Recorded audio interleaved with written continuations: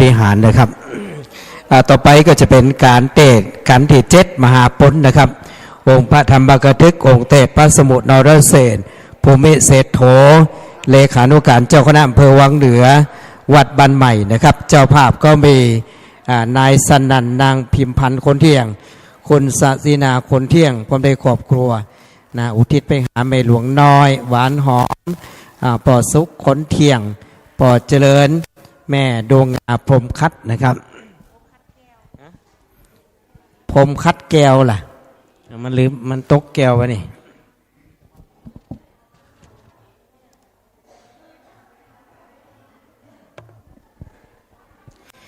ตอนนี้พร้อมนะครับสุ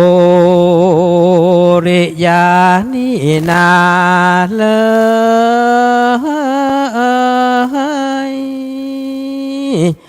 อันว่าสุริยาอาทิตย์เตียวจรอัดสะดงอันเตียงบกเงียงเงยต่างใดลำดับมาถึงพระสีใสอยู่กลางไผ่เท่าแก่ต้านก็บ่แอตังภาวนาเมื่อจุกจักกะพามไปรอดเจ้าก็บอกแจ้งจอดดังป่าไม้รอดด่านดงรีตั้งโบกขระนี้ที่ถอยพร้อมตั้งหมู่นกน้อยสะกุณายามนั้นเจ้าตาปัสสาก็มาห้ามเท่าว่าวันนี้คำแล้วเสือคงเท่าจังแอวเตียวตังพระปัณณศาลาแห่งเต้าผู้บานก็บาใจไกลคำลัดด่านป่าไม้มืดบดบนมหาพลละการถามี80 ตัดเป็นขนาดภูคาขออาราธนาแลนาอนุกรรมปิบังประจังอาราธนังกะโรมา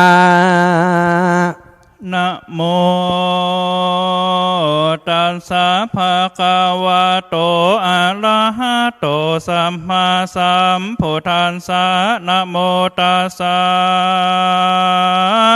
ภะคะวะโตอะระหะโตสัมมาสัมพุทธัสสะนะโมตัสสะภะคะวะโตอะระหะโตสัมมาสัมพุทธัสสะ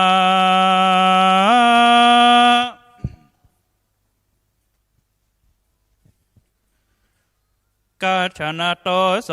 ภะลาทัวโสอันตาสาอุจุตังอิสิทินาสวนาตังภาลวะโทโชสัมโมหิอิสินาสหะลำดับธรรมนมเตสะนาสวนาอนวาจุจักพามก็ไต่ไปตามหนทางอันพันเจตบุตรหากบอกก็ไปหลอดอาสมบทแห่งเจ้าอจุตละสีมันยินดีใจกลมกราบไว้กล่าวว่าข้าแต่พระราศีแกนะไทยเจ้ามาอยู่ป่าไม่ดงหนาเจ้ายังหาเปียที่บ่ได้บ่เจ็บไข้สันใดน่าจะเหลือโดลาตนาพามนะอันว่าสาภาวะอันหาเปียที่บ่ได้ก็ยังมีแก่เฮานะบ่ขาดพญาติหลายบ่มาลาวีเฮายังมีชีวิตอยู่โดยหัวมันและลูกไม่ยังหาได้เพราะฉันและนาเหลือบยุงก็บ่มาตอมไตงูน้อยใหญ่หมอบ่มาเบียนสัตว์หลายอาเกียน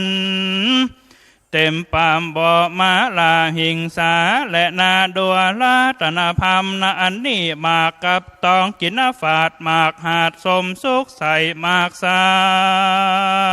งและหมากเมาเจิญพามเท่าเหลือกเอาเดเตอเหมือนนั่นพามยินดีจมจืนย่อมือยืนไว้ละสีว่าข้าแด่เจ้ากู เครื่องปูจาแขกแก้วข้าก่อหับเอาแล้วจะมาเลินใจเต่าว่าข้ามาไกลนักโสนประโยชน์ข้ายังมีคือข้าไข่หันนาพระราศีเวสสันตลลาดนาอันอาวาดดงอภัยตันโหตังไปนะขอบอกฮือโหข่าวตังไปนะเดเตอตินันตาปัสสะราศีจริงกล่าวว่าโดลาพรามดังเฮาลำเปิงนักเกิดหลอดตันร้อยไข่ได้นางแก้วหยอดมเหสีผัวกระทำวัดดีพันแผ่วแก่นอกแก้วเวสนาดอนตันจักไปวอนนาขอ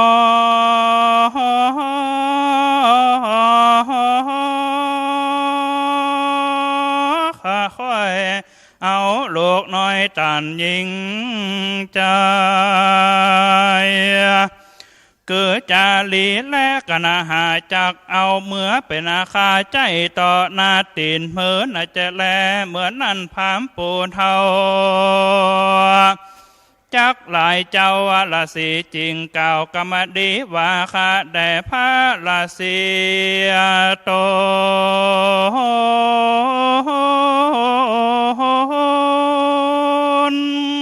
วิเศษข้าบ่ได้เกียรติเคียงใจข้าเดินอภัยทุกเมื่อบ่เต่าเพื่อจักขอข้าป้อใจข้าคอยไข่หนานาพระยอดซอยราจาเหตุว่าขี้ยาอันใดหันและได้อยู่กับท่านผู้มีบุญย่อมเป็นคุณแคว้นมาคาหน่อยหากพระสงฆ์และนาส่วนเจ้าวราศีได้ยินพามกะว่าแกก็ไว้ใจว่าบ่มีแต่สงสัยจริงไขนวาจาซึ่งพามเท่านาปลาโดลาตนาพามกำตันจุงไว้หนากรจงอายุดย่อนนอนกับเฮาวันโภกเจ้าเฮาจักบอกต่างไปน่าจะแลเจ้าวราศีตนนะทะลงสินใสนะบ่เศร้าก็เฮือพามเท่านอนคืนหนึ่งแล้วจุงนำพามนับไปสู่ตั้งติโยมักกะจริงกล่าวว่าโดลาตนาพา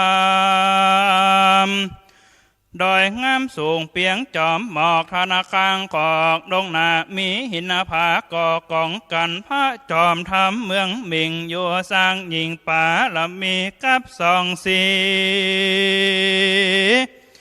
เลิศแล้วและนางหนอแก้วราศีตาวทะลงสินวิเศษอยู่สร้างเป็ดเป็นจีถือขอลีเกี่ยวลูกไม่หมวดเก้าเป็นนาจดานุ่งนางเสือหนาลายองอาจห้อยบาลาเตยมตนนักตำผลจะใจแต่งก้อยไว้เปียวไฟนั่นแหละนาดูลาตนาพามอนาวาดอกบัวขาวทวนนาขาวดังพานาโคมาหันเหลือตาดอกปานพับตุกด้านดอกจังก่อนมีแสมาซอนจุกกำข้างแม่น้ำมุจลินแหล่พามเฮยดูลาตนาพามหิมวางสุดฝั่งกวางตุกฝ่ายข้างมุจลินแต่แดนดินติไกลตนไม่หากเหลือใจไม่ตุมมีเหลือแลแค่ฝอยแผ่กลางใบไม่ทองหลังเป็นหน้าดอกบานาทงขอกหอมละลอยนั่นและนาไม่ข้าเจ้าเป็นหมูแค่แดงอยู่แฝงกันในดงตันตุกขอกไม่มาขอกเรือลายไม่ตั้งลายคือไม่มาคำตาไก่และไม่แก้วเรื่องหลอดโยมหินในดงหลวงตกเตดดอกกาละเกตและกันนิกาไม่โลกฟ้าขาวมีเหลือแหล่โลกฟ้าดำแผ่ปูนเปล่าต้นหมากและต้นกวาวผงดอกบานเต็มยอดดอกงามและความเฮยไม่ตีนเป็ดมีเหลือแหล่พับแผ่ตัวดงดอนดอกคำซ้อนเป็นหน้าจออ้อยหน่อแฝงกันไม่คนทามีทุกขอกสีเสียดดอกจ จุกำไม่หนอดน้ำลำเจิญและพามเฮยดูลาตนาพามเขือนางนมเป็นน้ำมัวนำดินอยู่เจือจานชาเอ็มนาหวานเขือใหญ่ข้ามป่าใจสะมานอาโศกบานเหลือแหลเตียนไก่แผ่ดูเป้าดอกเข็มยาวหน้าจืนจ้อยอาสาลิดดอกหอยจะมาเขือจดเจือโดยยาห่างจังนวิเศษนาจะเอ็มนาเทศเหลือดงนาทะลงของห้องทุกขอกดอกมะลิสอนหอมไก่เกี่ยวขึ้นไปก็กอดมุงไม่หยอดถึงปลายเก่าเขือกอดต้นไม่เกี่ยวแต่ไตถึงบนไม่จุ่มแสงเหลือแหลต้นฝางแก่แดงงามดอกแซวบันโลดเหล่าดอกเกิดเก่าเอาใจสตาบุญไข่หอมเหินงอนไก่คืนโทสาตานบัวปกบานปุณพอตั้งเป็นจอเหลือตากันนิกาพงเป็นดอกบานเย็นออกดูงามดังคายคำเหลืองละลุงปุ่งขึ้นดังเปียวไฟดอกตังลา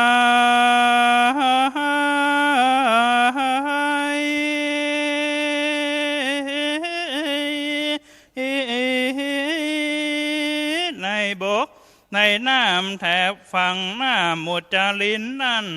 แลอนาวานามวังใสละเลินปุ่นสนุกเจิญเอาใจในสะน้ำใสมีลายใหญ่โยแลนสะสัวจุแดนป่าหังแข็งป่าปีกป่าดุกเหล็กเป็นอาสายจะเคยย้ายเลนาตาป่าขาเปื่อนบังกรหลวงเพิงวานนักแก่ตุกขาวแม่บินานีชะเอ็มมียิ่งกินหวานสุราพิบานดวงใหญ่ตักกันไข่เจือจานละมุนละแหวงหวานจืนจ้อยไม่ใหญ่น้อยกิสนาแผกดำหาบ่ได้อยากแฝขาวหักเหลือตาบัวบกดาเป็นหมู่ดองคิงอยู่เจือกันดินปนทันและขมินเหลืองงามห่อละดันมีทุกแง่กำยานะแผ่เต็มภัยโกติตั้งหลายนะมีหมากไม่เห็นหากละมาส่งกาละบุญมีเหลือแหล่ลางแดงแผ่เต็มภัยในป่าหลวงที่นั่นมีทุกอันทุกสิ่งป่านั้นยิ่งเหลือใจและนาป่าอันนั้นมีลาจะสีและจ้างเสือโคงอังนะเอาคนแม่ยักษ์ตามุนนากว้างหากเสพสร้างหลวงหลายตั้งทลายคำเห็นชะมดเอาอดโดยละมังกัดกังโดยฟานคำหมากนักแลอันว่าหมาในและหมาจิงจอกอากาตายเตนาออกเรามาคาบางซ้อหาลูกไม่จ่ามาดีใส่คนหางกวางทลายมีหมากลิงลมหากปอมาเฟยวอกกลางเลยไหลเล่นนางนี้เต้นก็เฟยกวางเขาเงยน่าเป็นขาละมังกว่าตามกันมีตังมีดำห่างสันงัวเถียนทันก่อบงพังพรวงหน้าแวดล้อมนักกะแตยอมมีลายอันสร้างใหญ่น่าเป็นหมู่อันแดงอยู่เลียงกันยอมมีตีไก่สะมุจลินนันแลดูลาตนาพามต่างอันนี้เป็นต่างอันปอดเตี้ยวตีนไตได้แม่นจักไปโซศาลาเป็นอันเจอนักและจัวจักโกปีส่วนโจจักพามได้ยินเจ้าวละสีเก่ามันโหข่าวว่าตั้งไปยินดีใจบ่น้อยไว้ยอดซอยนั่นละสิมันก็หนีเข้าป่าไม่เพื่อไปสู่ติอยู่เจ้าแก่นให้เวสสันตลาดวันนั้นแลอันว่าจูจักพามปูเทา ไว้เจ้าละสีแล้วหนีกว่าเข้าป่าไม่ดงไผ่นพญาเวสนาดอนอยู่ใดมันก็เข้าไปในตีนั่นก็มีวันนั่นแลมหาวนานานิธิตังขีญาสังวันนาวิเศษจาห้องเหตุมหาปนอันปดาไปโดยว่าได้คาถาว่าได้80 ภาคคาถาก็บังคมสมเด็จสารเด็จแล้วเต่านี้ก่อนแล้วสาธุนะจบไปแล้วกันที่7นะครับมหาปนนะครับองค์พระธรรมกถึกองค์เตศ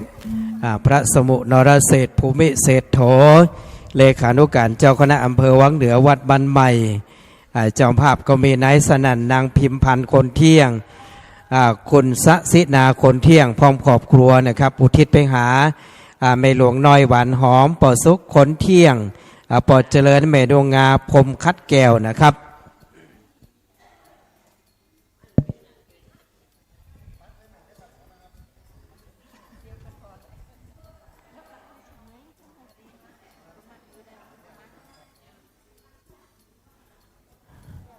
เดี๋ยวเสร็จเรียบร้อยขอเรียนเชิญเจ้าภาพนะครับกันเตศกันที่7มหาปนนะครับในสนานนางพิมพันธ์คนเที่ยงคุณศาสนาคนเที่ยงปรวยครอบครัวนะครับจะได้ประเคนจะต้องปัจจัยเครื่องไถ่ธรรมบูชากันเทศ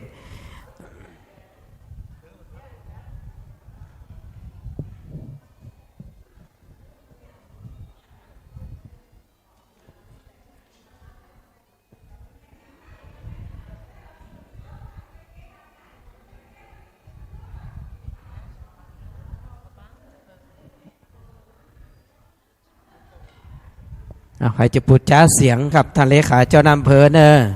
พระสมุทรเศรษฐภูมิเศรษฐโธไม่ย้ายผลมาแม่แม่ไปเขียนกันเตศเลยครับเดี๋ยวจะได้กลับนิมนต์ท่านพระสมุทรเศรษฐภูมิเศรษฐโธเลขาเจ้าคณะอำเภอวังเหนือนะครับจะได้อนุโมทนาบุญในส่วนของขันเตศ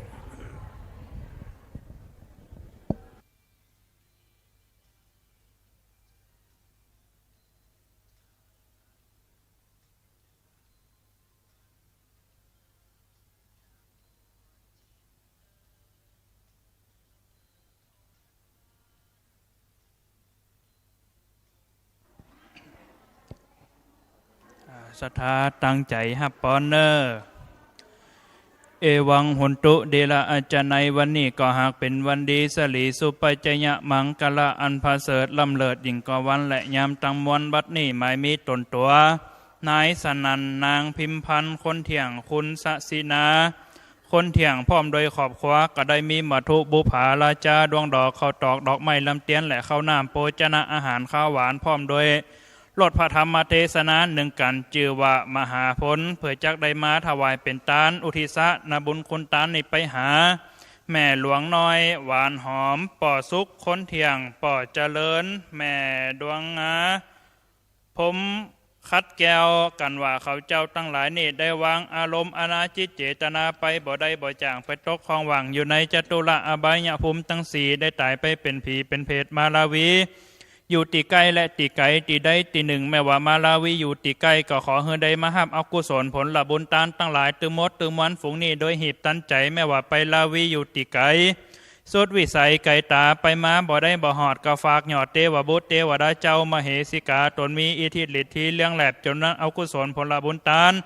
ตั้งหลายตึมดตึมวันฝูงนี้ได้ไปจู่จ่อหลอดตอนตันยังเขาเจ้าตั้งหลายแม้ว่าเขาเจ้าตั้งหลายตึมดตึมวันฝูงนี้ได้ไปตกอยู่ตีห้าก็ขอนาบุญคุณตานตั้งหลายตึมดตึมวนฝูงนี้ได้ไปปกยกย่ายข่ายมาสู่ตีดีแม้ว่าไปสู่ตีดีแล้วก็ขอนาบุญคุณตานตั้งหลายตึมดตึมวนฝูงนี้ได้ไปเตรียมแถม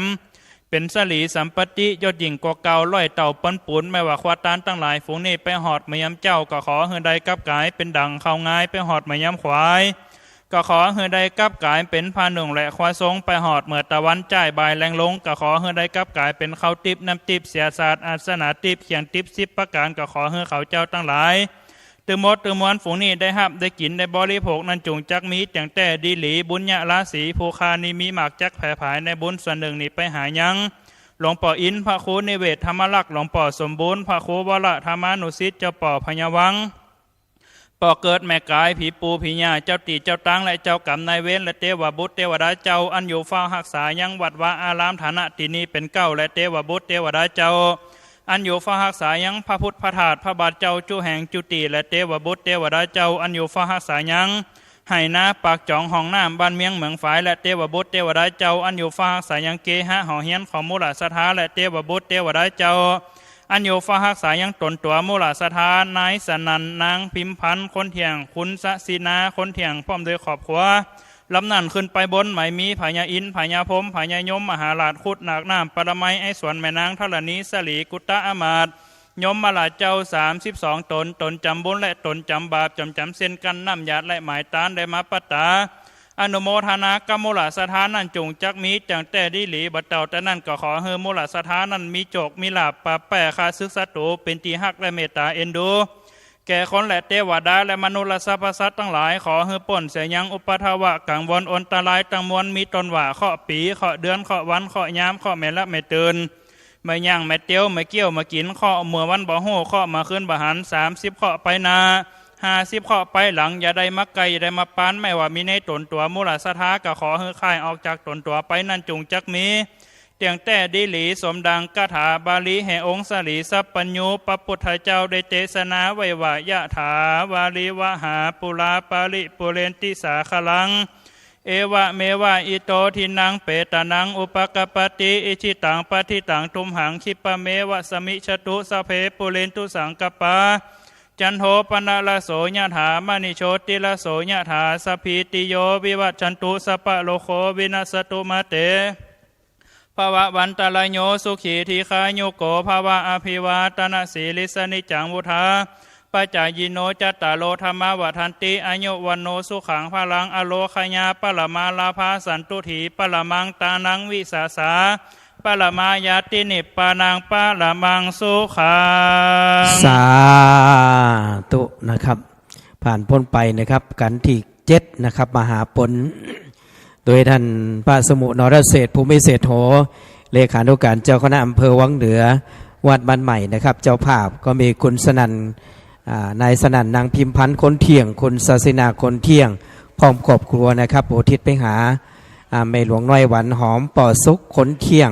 ปอเจริญแม่ดวงงาผมคัดแก้วนะครับ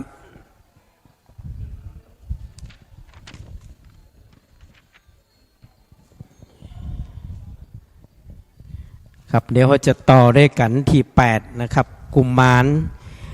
ซึ่งองค์พระธรรมเกิดทึกองค์เตนพระธิการเสวตปัญญาวชิโลหรือท่านพระอาจารย์เสน่ห์กาหลงจากวัดดอนใจอำเภอเจห่มลำปางนะครับเจ้าภาพก็มีนางน้อยหลับใหญ่นายเลื่อนนางใบใจใจนายสุขพันธ์นางวนาคิดว่องนายยวนนางสุขสารขาวนายสมบัติหลับใหญ่นางกนกพรหลับใหญ่พร้อมได้ลูกหลานญาติพี่น้องกุคนนะครับอุทิศไปหาปะอุ้ยดวงไปอุ้ยพัดหลับใหญ่นายสมหลับใหญ่ปะอุ้ยปันไม่อุ้ยน้อยหลับใหญ่ปะอุ้ยแหลงไม่อุ้ยคำติดชัยปะอุ้ยปันไม่อุ้ยเตียงใจใจนะครับปะอุ้ยอายไม่อุ้ยเย็นคิดว่องปะอุ้ยจันไม่อุ้ยเป้งสารขาวไม่อุ้ยน้อยนวลใจไม่อุ้ยทองคำสายปอกคำปอกแก้วในนัทวุฒิคิดว่องแม่เน่งน้อยปัญญาแก้วนางอำนวยลาบใหญ่นางดารุณีสิงห์คำโลนายเสิร์ชท่าวันปอกนายบุญเหลืองนายวงฤทธิ์ติดชัยเจ้าพ่อพยาวังหลวงพ่ออินพระครูนิเวศธรรมรักษ์หลวงพ่อสมบูรณ์พระครูวรธรรมานุสิทธิ์นะครับ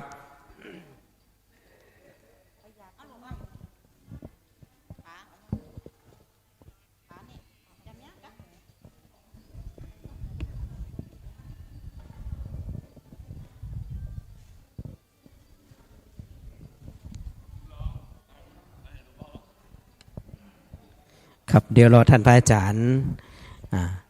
เสวตปัญญาวชิโลนะครับหรือตุปิตอมเนาะที่เป็นกำลังเดินทางมาอยู่นะครับยังมาถึงวัดบ้านใหม่เตี่ยวันนี้ขอบคุณอุบาสกอุบาสิกาพุทธบริษัททุกท่านนะครับ ที่ได้มาร่วมทำบุญการตั้งธรรมหลวงมหาจารย์ของคณะสถานวัดบ้านใหม่ทุกท่านตัวนะครับและก็ท่านที่ฟังรายการขึ้นวิทยุอุบาสกอุบาสิกาและก็ถ่ายทอดตั้งช่อง YouTube ของท่านอาจารย์มหาสมชาตินะครับตะกี้เป็นฝากทำบุญมาเนาะครับผ่านของท่านพระอาจารย์มหาสมชาตินะครับในการตั้งธรรมหลวงมหาจารย์วันนี้ขอบคุณและอนุโมทนาบุญทุกท่านตัวนะครับ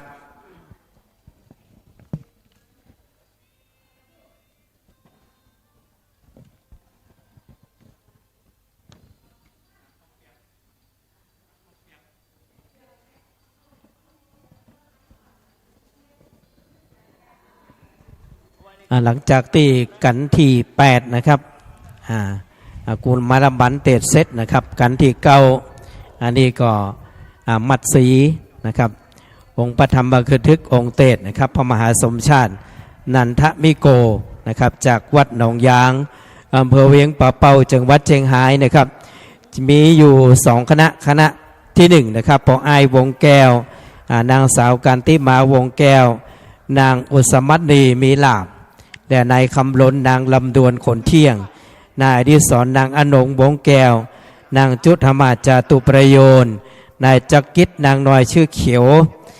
นางสาวขนเรือนนางสาวรัชนกเชื่อเขียวนะครับนางสรัญญานางนภัสสรหลับใหญ่คณะที่2นะครับแม่พิษเหมชัยพร้อมได้ลูกหลานทุกคนนะครับคุณแม่วิไลคนอยู่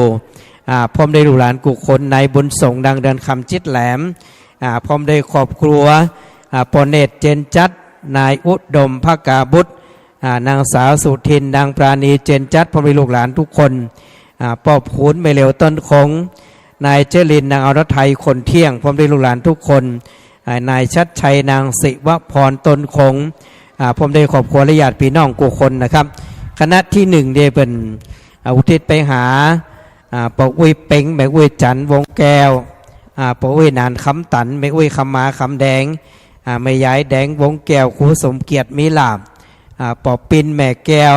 ปอหลวงมุนแม่หลวงใสมีคำแม่หลวงใสแม่คำแม่คอดนายวิเชษเชื้อเขียวพระถาขันติโกแม่ก้อนวงแก้วนายสมคิดนายพรหมศักดิ์นันตาหลวงพ่ออินพระครูนิเวศธรรมบารักหลวงพ่อสมบูรณ์พระครูวรธรรมมานุสิทธิ์เจ้าพ่อพยวังผีปูผีญาผีหอผีเฮียนเจ้ากรรมนายเวรเตบุตรเทวดาเจ้าแม่ธรณีเจ้าตีเจ้าตางนะครับคณะที่2เนี่ยเป็นอุทิศไปหาปอุ้ยหนันจันแม่อุ้ยม้อยเต็มจิตปอกเขียวแม่แก้วความเพียรปอประกอบเหมชัยปอุ้ยยอดแม่อุ้ยกอมติดชัยปอหนานมุนแม่หลวงสมคนอยู่ครูทวัตคนอยู่นายเกียงซักคนเที่ยงนะครับและเก่ากันที่10นะครับซักกบันองค์พระธรรมบัคทึกองค์เตศอันพระครูบาคัมภีคัมภีระปัญโยวัดขุนดาผาแดงบังเหนือลำปางนะครับก็มีอยู่2คณะแรกนะครับนางเพ็ญศรีความเพียรพร้อมได้ครอบครัวแม่อัมพรนายศิริพงษ์ความเพียรนายสมนึกนางพรศรีอุบลศรีพร้อมได้ครอบครัวนายนาวินนางพิทุพรนางสาวสุพิทยานางสาวนภัสสรสมเพชรนางสาวกนกทิพย์คนเที่ยงนางสาวกันภาษาลักแน่นนะครับพร้อมได้ครอบครัวคณะที่2ท่านพระอาจารย์มหานพดลสุวรรณเมธีเจ้าอำเภอวังเหนือคณะที่1นะครับปูทิศไปหาปอหลวงนานตาโล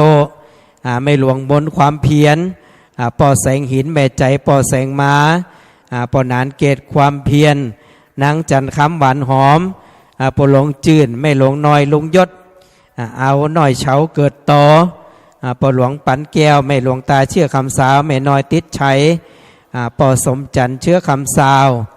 ปอหลวงม้าไม่หลวงปันติดชัยไม่หลวงจันยอดรักปอน้อยแก้วม้าแม่ซุยนายสมานนายทวินคนเที่ยงปอลาเมตานายนิยมรักแน่นคณะที่2โพธิไปหาปอคำลามีคำเหลืองหลวงพ่ออินพระครูนิเวศธรรมรักษ์ครับอันนี้กันที่10สักบันครับ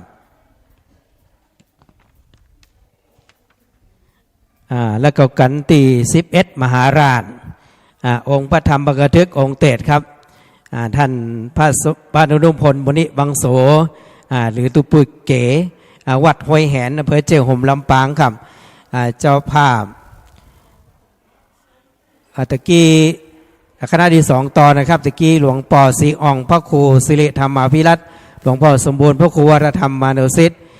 หลวงพ่อท่านพระครูวิริยะวรคุณ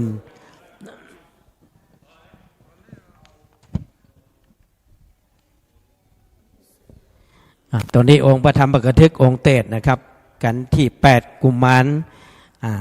ตอนนี้ท่านพระอาจารย์มาถึงเป็นตีเรียบร้อยนะครับปฏิการเสวตปัญญาวชิโลหรือท่านพระอาจารย์เสน่ห์การหลงจังหวัดดอนชัยอำเภอเจียงห่มลำปางอันนี้เป็นพระนักเตศฝีปากเอกของจังหวัดลำปางนะครับ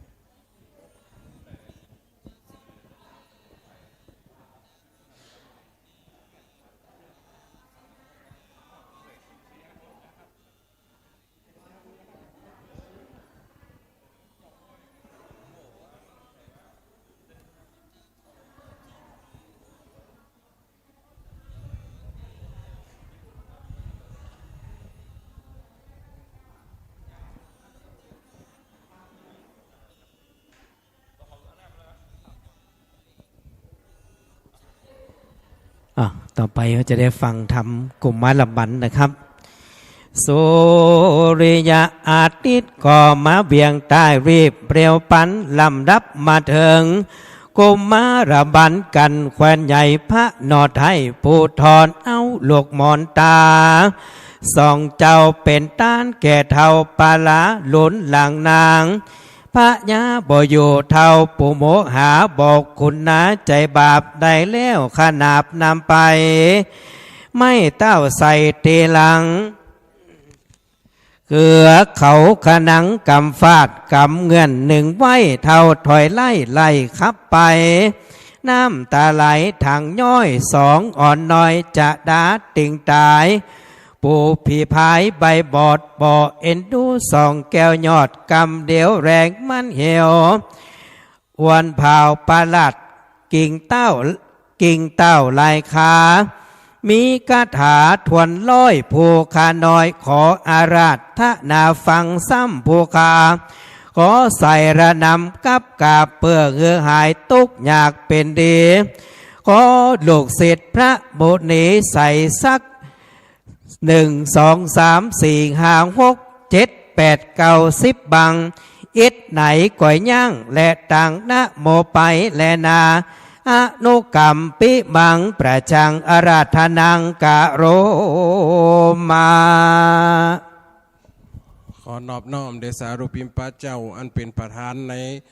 อารามมาธิปตินี่ขอถวายความเคารพพระเดชพระคุณหลวงพ่อท่านเจ้าอาวาสและก็เจริญพรคณะสถาบันเฮาเนอร์ต่อไปนี่เป็นการกุมารบันพระพดาไปโดย101ภาคคาถาปางเมื่อพระเวสสันดรเฮือตาน2ลูกน้อยอันแม่นางมาทีไปหลงป่าดงดำ2กุมารก็มาให้ห้องหาแม่ในพวกนี้เป็นกันโศกกันเศร้าอีปล่อยแม่ลองตั้งจิตตั้งใจฟังเนอจะได้สดับสติปัญญาและได้เนื้อหาสาระจากธรรมเนอ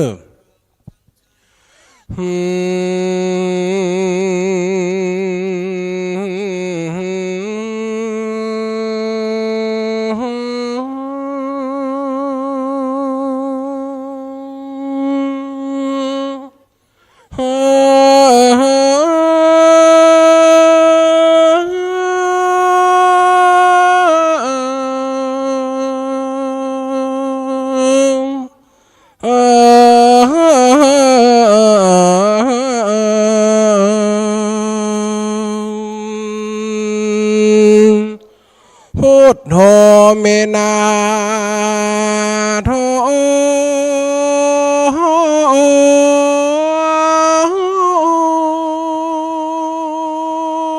ธัมโม เลยเป็นตีตังเอาพระสังฆเจ้ามาเนวรังผู้ข้าขอน้อมกราบวอนวานขอยกมือสิบนิ้วเคลื่อนกราบสา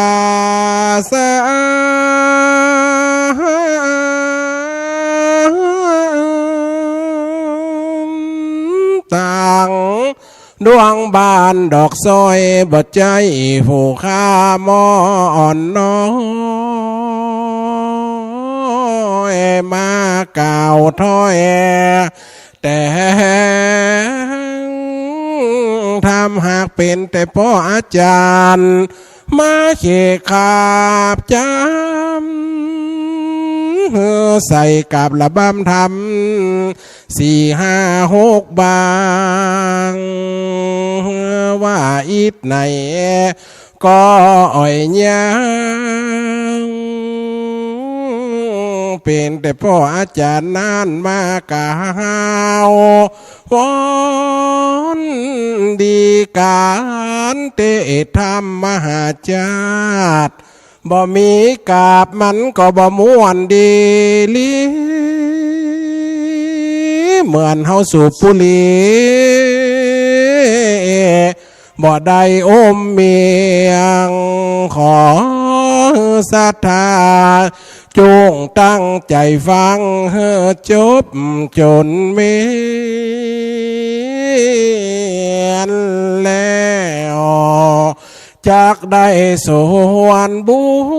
ญใหญ่ขอศรัทธาจะไปเอาสตังค์เหรียญบาทใส่ก๊อกสวยให้มันไว้เอาใบใส่เนอะมันสวยมันดังดีเนาะหัวใจตุปีมันจังสะดุงจิตจากแตกฟูงจากเสียส่วนตั้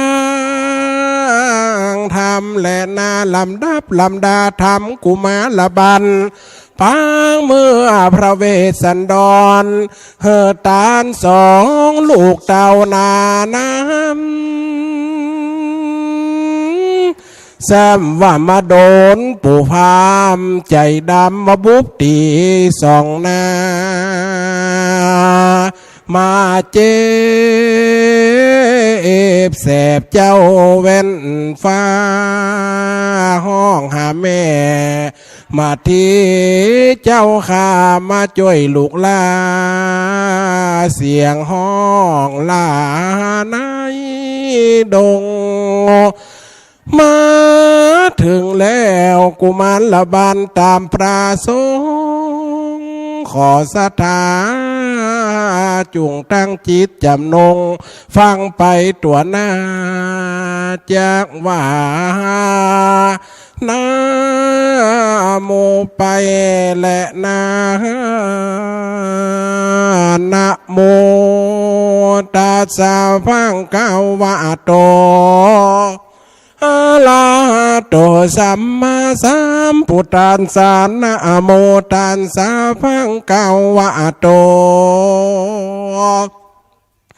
อะระหะโตสัมมาสัมพุทธัสสะนะโมตัสสะภะคะวะโตอะระหะโตสัมมาสัมพุทธัสสะจูจะโกปิจุนตาละปะเสนากติตามัตเถนากาตัวญาวาจตุรันสะบงคารณิติรังปะตัวจินเตสีลำดาบลัมดาธรรมะเตสนาอาสาโมอันว่าอาสาลมบทแห่งเจ้าพระเวสสันตลาดอันไกลมากเต่าใด จูจะกาฟามมันแล้วก็เตียวไปโดยหนทางอันไก่เจ้าจตุราหรือสีใสหากบอกเฮอเตียวหนทางเต่านั่นแล้วมันละก็ไปถึงฝั่งแก้วโบกคารานีอันมีสีแจงสะเมอกันมันก็รำเปิงในใจว่าอาจารย์ในวันนี้ก็กาเป็นลาอันคำแล้วตาวันตกหลับดอยไปแล้วอันว่านางแก้วรานจะมาทีอันเป็นแม่สองสันลีพี่น้องอ่านมาสู่ห้องศาลาและนำมาตุกาโมอันว่ามาตุคาแม่ยิงตั้งลายย่อมมีใจหันนี่บ่หูตีสาลาตันย่อมบันดาลหายจากแห่งยานจงวานิฟกทั้งลายเสนาในวันลุนลุงเจ้านางหนุ่มเนาราชามาทีอันเป็นแม่สลีจะเข้าดงป่าไม้ดงไฟกูจักเอาเข้าไปสู่ที่อยู่พระเวสสันดรจักไปวอนขอเอาลูกแก้วใดมาแล้วกูจะปาหนีไปก่อนนางมาทีจักมาหลอดเจ้านำหยอดไปอะไรนะอาสาตาวิทุราโตเมื่อนั้นพรามก่อขึ้นอยู่เงื่อมดอยคอยผู้พามเทาผู้พามด้านอนติป่าจอนมะมวนเย็นและสนุกตื่นกลางคืนแล่นาตังพันนารัดติ่งในกลางคืนนั้นมาหลอดนางแก้วหยอดมัดตีก็นอนดีในศาลากับลูกหน่อยงามมาเด้อข้าคอยกลางคืนนางก็มาฝันไหลหลากแม่มาทีก็มาฝันหากปุ่นกว่าเอโกปุลิโสฟามฝันว่ายังมีชายคนหนึ่งตัวดำดำเนื้อมันกำเหมือนมีเข้ามาสู่กูตีแห่งนางนาดนุ่งผ้าย้อมผาดสองฝืนฝืนหนึ่งนุ่งไปในฝืนนุ่งไปนอกทัดดอกไม้แดงสองหัวพอเล็งดูเนี่ยหยาบมือถือดาบเหลี่ยมแขนตาเข้ามาสู่ศาลาน้องแก้วมากำลาบละมาทีจับเอาเก่าเกสีหมวดเก่าจักเจ้าเต่านอนไงแล้วจกเอาตาแม่นายตั้งกูแล้วตัดเอาสองแขนนางแก้วกินกู้นี้ไปมือขวามันพาเอาหัวอกมือใส่จกเอาหัวใจนางร้องให้เกือบถึงตายการมันกำวาดทูทั้งหลายใดแล้วยามเมื่อเลือดนางแก้วไหลปุ่งตกมันละก็ยกเอาแขวนนางติวกว่าเข้าป่าไม่ไปงาเรนาสาปูชิตัวเมื่อนั้นนางมาทีลาบนอนดีบ่ตันตื่นนางแก้วบ่จืนจากกำฟันนางบ่เคยฟันหลายหลักนางก็มาตกใจมากนักหนาขานิ่งในใจว่าโอ้ยนอโอ้ยนอ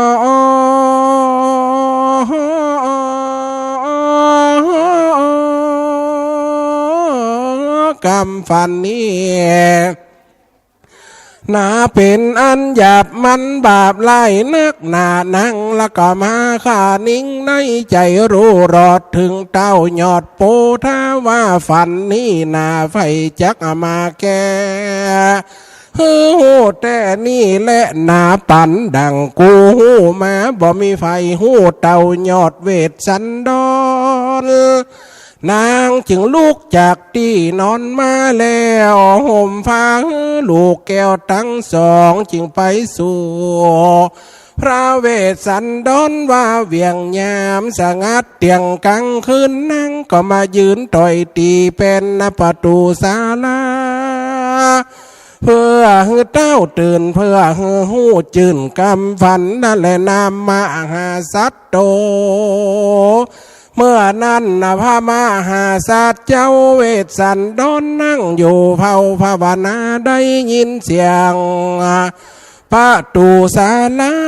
ดังกะกกกากากได้ยินเสียงหากประหลาดนักหนาพระกษัตริย์ยุดยิงเจ้าจริงพิจารณาดูว่าไฟมาต่อยประตูกูนี่จะพิษว่าล่าเป็นผีตั้งปล่อยดันไปบนกันว่าเป็นคนจักต่อยดันทำกลางเป็นสัตว์เดรัจฉานจักต่อยดันไปตำเจ้าแล้วก็หูพำว่าเป็นนอตัสสะปนจึงถามหุนว่าไฟมาต่อยประตูกูนี่จะเต้าพิษว่าเข้ามาได้เมื่อนั้นนางนายมาทีนุจนาดกองพิวาทว่าข้ามันที่มาเหนือหัวท่านเจ้าเหยมาที่น้องฟันหลายหลากนิมิตหากปุ่นกว่าจึงมาหาพระเหนือหัวเป็นเจ้าเพื่อเก่าแก่หูแต่และนาเตนูหิเมื่อนานละมหาสัตว์เจ้าจึงถามนางนองเนาว่าฝันสันใดจะนางมาที่ก็เล่ากำเก้าเงือพระเวทเจ้าได้ฟังพระนักทำนั่งเก่าพระบาทเจ้าว่าจะแลกันว่าเต้าแขวดกฎหมายหูแล้วก็เล่าลมเมียแก้วว่าสะลีเฮนางมาทีนางเคยนอนตีสะอาดดูวิราชเรียงไรนางมีข้าใจข้าถาดมีอาหารหลักจิ้นป่านังและบอกเคยเสาะหาและใส่เต่าบาดเดี๋ยวนี้นางใดหนีจากมาอยู่ทุกอยากเครื่องขี่นอนขี่ลีในป่าไม้ขวานนางได้ความเขือกอารมณ์อยากปุ่นกลัวแม่อย่ามัวโศกเศร้าจุงไปนอนกับลูกเต่าสองราเดเตอะสาวิภาตาในกลางคืนนั้นลุงแจ้งลุงสายฟ้าปุ่งขึ้นมานางพญากว่ากาตำวัดปฏิบัติเพวอัสสัมมาศาลาแล้วจริงแต่งดายังน้ำกินน้ำใจพระเงาไทยหัวควันแล้วก็เรียกลำดวนสองลูกน้อยเรียกจอยจะจุดแล้วก็ห้องเจ้าลูกมาหาสองพาตาอิงอ่อนว่าลูกสองสมองเฮยสะหลีบัวต้องลูกลักแม่คืนนี้แม่ฝันไล่ดีหลีสองสลีลูกเต้าจุงอยู่กับป่อเจ้าอย่าไปไกลเน้อสองนงไว้ลูกลาแม่จะไปป่าหาฟ้าละหน่วยไม่มาเฮือกินได้ตังเขาสองเจ้าจุงฟังแล่นาลูกเฮยโสตูจะโกกาลันนั่นจูจะกะฟำปูเท่าเดินนันตื่นลูกเจ้ากินไงมันก็สะไปถุงแก่นเท่าสวกไม่เต้าลงมาจากลูฟ้าปากทำกินน้ำอิ่มเพิ่งใจมันละก็คานิ่งในลูรอดว่านางแก้วหยอดมัดที่เทวีใดนี่ละลูกแล้วเขาป่าแก้วดงนาละลูกอยู่ในศาลาบัดเดียวมันละก็เตียวไปตามมังคาป่าใหญ่ พามถอยไล่ก็ไต่ไปตามเข้าสู่อาลามป่าไม้ตีพระเงาไทยและก็ตามกรรมก็มีวั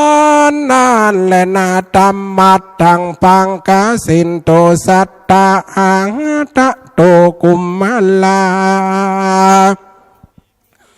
พาคิดตัวกันหาทินาจุโตภิกขเวนุลาภิโคตั้งหลายตนดารงสินใสสักสวดอันว่าสองกุมารน้อยนาดกุมารได้ยินพระมาจารย์เท่าปู่เข้าไปสู่ป่อเจ้าองค์คำมาจาว่าจักนำขอส่องบุญทำนอนเอาไปเป็นข้าเล่าแตนมือเอาสองบุญจูนอไทยไปเป็นข้าใจเมียแห่งมันและนาตัดสามีข้าเนนั่นสองเจ้าเจียงจันควันอ้ำได้ยินพามเก่ากำหยาบก็พอเย็นชราบตังคิงยืนบ่อนิมเตียงมันเนื้อตัวสันสะสายยินกัวอยู่บ่ได้อดใจฟังบ่ได้สองแก่นไทยผ่านละนี้ไปป่าละมีปู่พำเท่าเข้าสู่สันละน้ำแก้มใบบัวด้วยความกลัวแต่ไทยองค์ป่อนันนาคงบอกไว้ยกลูกให้เป็นต้านแก่พมนาจารย์ปู่เท่าหัวงอกอันศอกกอกแต่บ้านมันมาและนายามนั้นเจ้าละจะลีและกันหาซ่อนปิดตาอยู่ในสาลาบัวพระเนื้อหัวก็ลองหาลูกน้อยพระหยอดซอยแล้วก็เรียกเจียวเจียวสองลูกแก้วว่าจุงมาเตอหนามาเตอลูกเต่ามาช่วยกำสมปานพ่อเจ้านี่จะจักหวังเป็นอรหันตาไปนาลูกลาพ่อจุงมาเอหิปุตตาเอหิพี่ยังจุงมายามนาน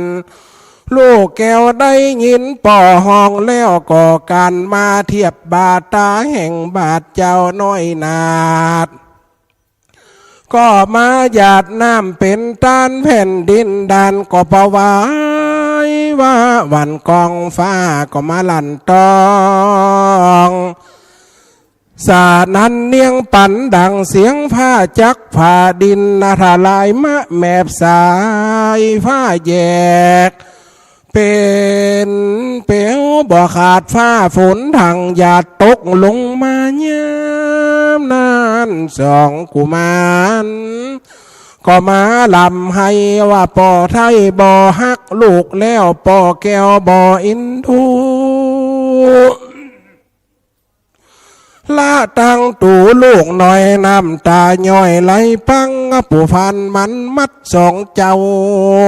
เอาเครือเขาเหล่ามามัดแปรหลังเอาสองบุญธรรมจักหลักตีสองนาฟาดปอบีดามันบ่หุ่นนาใจน้อยสองเจ้าก็มาให้น้ำตาย้อ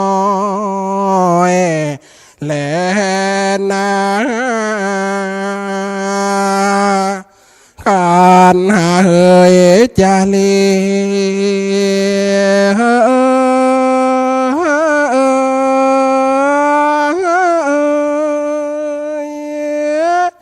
ปีงายวันนี้ขอร้ายมาถูกต้องสายสอ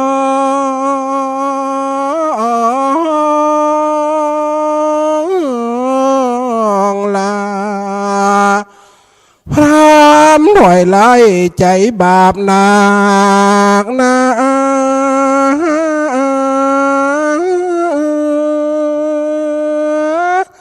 มาขอสองกุมารานอนาวกับตนป่อนาอันลาวปล่อยว่าสองเจ้าหนอตา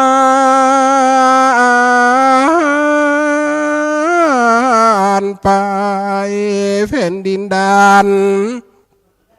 ก็พอไว้ว่าวันกองฟ้ากำมารองสานันตองหนอเนื้อเนืองสองเจ้าก็มาร้องรำให้พอบ่เป็นสิ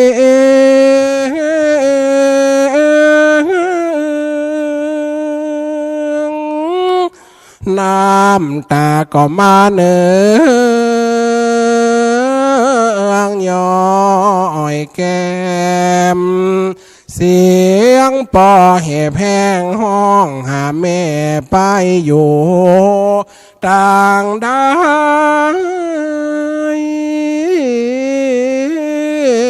จะพามถอยไล่มันเอาเครือเขานา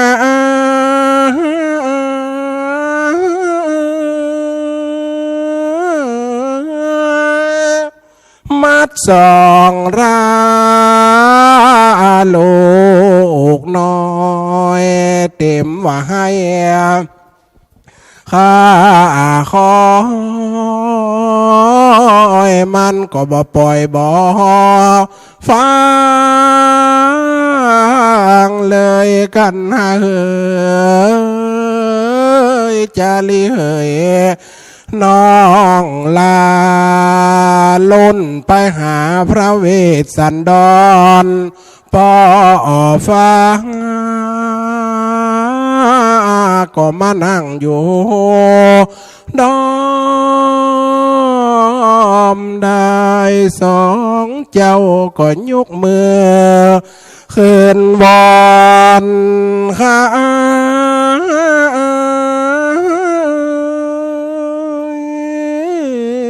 ว่าข้าใจไว้ป่อยังบ่ช่วยลูกลาลูกล้อหันหน้าแม่เหียสา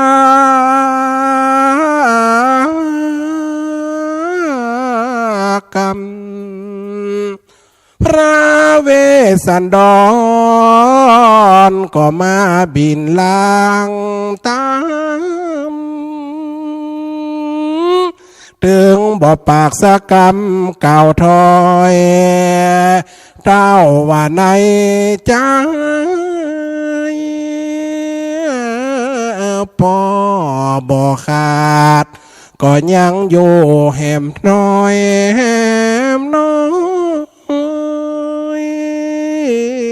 หนึ่งเต้าสายยา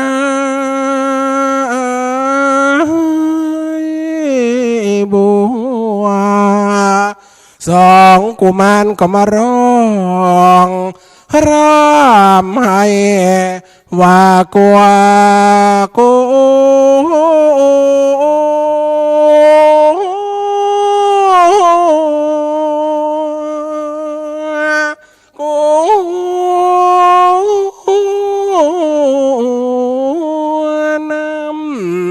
ตาก็ปอยูปางลงย่อยนาผู้พรำผีบ้ามันจักลากน้ำ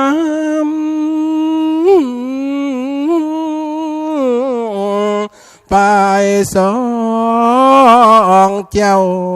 ก็มาร้องพอจะขาดจะ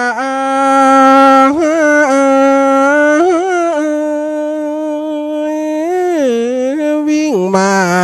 วิ่งไปกอดกันหน้าอังหายเลี้ยวไปหาพระเวสสันดรปอทาย ก็บ่โศกเมามัวมันยาเหมือนบ่ใจลูกของตัวตีเกยได้เกียงให้เหลือลูกเปิ่นเก็บมาว่าไอเลี้ยงตีเปิ่นทายเอามาโป้พรามถอยไล่ใจบาปหนักนะกรรมไม่แสมาฟาดหลังสองเจ้ากันหาหนองเนาจาลีปีเจ้าก็ร้องกิ้งเกือกปังมาห้องให้อยู่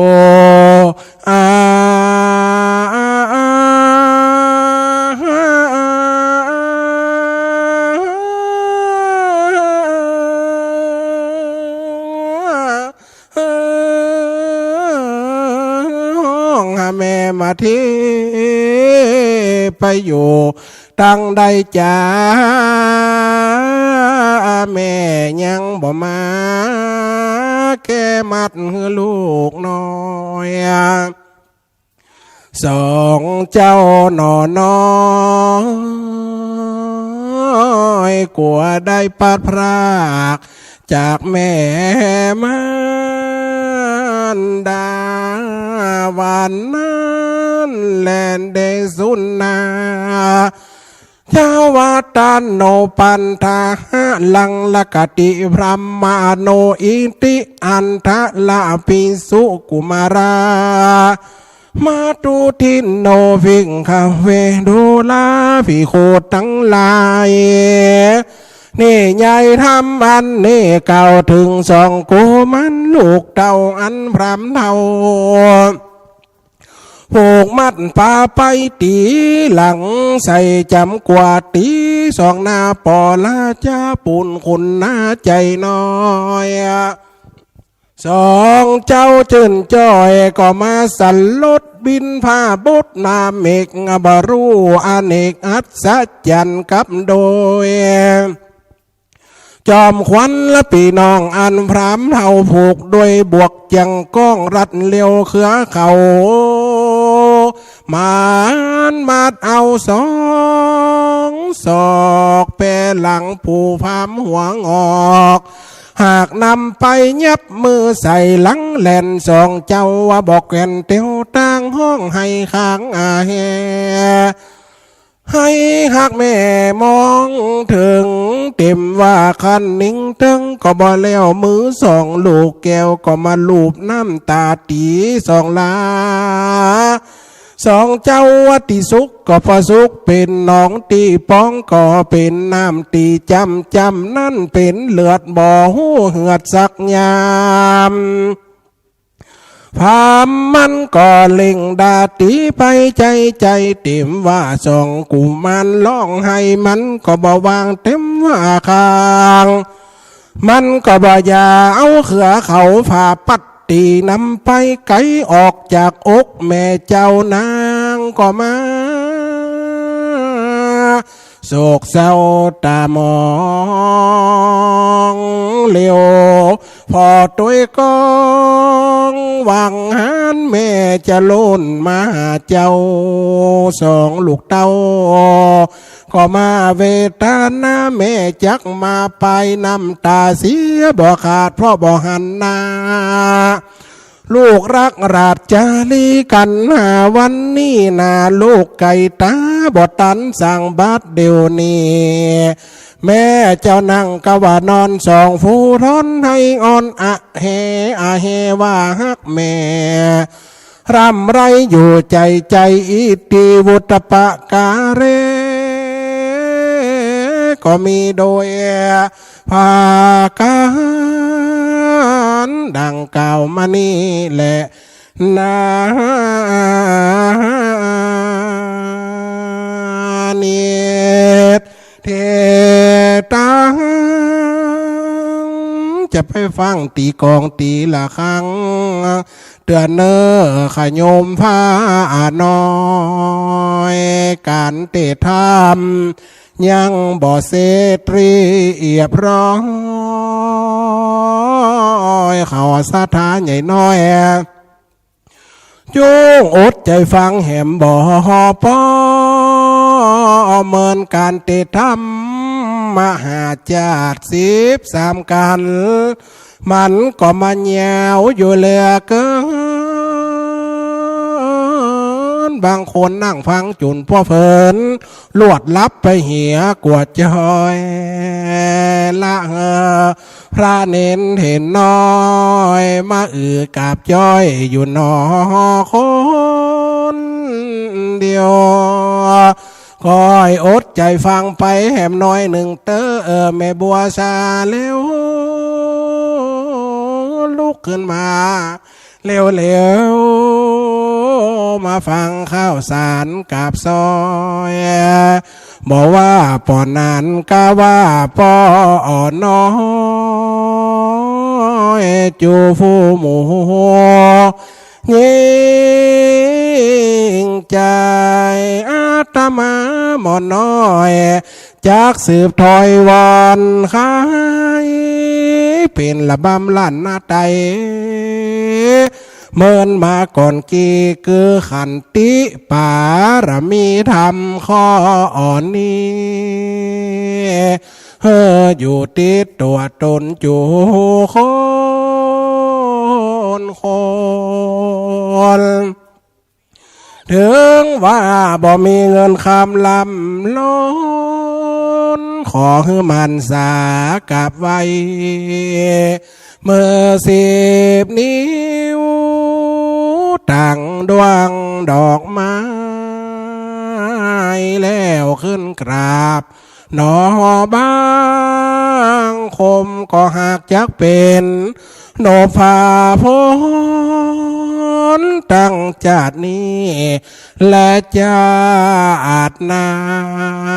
นำตัวเฮาขึ้นสู่จันฟ้ารอดพระนิฟ้านั่งกันตุเจ้าจะว่าไปนักลมก็มายัดขึ้นสันลังหายาลมบดตันก่อยฟังแหมปีนาเวลามันน้อยก็แบ่งใจหากันมีเวลาวันนาก้อยเกิดอยากจะปาสวัสดเมื่อบานเพราะหนต่างมันไก่ลำนี่รถจีโฮมวังเหนือนี่มันได้นะหนต่างก่อโกงข่าวต่างก่อกายเกิดอยากจะไปจากสถานะป้าบ่ได้หันตาบ่ได้หันหน้าขอ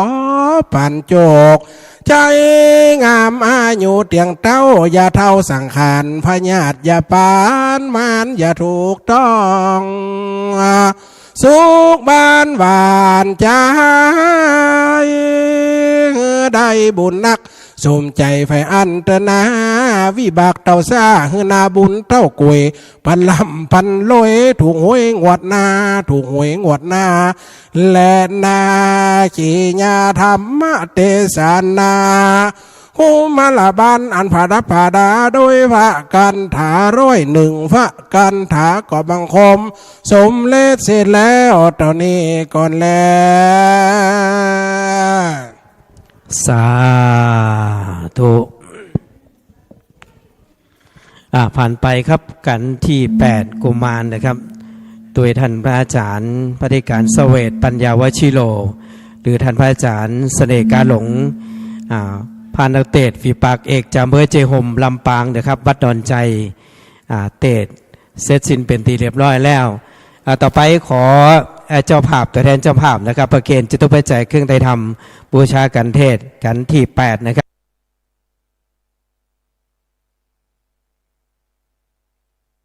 ครับก็มีนางน้อยลาบใหญ่นายเลือดนางใบใจใจนายสุพันนางวรรณาคิดว่องนายยวนนางสุสานขาวนายสมบัติลาบใหญ่นางกนกพรลาบใหญ่ผมได้ลูกหลานญาติพี่น้องทุกคนนะครับพระอุทิศไปหาพระอุ้ยดวงไม่อุ้ยพัดลาบใหญ่นายสมลาบใหญ่พระอุ้ยปันไม่อุ้ยน้อยลาบใหญ่พระอุ้ยแหลงไม่อุ้ยคำติดชัยพระอุ้ยปันไม่อุ้ยเตียงใจใจพระอุ้ยอายไม่อุ้ยอินคิดว่องพระอุ้ยจันไม่อุ้ยเป่งสารขาวไม่อุ้ยน้อยนวลใจไม่อุ้ยทองคำสายปอกคำปอกแก้วในนัทวุฒิคิดว่องแม่เน่งน้อยปัญญาแก้วนามรวยลาบใหญ่นางรุณีสิงห์คำโลนายเสิร์ชท่าวันป๊อกนายบุญเรืองนายวงฤทธิ์ติดชัยเจ้าพ่อพยวังหลวงพ่ออินพระครูนิเวศธรรมรักษ์หลวงพ่อสมบูรณ์พระครูวรธรรมมานุสิทธิ์กับนิมนต์ธรรมอาจารย์ได้เมตตาอนุโมทนาบุญในส่วนของการเทศครับกับนิมนต์ด้วยความเคารพครับ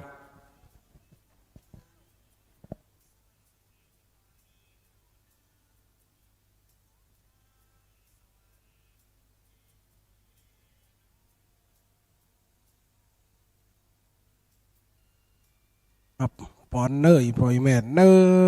ร์เด็ดถ้าหยาดหากระยาดน้ำเนอร์สัพพะทานังธรรมะทานังสีนาติเอวังหนตุดีและส่วนอาจในวันนี้ก็หากว่าเป็นวันดีเป็นวันสาลีสุภามังการละอันล่ำเลิศประเสริฐยังโกวันและยามทั้งหลายบ้านนี้หมายมียังตนตัวยังเจ้ากองอมูลละสัทธาหารได้ยังกันทำกันติดของดีวิเศษจีวกันกุมารละบ้านมีร้อยหนึ่งฝากคาถาอันเป็นเจ้าภาพหมายมียังนางน้อยงานหลับใหญ่กันในเลื่อนนางใบใจใจ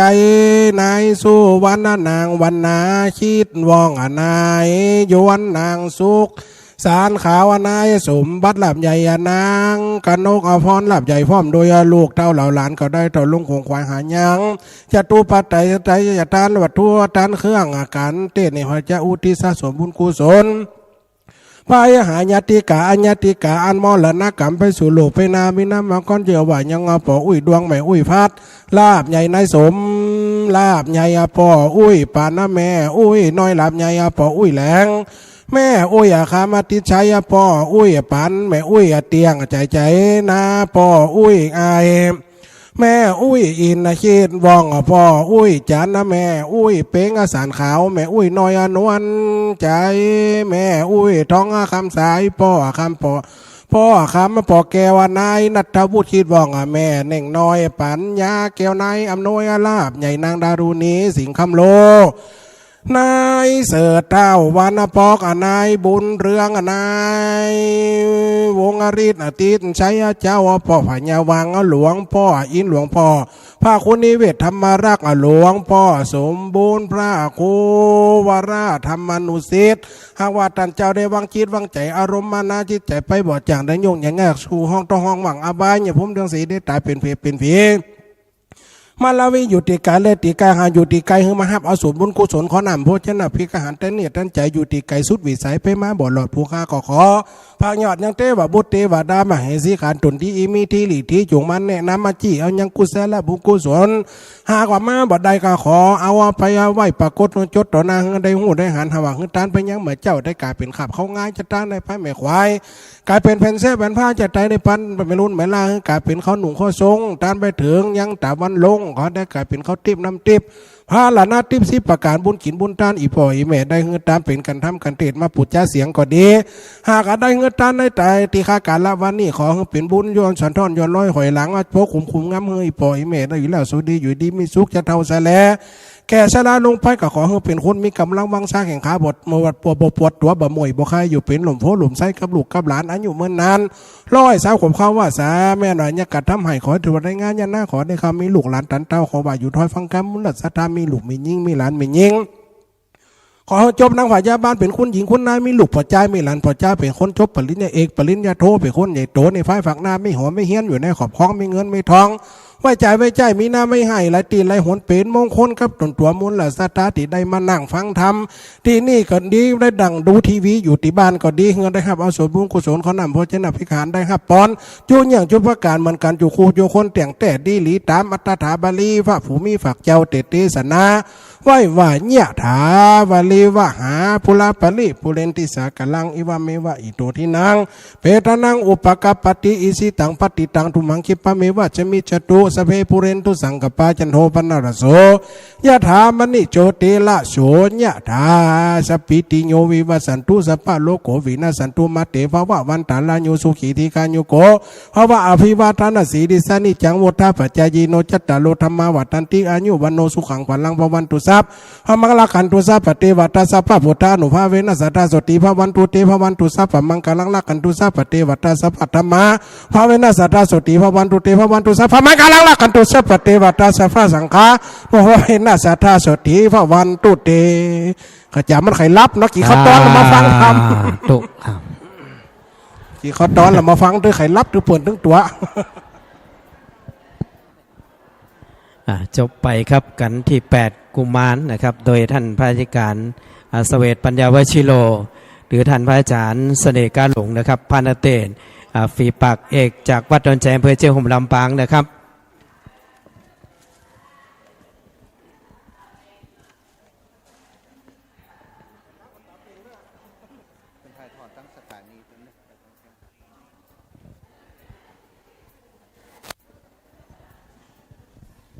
ขอขอบคุณ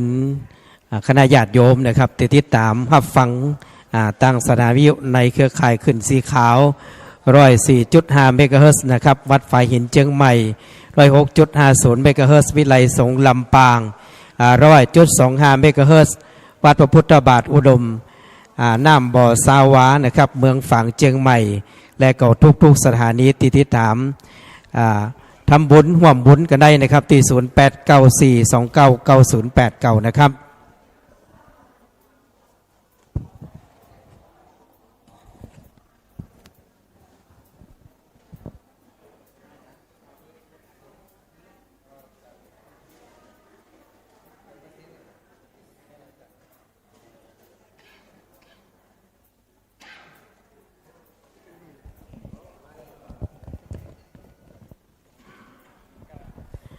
ต่อไปก็จะเป็นกันที่9นะครับมัทธีเนาะโดยองค์พระกฐมบันทึกองค์เตศครับพระมหาสมชาตินันทมิโกนะครับวัดหนองยางเวียงปะเปาเจียงหายเจ้านันทธรรมิโกนะครับวัดหนองยางเวียงปะเปาจังหวัดเจียงหายหนองยาวนะครับโอ้พิษเนาะเดี๋ยวขอสมาธิธรรมิโกเจ้าภาพคณะที่1นะครับปออายวงแก้วนางสาวการติมาวงแก้วนางอุสมานีมีลาบนายคำรณนางลำดวนคนเที่ยงนายดิศรนางอันนงวงแก้วนางจุธามาจตุบโยนนายจักริดนางน้อยเชือกเขียวนางสาวขนเรือนนางสาวรัชนกเชือกเขียวนางสรัญญานางนภัสสรนางนภัสสรหลับใหญ่คณะที่2นะครับแม่พิษเหมชัยผมได้ลูกหลานทุกคนคุณแม่วิไลคนอยู่ผมได้ลูกหลานทุกคนในบุญส่งนางเดินคำชิดแหลมพร้อมโดยครอบครัวและก็ปอเนตเจนจัดนายอุดมพกาบุตรนางสาวสุทินนางปราณีเจนจัดผมได้ลูกหลานทุกคนปอบคุ้นไม่เหลียวต้นคงนายเจริญนาวรไทยคนเที่ยงผมได้หลานทุกคนนายชัดชัยนางศิวพรต้นคงผมได้ครอบครัวญาติพี่น้องลูกหลานคณะที่1นะประทิศไปหาปู่อุ้ยเป่งไม่อุ้ยจันวงแก้วปู่อุ้ยนานคำตันไม่อุ้ยขมาคำแดงแม่ยายแดงวงแก้วครูสมเกียรติมิลาปอปินแม่แก้วปู่หลงมุนไม่หลงใสแม่คำแม่ขอดนายวิเชษเชื้อเขียวพระถาขันติโกแม่กรวงแก้วนายสมคิดนางพรหมศักดิ์นายพรหมศักดิ์นันตาหลวงพ่ออินพระครูนิเวศธรรมบรักษ์หลวงพ่อสมบูรณ์พระครูวรธรรมมานุสิทธิ์เจ้าพ่อพยองผีปูผีหยาผีหอผีเฮียนเจ้ากรรมนายเวรเทวุติวาเจ้าแม่ธรณีเจ้าตีเจ้าต่างคณะที่2อุทิศไปหาปู่อุ้ยนันจันแม่อุ้ยม้อยเต็มจิตป่อเขียวแม่แก้วความเพียรป่อประกอบเพียมใช้ปู่อุ้ยย่อนแม่อุ้ยกอมติดใช้ป่อนานม้วนแม่หลวงสมคนอยู่ ครูทวัฒน์คนอยู่นายเกียงซักคนเที่ยงนะครับต่อไปเขาจะได้รับฟังการเทศน์มัดสีกันที่เก้านะครับ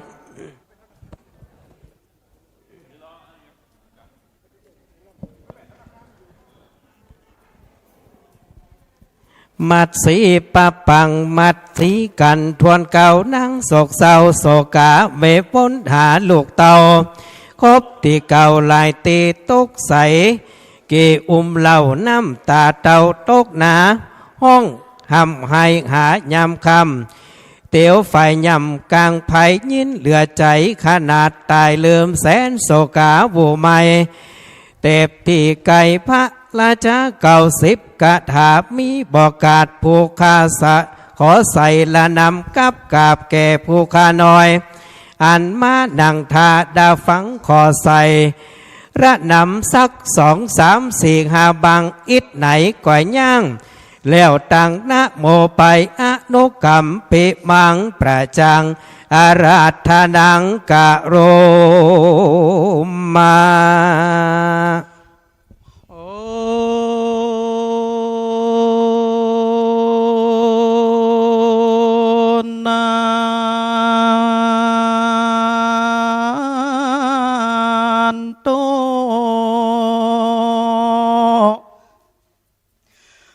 ขอ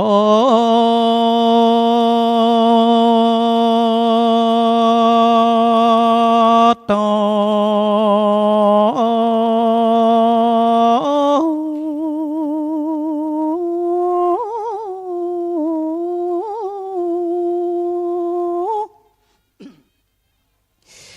ฟ้า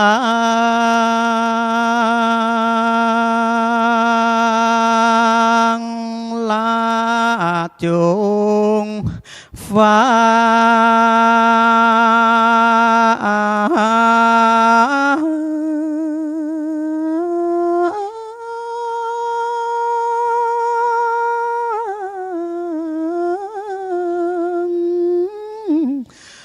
ลามูลา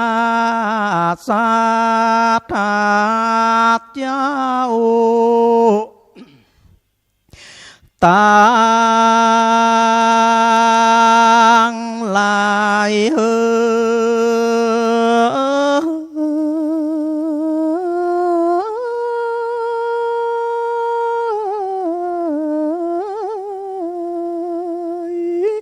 ต่า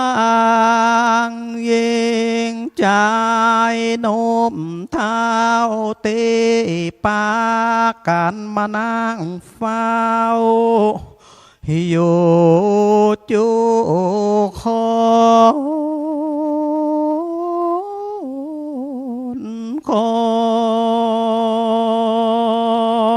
นหาวก็สาธาพ่อแม่พี่น้องทั่วแห่งหอ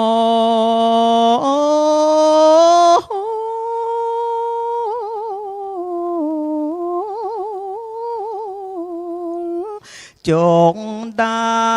บุญกุศลมาบันดลสถาจุผู้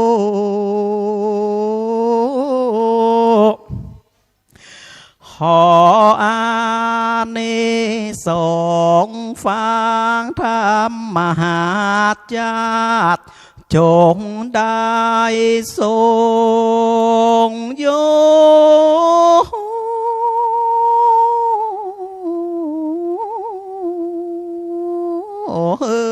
ได้อยู่จำเริ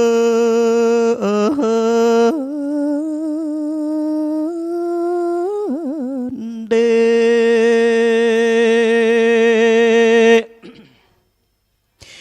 ฟังธรรมจัดการนี้จากได้อยู่สุขี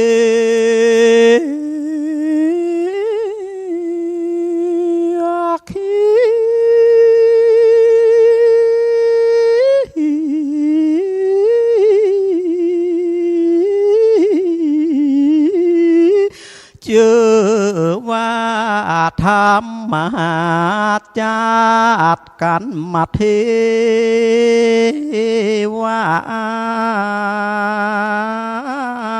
นเมกาทาวาได90 กาธานา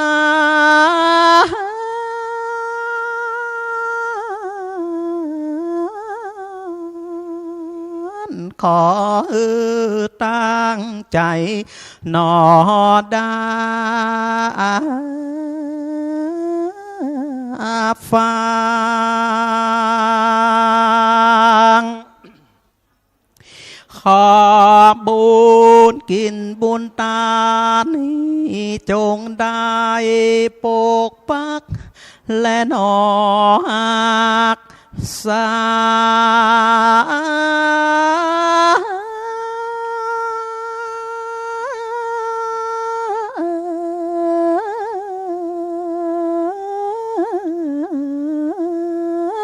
อย่างตันเจ้าสมานาและสาธาจูผู้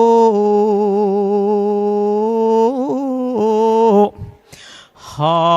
ตานตั้งหลายจงได้กาดนัก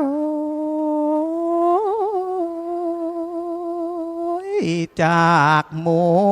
พายมานก็มีในวัดเนื้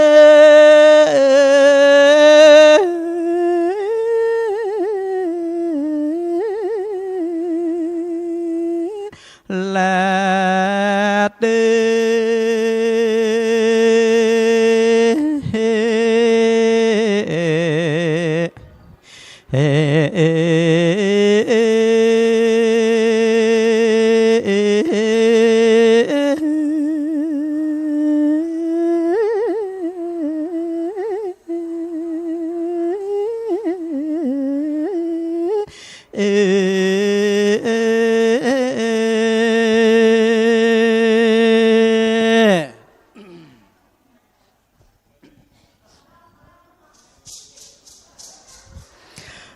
นะโม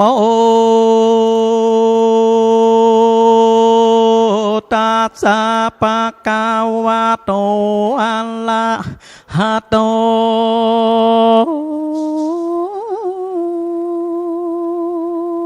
สัมมาสัมพุทธัสสะ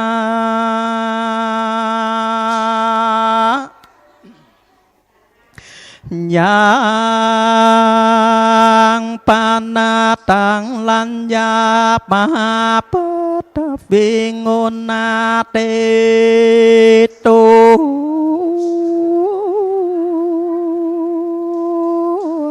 พระมานาสาปิยาปุเตสุ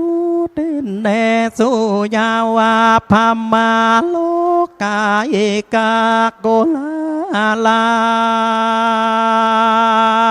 งจา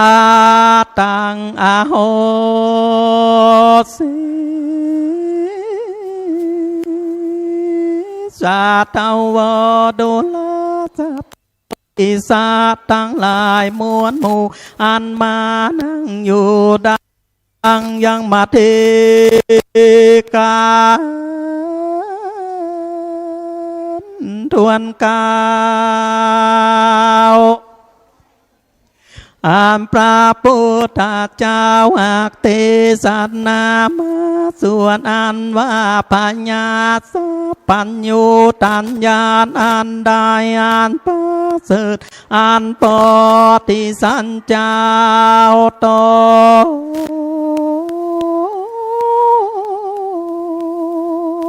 ลำเลิศหากพาทานาเอาดังอาน ปิยาโปเตโสเตเนสุได้เมื่อพายาเวสันตาลาตนผ่านแถวหากภาษาถือลูกแก้วเป็นตาลและมีดังอันมหาปฐวีอันว่าเป็นภาสุธาอันนา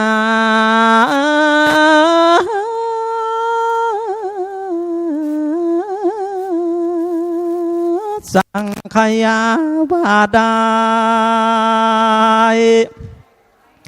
240,000 โยจานาการนาดนาอุนก็ลงกองไว้วันไปมาเอกาโกลารังก็เกิดเป็นโกลาโห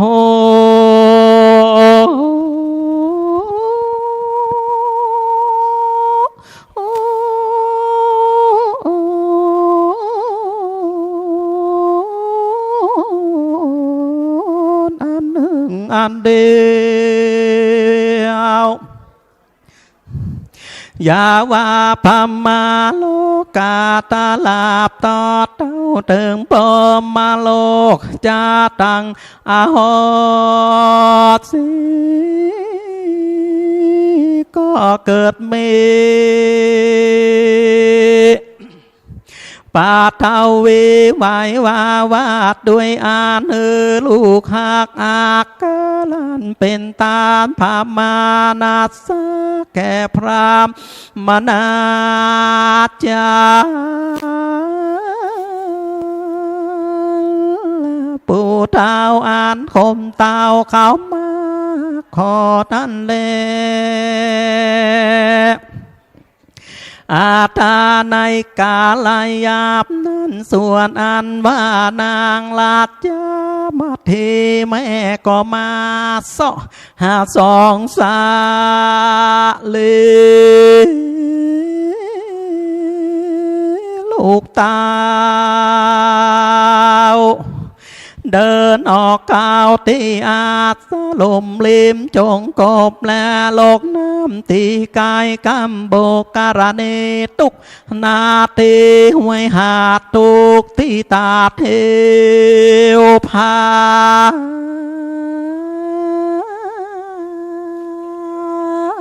ตุกลมคาและจอมปวกตุกบวกน้ำสารนองต่างหินกองและหินก่อต่างผาดโจและผาดจานโดยดงตาดมัวมืดแม่ก็ไปแอวปืดก้อยหา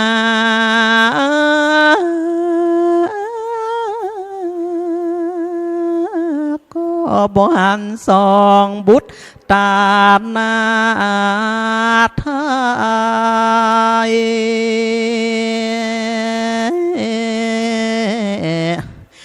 นางนอตาก็มาร้องรำไห้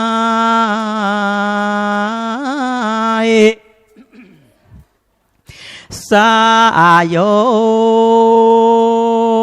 บตา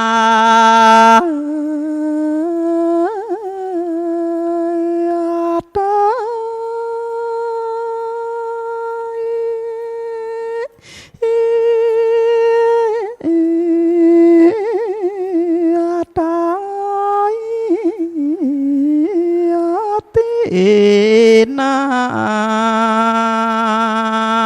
นปราสมสายแก่นเงาฟังลูกมานั่งเฝ้าดูใจ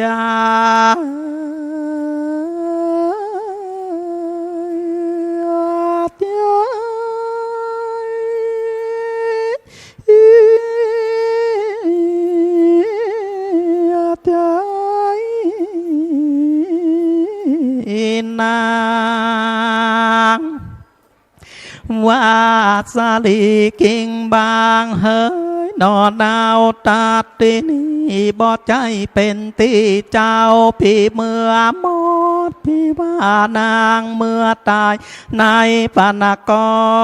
รหลวงใหญ่กว้างขี่ยานปีจังสางเลิกส่งสาการดาเครื่องปริการตาตอดหยาดน้ำลอดไปหาตังลุงตาเอาแห่งเจ้าเขาก็จังมาอยู่เฝ้าเป็นปริวารตุกประกาศแห่แน่บ่ใจ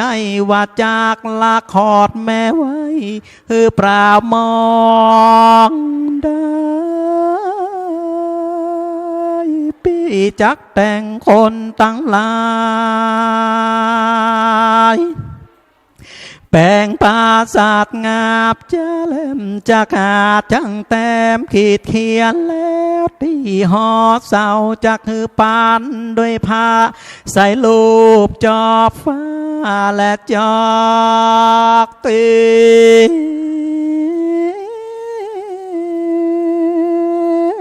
แต้มรูปกินนารีแอนฟอ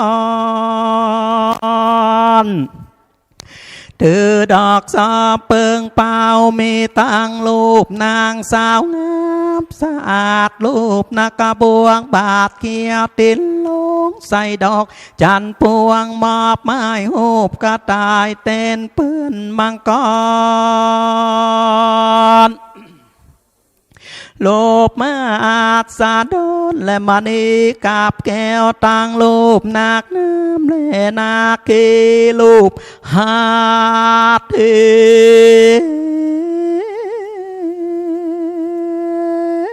หลายหลากนาเสือสิงโลบแม่ยิงอาบจะเล่มใจจูบแก้มรมใจ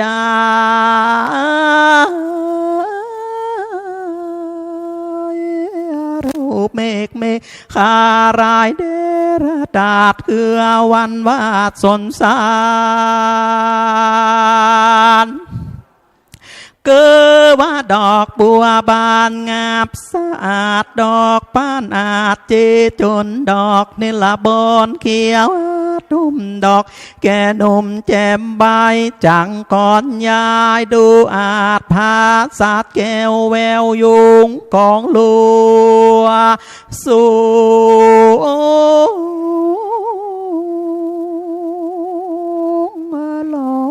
เอจานไม่แก่นขันจันแดง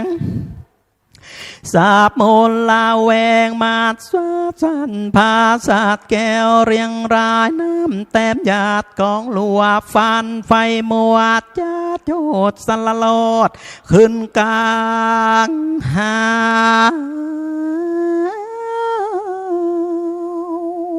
ปานดังดาวอยู่อย่างฟ้าหยาบนั่นกูเปจากเ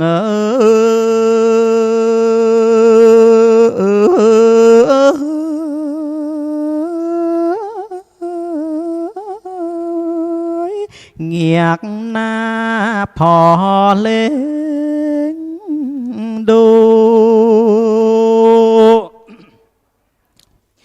เขินพาผู้ตกลงป้าพังเป็ดโลกปุหลังไหลตามบอกไฟผาเนียงงามย้อมดอกปานเข้าตอกเทนพาพายไฟสงายดอกน้อยกวีดอกซอยแจจูน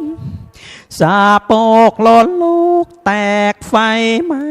แก้วแยกเป็นเปล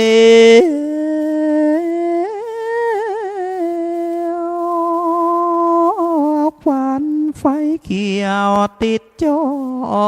ฟ้า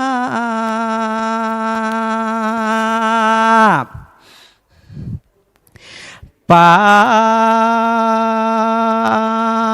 นดังกาจากลานอเป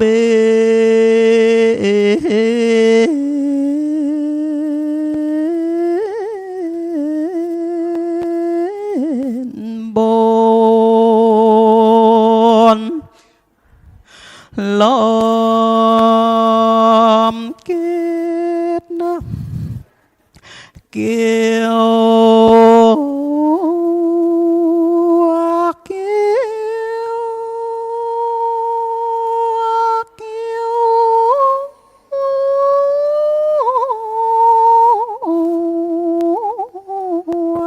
ยวปั่นกล้าวปานดังจากมาโยกเอาผาสัตว์เจ้าผา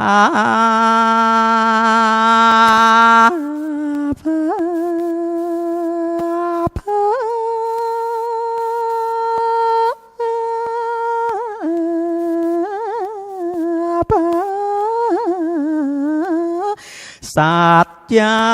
แม่หอเหินหนอมือบนปี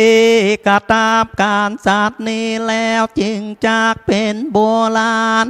ทรงสกการนางพญามาแต่ก่อนและนาพาดีดูละ นางใส่ใจเฮ้ยน้องแก้วนาคแม่มาดาบจีดขาดแล้วที่กลางภายปอบบ่อะไรลาปิตาเตนี้บ่มีภัยเป็นกลางดงไพรป่าไม้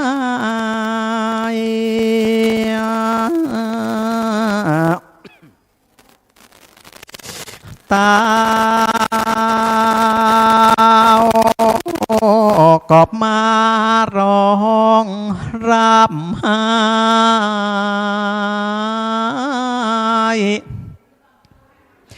เรี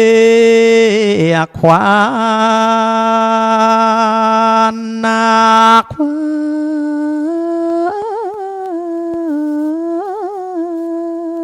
นนางว่าลูกก็ลูกมาเตอเมียรักยิ่งสาเมื่อตา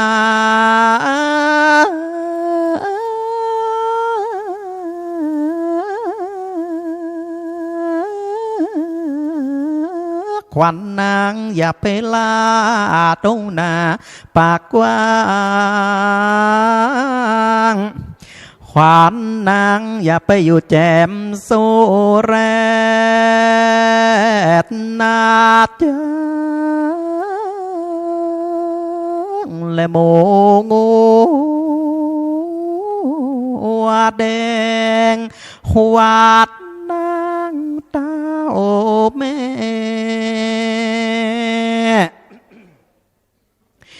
อย่าไป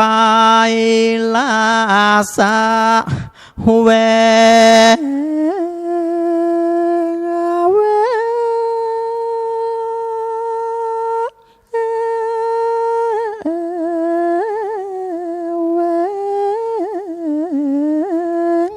อย่าไปอยู่ป่าสักแห่งและได้นองเงื่อมทามกลัวว่าเห็นนาเห็น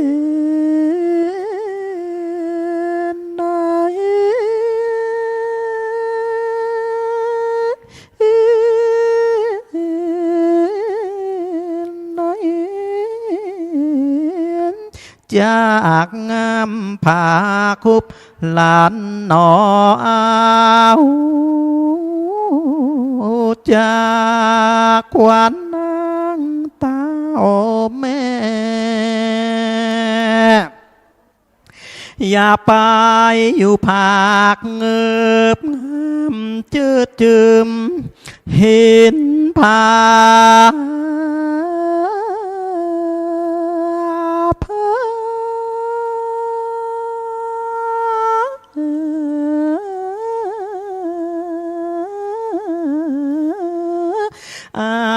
พิ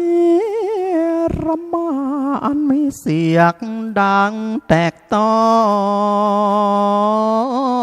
งขวานเจ้าอย่าไปอยู่ที่ผาจอสูนหรือเปล่าปลายขวาดนางตาโอแม่อย่าไปอยู่กับปีมานา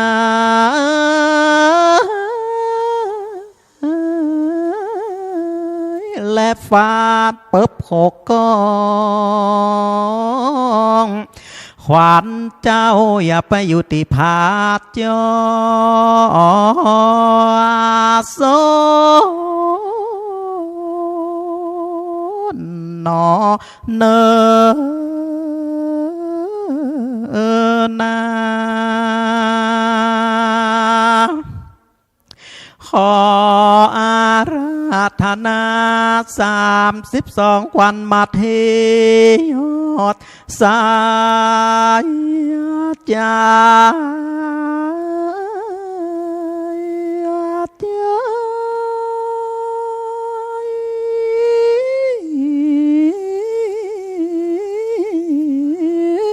จงขึ้นมาไหวแล้วอนุโมทนา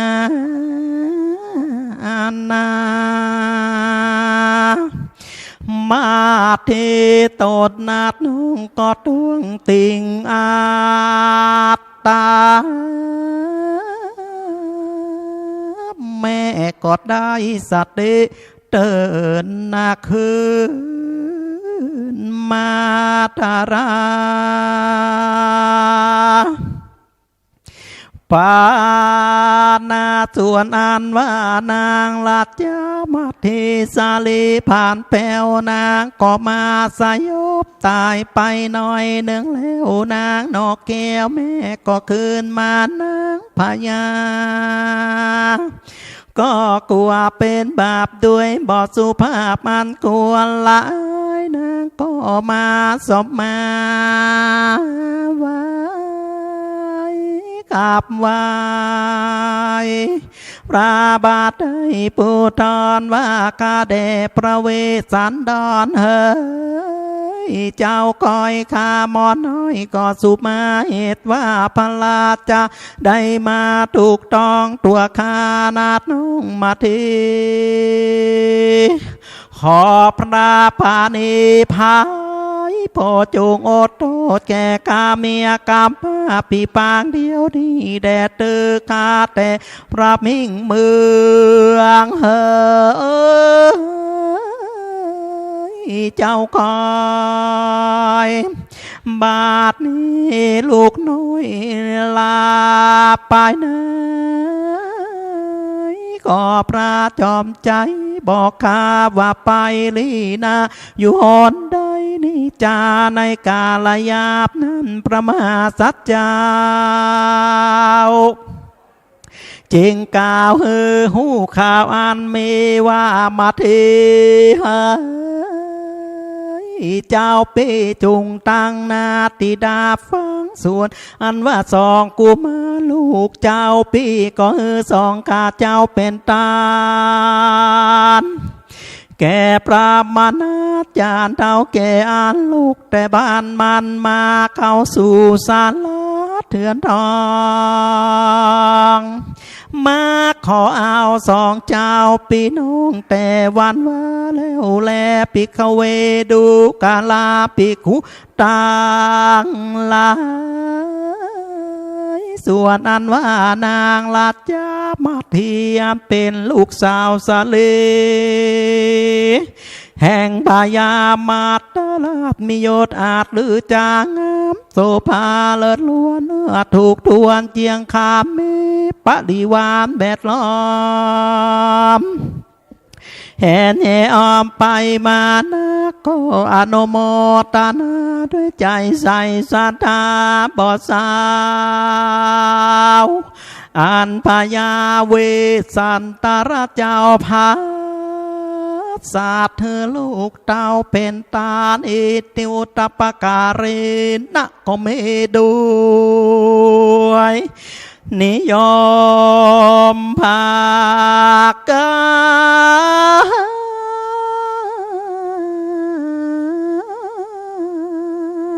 นดังกล่าวมานี่แหละ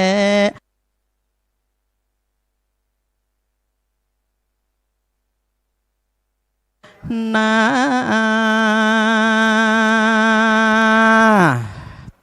ต่อเหมือนเตดนี่แม่อิดศรัทธาญาติโยมทั้งหลายอาตมาภาพได้น้อมนำพระราชธรรมเทศนาธรรมมหาจาตกันมาตีกันที่เก้าว่าด้วย90 พระคาถาก็จบลงไปเป็นที่บรมวลแล้วศรัทธาญาติโยมตั้งวังเหนือเนาะก็คงจะได้ยินได้ฟังอาตมาภาพเทศออกทางสถานีวิทยุเนาะขึ้นสีขาวเพื่อชาวประชาวัดหนองยาวนะโอ้ก็มีศรัทธาญาติโยมตั้งเพก็โทรศัพท์ไปให้กำลังอกกำลังใจฟังน้ำฟังธรรมกันมากพวงหลวงหลายก็ขออนุโมทนาบุญตยสำหรับทำกันมหาจาตเวสสันดรกันนี้ศรัทธาญาติโยมทั้งหลายเพื่อเป็นการอนุรักษ์รักษาสืบสารมรดกธรรมกำเมืองภูมิปัญญาของครูบาอาจารย์ที่เบิ้ลได้แต่งแต้มเขียนเอาไว้บ่ฮือลบลายหายสูญไปวันนี้ก็ท่านอาจารย์หลวงพ่อเจ้าอาวาสวัดบ้านใหม่ก็เป็นเป็นประธานพร้อมกับด้วยศรัทธาญาติโยมเจ้าข้าทั้งหลายก็พร้อมใจกันมาสดับรับฟังพระธรรมเทศนาธรรมหาจาตเวสสันดรกันที่เก้านี้ศรัทธาญาติโยมกล่าวโดยย่อก็คือว่าพระเวสสันดรเนาะใจนางมัทธีนะไปเสาะผลหมากหลากไม้ในป่าในเขาป่าดงพงไพโอ้ได้ผลหมากหลากไม้มาเสร็จเรียบร้อยแล้วในระหว่างทางศรัทธาญาติโยมก็มาปะใส่เสือกับราชสีห์2 ตัวขวางทางเอาไว้เสือกับราชสีห์ที่ศรัทธาญาติโยมนะเป็นเทวดาแถลงกายมาเกิดหนทางนางมัทธีเพื่อบะฮือนางมัทธีน่ะไปถึงอาสลมบทของพระเวสสันดรเพราะว่าที่อาสลมบทพระเวสสันดรเนี่ยศรัทธาญาติโยมปูพามชูชกนี่กำลังมาขอเอากันหาจารีขอเอาลูกแก้วทั้ง2 คนน่ะไปเป็นคาใจนะถ้าเทวดาบัลลงมาเกิดอินาศรัทธาญาติโยมนะพระเวสสันดรก็บ่มีโอกาสที่จะได้สร้างตานะปรมีมหาตานะปรมีก็คือว่าตาลูกแก้วทั้ง2 คนก็คือกันหาจารีก็เกิดหนทางเอาไว้ศรัทธาญาติโยมต้องสักประมาณแต่2-3 โมงอย่างนะปัญญาราชสีห์ปัญญาเสือโคร่งก็เกิดทางเอาไว้นะหลังจากนั้นพระเวสสันดรก็ได้ฮือตาลกันหาจารีกพามชูชกไปปัญญาราชสีห์ปัญญาเสือโคร่งทั้ง2 ตัวก็ปิกเข้าป่าดงดอยไปเหีย นางมาทีก็ปีกมาโอ้ยศรัทธาญาติโยมนะเป็นให้เป็นห้องนั้นไปเหนือตกออกใต้ไปเสาะหาลูกกันหาจารีเฮ้ยอยู่ที่ไหนกันหาจารีอยู่ที่ไหนหามาหาแม่โว้ยมากินนมแม่จะป้อนเข้าหูลูกนี่ลูกโตศรัทธาญาติโยมนะไปตั้งเหนือก็ปะไปตั้งใต้ก็ไปปะไปตีหันตีดีก็ไปปะนะก็เลยเข้าไปถามพระเวสสันดรว่าโอ้ลูกเต้าทั้งสองคนหายไปไหนพระเวสสันดรก็บอกว่าดูก่อนนางมัทธีเหยอันว่าสองกุมารหนอนเอาก็คือว่ากันหาจารีนั่นนะเขาได้ถวายเป็นตานนะเพื่อสร้างบารมีของเขาคือกับพามตุโจกเสร็จเรียบร้อยฟังอย่างอีเสร็จเรียบร้อยปัดตู้สถาญาติโยมพนางมัทธีก็ล้มสลบเต้าลงไปตะกี้ในธรรมเปิดมีการเฮียเข้าเอาขวัญนะลูกนะพระเวสสันดรเนี่ยเปิดก็เอาน้ำต้นกันตีมาฮดมาหลอบมาพระมาพายจุบหน้าจุบตาแล้วก็ห้องเข้าเอาขวัญปัดข้อปัดภัยห้องเข้าเอาขวัญโดยลงเสร็จเรียบร้อยนางมาทีก็ได้ห้องเข้าเอาขวัญเสร็จเรียบร้อยนางมาทีก็ได้ดงตื่นขึ้นมาแล้วก็ด้วยใจนาทีว่าฮักพระเวสสันดรฮักในการถวายทานของพระเวสสันดรก็เลยยกมือ10 นิ้วสาธุอนุโมทนาในมหาบุญของพระเวสสันดรทำมหาจาร์ก็จบลงไปแต่เพียงแต่อีอันนี้เป็นเนื้อหากันที่9นะเพราะฉะนั้นกันที่10จะเป็นอย่างใดศรัทธาญาติโยมก็จะดับรับฟังไปต่อจากนี้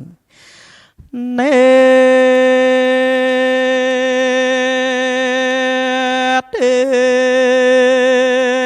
ตา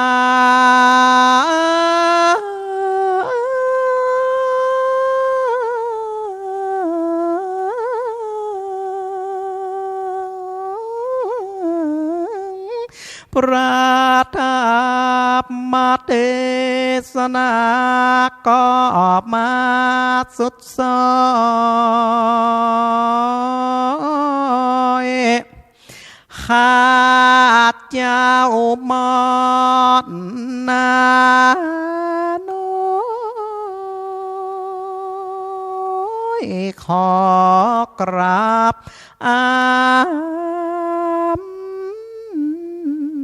ลา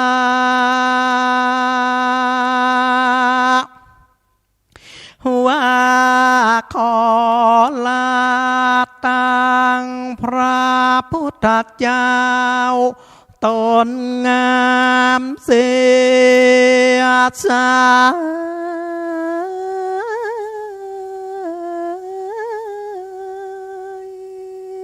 อาจนั่งประทับอยู่เหนือแท่นบัลลังก์งามดังอานขอลาตั้งวิหารหลวงหลังสีทองงามอาจเป็นเตอยู่ของเตบเต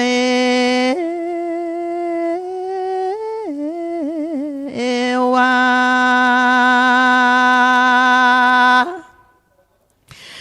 ว่าขอลา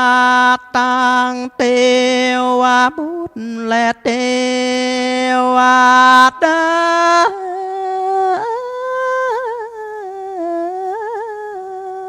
อันอยู่รักษา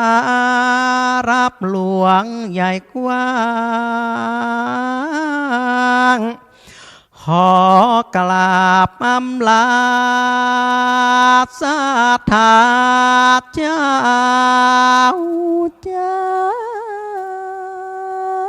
ที่เป็นเจ้าภาพการเทศมาเทศจูโหไป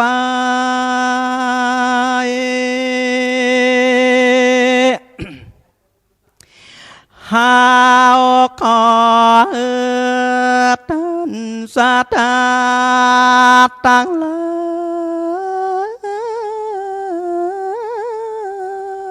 ตากยิ่งตึงใจโน้มเท้ามีอาจอยู่ยืดยาวได้130 ปีเป็นเศษนานนาแล้วเหมือนกันจูฮอนเนอ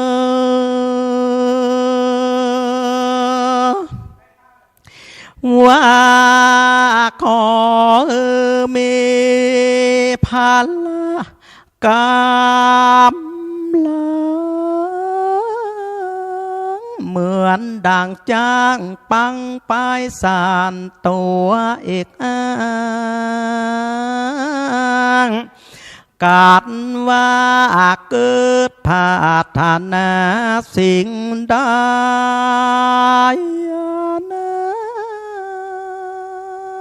ก็ขอให้สมดังมาโน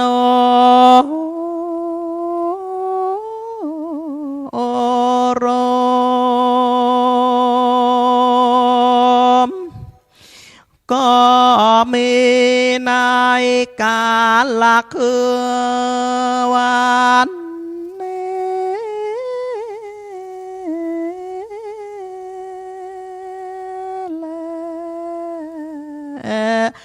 เด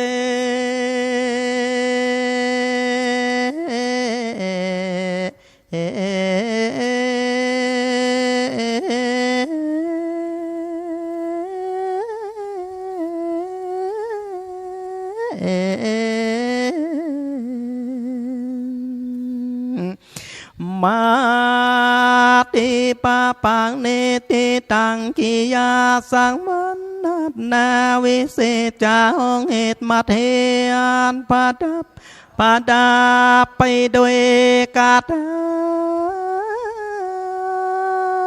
บาได้90 กาตาก็บางกลมสมเลศสาเดสาธุ สาธุสาธุสาธุ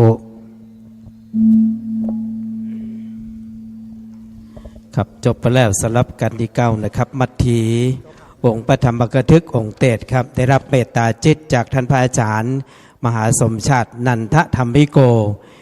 จากวัดหนองยามอำเภอเวงป่าเป้าจังหวัดเชียงรายนะครับคณะเจ้าภาพคณะที่1นะครับปองไอวงแก้วนางสาวกันติมาวงแก้วนางอุสมณีมีลาบ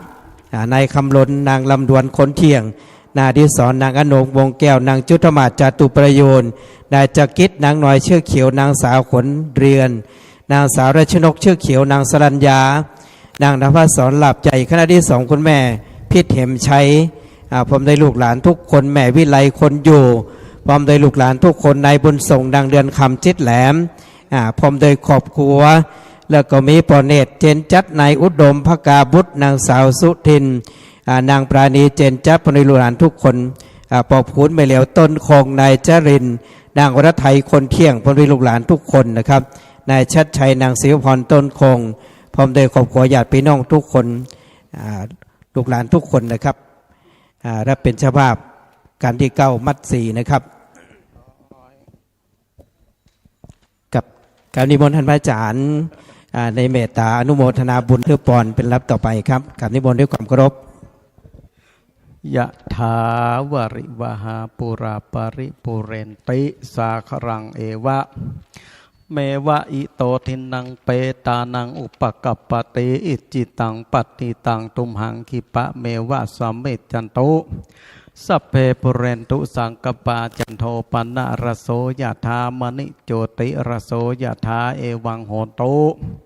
เดละอาจจะในวันนี้ก็หาเป็นวันดีดิธีอินวิเศษเหตุนั่นหมายมีปัทมะมูลศรัทธาปออายวงแก้วนางสาวกันติมาวงแก้วนางสาวอุสมณีเมลาบนายคำรนนางรำดวนคนเที่ยงนายอติสรนางอนงวงแก้วนางจุฑามาศจตุปยูนนายจักริดนางน้อยเชือกเขียวนางสาวขวัญเรือนนางสาววัชนก เชื่อเขียวนางสรัญญานางนภัสสอนหลับใหญ่เป็นเก้าปมด้วยญาติกาสัมปันตะวงศาพ่อแม่พี่น้องของภัยของมันก็ได้สนองคงควายหาได้มาอย่างจตุปัจจัยไตยวัตถุตานทั้งหลายมวลฝูงนี้ทำบุญเฮือตานจักขออุทิศส่วนบุญส่วนกุศลกุศลนาบุญตานตั้งหลายมวลฝูงนี้ไปหลอดไปเติงไปเถิงยังจิตตะดวงวิญญาณของป่ออุยเปงแม่อุยจันวงแก้วปะอุยนานคำตันแม่อุยคำมาคำแดงแม่ยายแดงวงแก้วครูสมเกียรติมีลาบปอปินแม่แก้วปอหลวงมูลแม่หลวงใสแม่คำแม่ขอดนายวิเชษเชือกเขียวพระธาขันติโกแม่กรวงแก้วนายสมคิดนายพรหมศักดิ์นันตาป่อหลวงอินพระครูนิเวศธรรมลักษณ์นาหลวงป่อสมบูรณ์พระครูวระธรรมนุสิทธิ์เจ้าป่อพญาวังผีปูญาผีหอผีเฮือนเจ้ากำในเวรและเตวบุตรเทวดาอาหักเจ้าตั้งหลายเจ้าแม่ธรณีเจ้าตีเจ้าแดนเจ้ากำในเวรทรัพย์ผสัตเจ้าตั้งหลายวาสันนี่แต่ดิลีเลี้ยงนั่นมาไม่มีคณะที่สองไม่มีแม่พิษเหมชัยพร้อมลูกหลานทุกผู้ทุกคนแม่วิไลคนอยู่พร้อมลูกหลานจุผู้จุคนนายบุญส่งนางเรือนคำจิตแหลมพร้อมครอบครัวปอเนตเจนจัดนายอุดมภกาบุตรนางสาวสุทินนางปราณีเจนจัดพร้อมด้วยลูกหลานจุผู้จุคนปอบพูนแม่เหลียวตนของนายจรินนางอรไทยคนเที่ยงพร้อมลูกหลานจุผู้จุคนนายชัดชัยนางศรีบพรตนคงพร้อมครอบครัวญาติพี่น้องลูกหลานจุผู้จุคนจักตานไปหาป้ออุ้ยนานจันแม่อุ้ยมอยเต็มจิตป้อเขียวแม่แก้วความเพียรป้อประกอบเหมชัยนะป้ออุ้ยยอดแม่อุ้ยก้อมติดชัยป้อนานมูลแม่หลวงสมคนอยู่นะคารวัตคนอยู่นายเกียงซักคนเที่ยงป่อปันแม่ฟองคนเที่ยงป่อจอมแม่ขี้ลักแน่นแม่ทองดีเจนจัดป่อมีปากกาบุตรป่อหลวงคำแม่หลวงน้อยจิตแหลมป่อปันแม่ฝันมันขันป่อหลวงคำแม่หลวงน้อยจิตแหลมแม่ทองเจนจัดป่อเปงคนเที่ยงป่อหลวงน้อยแม่หลวงยอดนางสาวจันต้นคงเจ้ากำในเวรเตวาบุตรเตวาดาป่อหลวงคำหมื่นแม่หลวงยายเกิดโตป่อพลแม่แก้วเท่ากาหลงปอดสายแม่ทัดเกิดโตปอดแสนแม่เอ้ยเกิดโตปอดหลวงคำแม่หลวงน้อยจิตแหลมเด็กชายวัชราพลคนแข็งปอดหลวงน้อยแม่หลวงยอดนางสาวจันตนข้องป้อปันแม่ฝันมันขันนายประสิทธิ์ทนเที่ยงนางชะไมพรจินดาลักษณ์แม่ทองเจนจัดปอดจันแม่จันคนเตี้ยงหนักอละดาลอนว่าตนตัวแห่งญาติเปตาเจ้าตั้งหลายญาติเปตาเจ้าตั้งหลายได้วางอารมณ์อะไรมรณะจิตใจไปบ่จังตกอยู่ในห้องหวังจัตุลาอาบายตั้งสี่ฐานะทัตติแห่งหนึ่งแห่งใดก็ดีก็ขอฮือได้กินได้บริโภคเปิ้นจากตีอยากผักเสียจากตีตุกเงือได้ถึงสุขสามผักการอายัญจะโกทักกินาตินาสังคมหิสุปฏิติตาติการตังหิตายัสสตานาโสปะกปติโสยติธรรมโมจะอายังนิตัสสิโตเปตานาปุจาจกตาอุลาลาปรัญจาปิโกนัมมะนุปาตินังตุมเหหิปุญญังปัสสุตังอนาปกันติสัพพิติโยวิวัตจันตุสัพพะโรโกวินัสสันตุมาเตปวัตปันตาลายโยสุขีติกายุโกปวะอภิวาตานาเสลิสานิจังบุตาปจายโนจัตตาโลธรรมาวัตันอายุวันโนสุขังพลังเอมังลัสธรรมเตสนังนิปานังปรมังสุขังเอาละสาธุโมทนาทุกผู้ทุกท่านเด้อ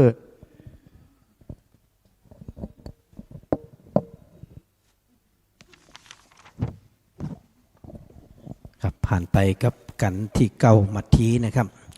องค์พระธรรมกถึกองค์เตนนะครับท่านพระอาจารย์มหาสมชาตินันทธรรมิโกวัดหนองยามเพื่องเมียวป่าเป่าจังหวัดเชียงรายนะครับ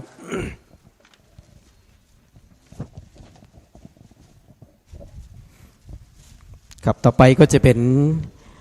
การเตดการดีซิปนะสักบันวันนี้ได้รับเมตตาปรมีธรรมจากท่านพระครูบาคัมภีร์คัมภีรัตธรรมโมวัดขุนดาบผาแดงอำเภอวังเหนือลำปางนะครับเจ้าภาพคณะที่หนึ่งนางเพ็ญศรีความเพียร พร้อมด้วยครอบครัวแม่อัมพรนายสิริพงษ์ความเพียรนายสมนึกนางพรศรีอุบลศรีพร้อมครอบครัวนายนาวินนางพิทุพรนางสาวสุภยานางสาวนภัสสรสมเพชรนางสาวกนกทิพย์ขนเที่ยงนางสาวกันภาษาลักแนนพลในครอบครัวคณะที่สองท่านพระอาจารย์มหานพดลสวรรณเมธีเจ้าคณะอำเภอวังเหนือผู้อำนวยการวิไลสงฆ์ลำปางนะครับคณะที่หนึ่งอุทิศไปหาปหลวงนานตาโลนะครับไม่หลวงมนความเพียรป่อแสงหินแม่ใจป่อแสงม้าป่อนานเกตความเพียรนางจันคำหวานหอมปหลวงจื่นไม่หลวงน้อยลุงยศเอาในเชาเกิดโตปหลวงปันแก้วไม่หลวงตาเชื่อคำสาวแม่น้อยติดใช้ผสมจันเชื่อคำสาวปหลวงม้าไม่หลวงปันติดใช้ไม่หลวงจันหยอดดักปอน้อยแก้วม้าแม่ซุยนายสมานนายทวินคนเที่ยงปลาเมตตานายยมรักแน่นคณะที่สองอุทิศไปหาป่อคำลามีคำเหลืองนะครับหลวงพ่ออินพระครูนิเวศธรรมลักษณ์หลวงพ่อศรีอองพระครูสิริธรรมาพิวัตรหลวงพ่อสมบูรณ์พระครูวรธรรมมานุสิทธิ์หลวงพ่อพระครูวิริยะวรคุณนะครับ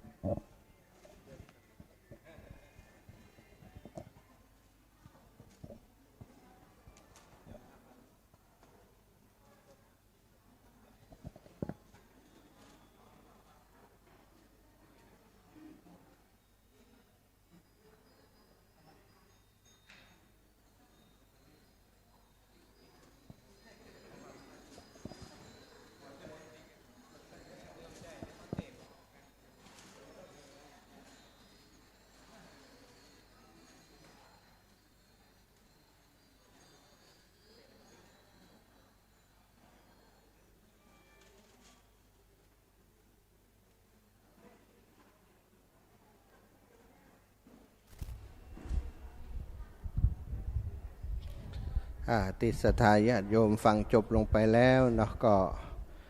เป็นพระธรรมเทศนาเทศมหาจารย์จากท่านอาจารย์พระมหาสมชาตินันทธรรมิโก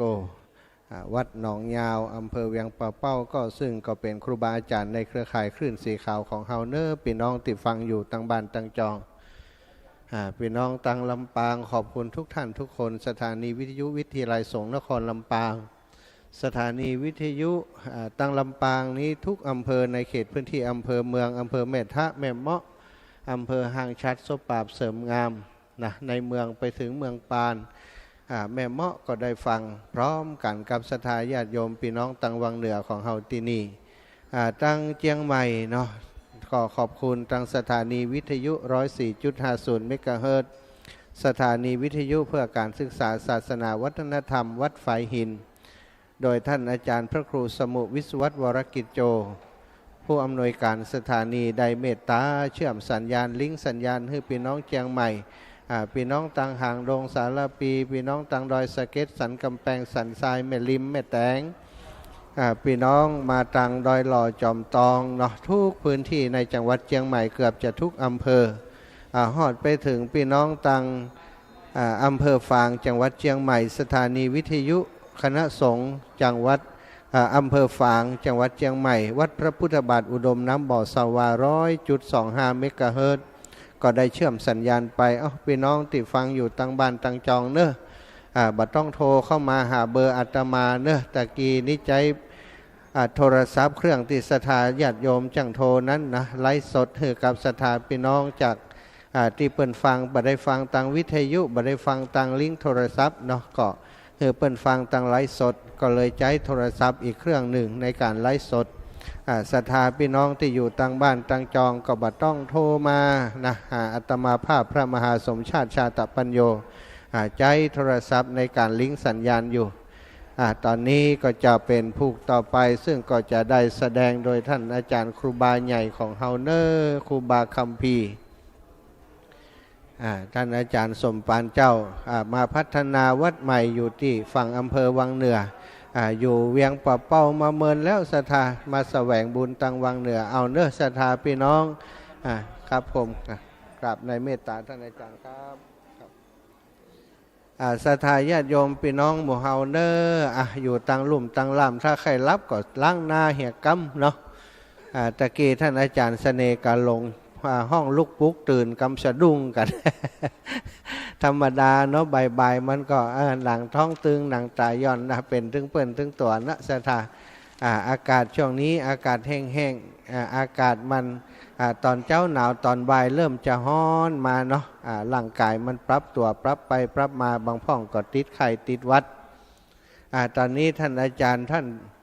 ครูบาคัมภีร์เนาะก็ได้เดินทางมาถึงแล้วเนอะพี่น้องที่อยู่ตังลุ่มเนาะพี่น้องที่อยู่ตังบนเพราะอาจารย์พร้อมครูบาพร้อมนะคำเดียวก็จะได้สดับรับฟังพระธรรมเทศนากันต่อไปเอาศรัทธาตั้งบ้านตั้งอกตั้งใจเนอะไปเข้าห้องน้ำเหี่ยปะแล้วก็ลุกมา ฟังต่อทางสถานีวิทยุก็ออนแอร์อยู่ในขณะนี้เนอะหลายสถานีด้วยกันขอบคุณเจ้าหน้าที่สถานีขอบคุณตังปอเลี้ยงเอียงคำผู้จัดการผอ.สถานีทุกสถานีได้เชื่อมสัญญาณไปให้พี่น้องที่อยู่ตั้งบ้านตั้งจองได้รับฟังตัว10เนอะสักกบันซึ่งจะมีอยู่43พระคาถาผู้มีชะตาปีเกิดปีรากาเป็นเจ้าภาพร่วมกันในวันนี้วัยพระธาตุธาริพุนชัยจังหวัดลำพูนศรัทธาพี่น้องที่อยู่ตั้งบ้านตั้งจองอีแม่ให้เป็นเจ้าภาพโดยเนยนะศรัทธาอีพ่ออีแม่ตั้งหลายมีขันดอกเหี่ยใส่ถาดใส่พานหันเนอะแล้วก็ยืนโยงต่อพระประธานพระสารีปิมปาพระพุทธเจ้าในบ้านในจองแล้วก็ปัจจัยที่เป็นกันเทศนั้นเอาไปถวายวัดที่อยู่ใกล้ท่านนั้นเลยเนอะ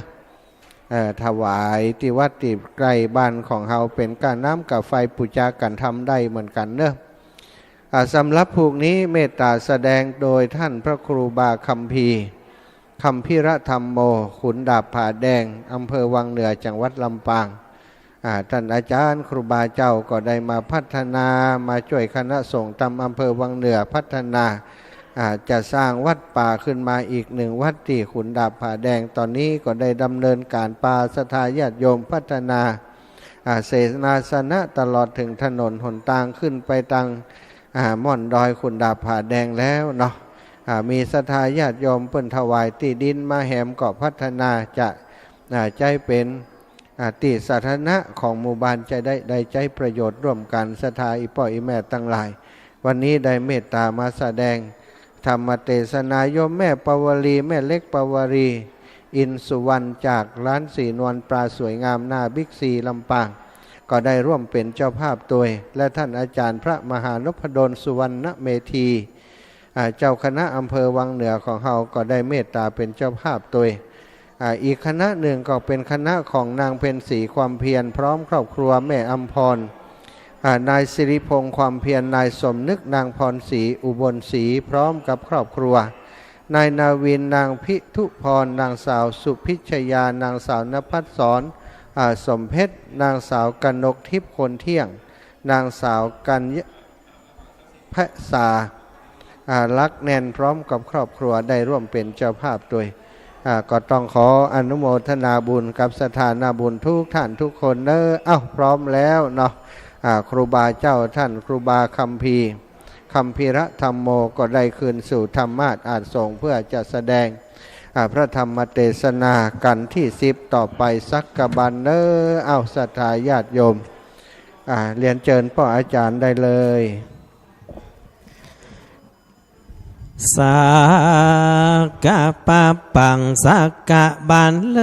ยแควนยิ่งพระเจ้าหือเมียมิงเป็นตาละแก่อินตาสักกะพามเจ้าฟ้าแผ่เปตนาเป็นพรามไปล้นถามคือเนือบอกกล่าวจี้เป็นเอ็นยกยอถวายพระนารินป้อน8กดแขวดเฮือปงวางแล้วก็เร็ว ต่างเมื่อรอดเมืองแก้วยอดดาวติงสามีกาถาองค์อาจ43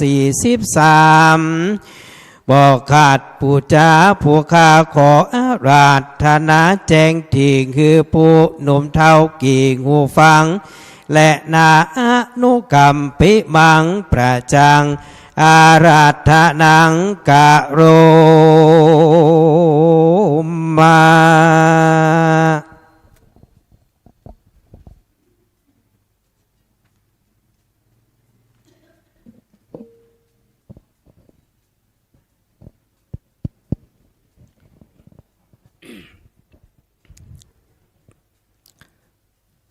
ก็ขอถวายความนอบน้อมแด่องค์พระสัมมาสัมพุทธเจ้าพระธรรมเจ้าพระสังฆเจ้าและก็ขอถวายความเคารพครูบาอาจารย์โดยเฉพาะวันนี้ก็หลวงพ่อรองเจ้าคณะอำเภอและก็ท่านพระอาจารย์พระมหาสมชาติตีได้มาตีนี่แล้วก็ขอเจริญสุขเจริญพรไปยังบรรดาคณะสัตยาญาติโยมนักศิลป์นักบุญทุกท่านซึ่งในวันนี้อาตมาภาพก็ได้รับฉันทานุมัติจากหลวงพ่อรองเจ้าคณะอำเภอวังเหนือได้มาเป็นองค์เทศนาธรรมวันนี้ก็มาล่ามาขวายหน่อยเพราะว่าทีแรกหลวงพ่อรองเปิดแจ้งไปว่าประมาณ3:00นเลยนะก็เมากับเคลียร์งานกับสลาอยู่โทรไปแถมรอบขจายเนอะนี่หรอเพื่อจะเอาไป13:00 14:00นี่นะก็ขจายหีบมาแม่นะก็เพราะว่าเดินทางจากปุ่นมาเพกก็ประมาณ30 นาทีนะเป็นระยะเวลา30 นาทีก็เป็นหน้าบุญเป็นปรมีศรัทธาญาติโยมท่านทั้งหลายก็ญาติโยมบางท่านก็ได้หู้จักมักเกยกันเนาะโดยเฉพาะคณะศรัทธาญาติโยมขึ้นสีคราวที่เขาได้ร่วมกันมาตะกี้มาถึงก็ไปหอมศพแม่แก้วอวดร่างแม่แก้วกำนี้ตายแต่นะเขาแล้วบ่ตายสักกำเนี่ยเขาแล้วจุเขามาบ่ได้นะปีแล้วหยุดลายดอยป่ะเนาะเอาว่าแม่แก้วตายโลเอาก็ฟังแม่เนาะป่อบุญธรรมมาโทรไปนะครูบาบ่มีละอีแม่ตายไปแล้วเนาะเขาก็หีบแม่กลัวบาหันใจแม่แก้วปีนี้ไม่อยู่วังเหนือช่ำบาหันแต่หอไปก่อน พอหูข่าวว่าเปิ้นก็แข็งแรงอยู่นะเปิ้นไปกินไปตานเนาะเปิ้นเป็นคนห่มกินห่มตานไปที่ไหนหรือว่าจัดรายการวิทยุนี่นะช่วงนี้อาตมาภาพก็ไปได้จัดรายการญาติโยมเพราะว่ามาอยู่ใหม่เนี่ยมันบ่พร้อมสักอย่างเนาะอินเทอร์เน็ตกับบดีไปอยู่ทางใดดอยบนน่ะใจกับโทรศัพท์อย่างเดียวโทรศัพท์นี่ใจได้อยู่แต่เน็ตบ้านนี่บ่ค่อยดีทั้งพุ่นน่ะวิดขาดเกินอย่างหูเนาะก็เลยมาได้จัดรายการวิทยุแต่ก่อนนี้จะจัดรายการวิทยุก็คือคลื่นสีขาวเหมือนกันแต่เป็นเขตของอำเภอเวียงป่าเป้าปีนี้ก็ตั้งแต่มาอยู่วังในวังนี่กะเลยบ่ได้จัดเขาถามเหรอประเดี๋ยวนี้ครูบาไปอยู่ที่ไหนบาหันได้หันตาเหรอเป้าใหญ่ไปอยู่ในวังบนละประเดี๋ยวนี้เนาะดีกะไอ้หรอไปตัวไผ่ชายไผ่แน่เอ๋มะก็ยังมาถามย่อยวังเหนือนี่นะนั่นเตอก็นึกว่าไปอยู่ในวังปุ่น ในวังกรุงเทพปุ่นมาใจเป็นอยู่ในวังแก้วปุ่นตำบลวังแก้วนะเพราะฉะนั้นนี่ก็ได้มาช่วยมาอยู่นี่ก็เลยฝากเนื้อฝากตัวกับหลวงพ่อรองเฮานี่ก็นะแล้วก็ได้มาช่วยงานกิจการคณะสงฆ์เพื่อที่จะพัฒนามาเกิดมาสร้างมาทำให้สถานที่เนาะมาเดียวก็ได้พัฒนาไปพ่องละญาติโยมมาได้ปีกับแฮม1 เดือนเนี่ย1 ปี 1 เดือนนี่นะจากตีลายดอยบนมาอยู่เพศนะเดี๋ยวนี้ก็ได้แปลงวิหารหลวงแล้วก็ได้ไปทำส่วนสาธารณประโยชน์อีก7 ไร่นะตรงกันข้ามมาเนาะนะก็พอดียอมบรรถวายตีเอาไว้เป็นส่วนสาธารณประโยชน์ก็เลยไปจัดสรรจัดทำสถานที่นั่นให้มันพัฒนาแล้วก็ให้มันเจริญวันแน่วันตาเปิ่นก็จะมีตีไปตีมาพักอย่างสายทั้งปุ่นเนาะไปอย่างน้ำตก ปิดก็จะได้มาแวะมาอย่างหั่นเฮามองอนาคตไก่ญาติโยมเนาะทำไว้เปิ้นบอกว่าอย่างกรรมปะเก่าเปิ้นบอกว่าเกิดดีไว้ให้ลูกแป่งถูกไว้ให้หลานนะหมู่เฮาเจ้าข้าก็ต้องช่วยกันนะช่วยกันไปเนาะว่าที่ไหนแปลงแล้วไผก็เอาไปบ่ได้ญาติโยมอย่างหลวงพ่อบ่คิดไว้นี่เนาะโอ้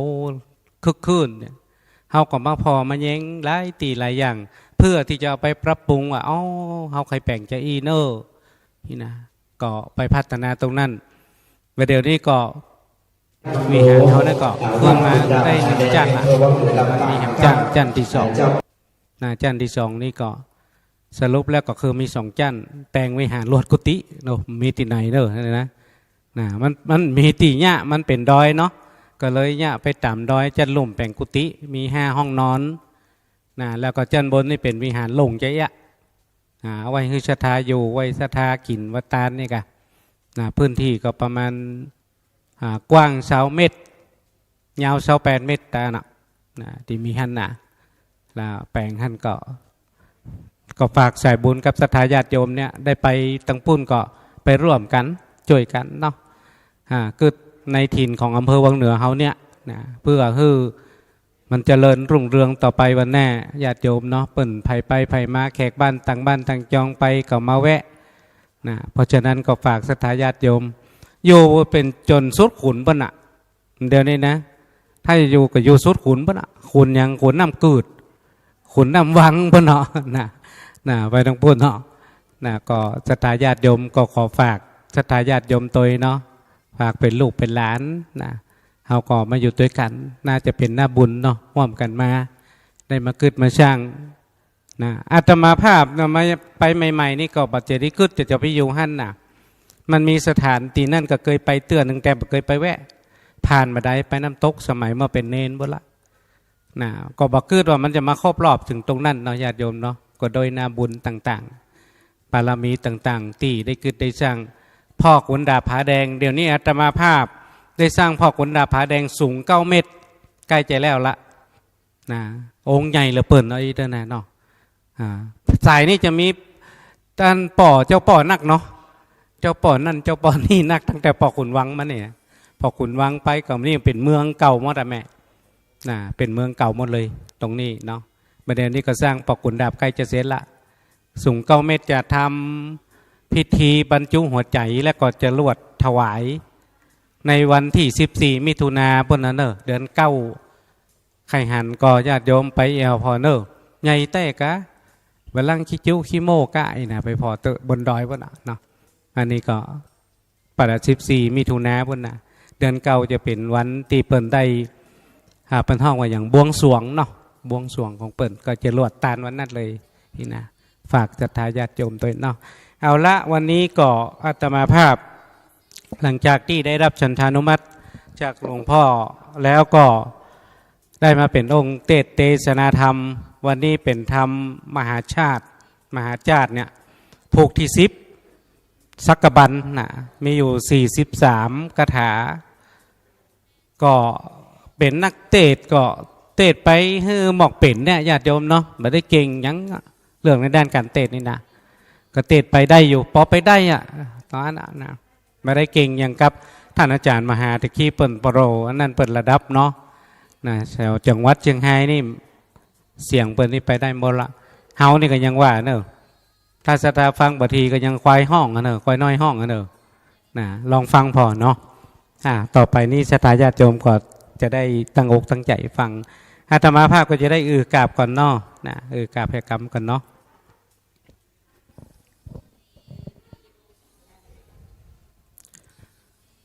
ฟัง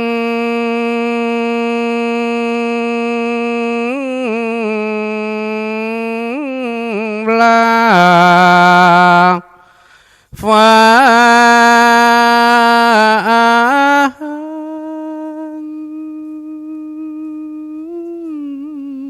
ลา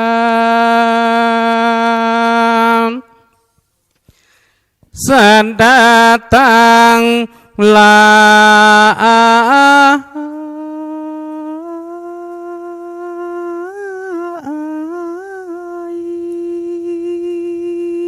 ตั้งเด็กยิงใจหลวงหลายใหญ่น้อยก้อยแป่งใจนิ่มเรียบร้อยแล้วก้อยหนอฟ้า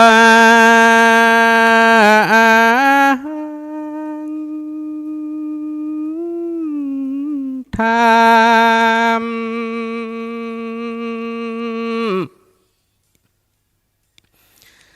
ต่างพ่อแม่อ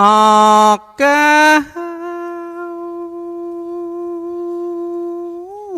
กามาในนั่งเฝ้าอยู่ได้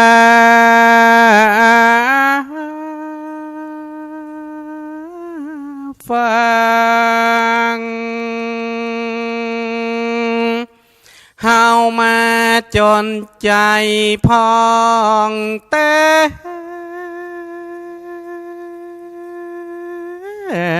อย่าเมื่อได้ยินเสียงป่ออาจารย์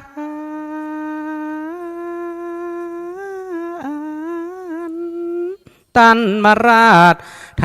นาพระพุทธอย่ามีใจม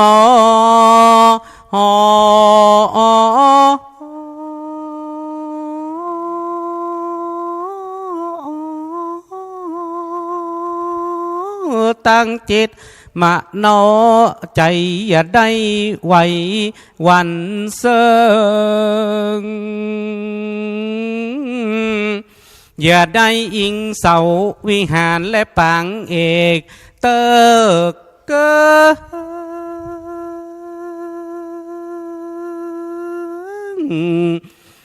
และนอฟ้า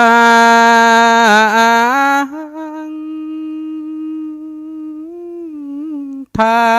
ำอย่าได้บิดหน้าเบียนรังตา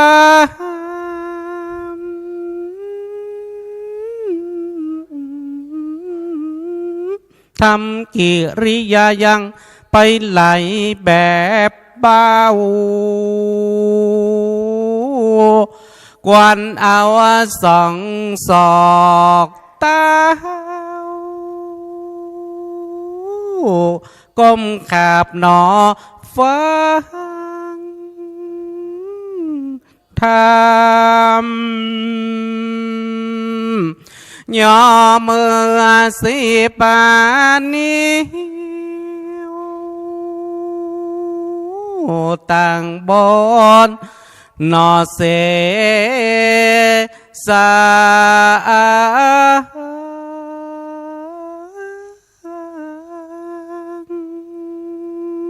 ละลึกตามทำจนสุดบาทถอยตั้งตนนาเถิงซอยตั้งใจหนอดี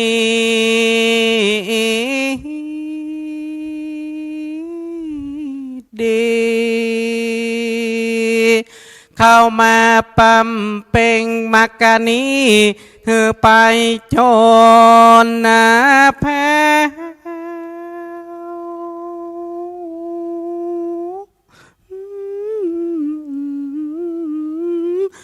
รวมอินทรีย์ของตัวมัน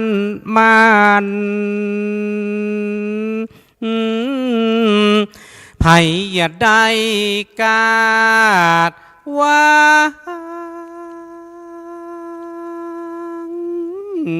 ไปหนอตั้งได้มากะอันนี้ฮือซาได้ใส่นายใจจำสินยอดตาลฮือหมดใส่ส่องแจ้งไผ่อย่าได้สาแม่ เจ็บหลังแหลเจ็บแอวมาปั๊มเป่งมากานีคือไปโจรนาแพ้ตามเรื่องเล่าแนวหนต่างมี8 เส้นร้อนบ่โหเตียงแต่ก็จักหนอโมเมาจมโปมนุษย์เฮาอย่าได้กวนนักอย่านับมัวเมาสนุกมวนเล่นป่าประธรรมจากมาหนีบเกณฑ์เสียมืดหนอมูไปศาสนาเกิงแล้วไผอย่าได้วานนาวายาวายตั้งจิตมาเนาไม่ใจอย่าได้ไหวหวันเซิงอ่านว่าพยองนี่ปานนะเป็นติสุขหนอเจอ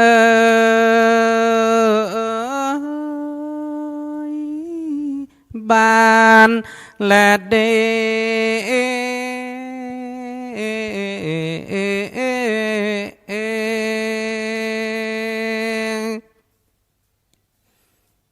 อันนี้ก็คือกับเก้ายังมาจบแต่นะมาได้เตะทำเถอะนะอันนี้ก็จะได้เตะทำแล้วเนาะจะได้ญาติโยมนะนะโมตัสสะภะคะวะโตอะระหะโตสัมมาสัมพุทธัสสะเอ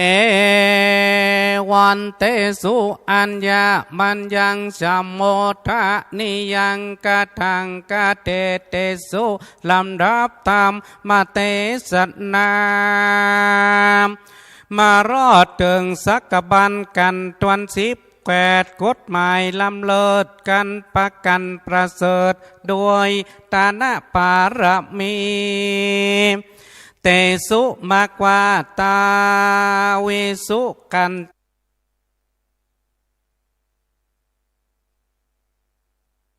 ติเยในเมื่อกษัตริย์เจ้าราศี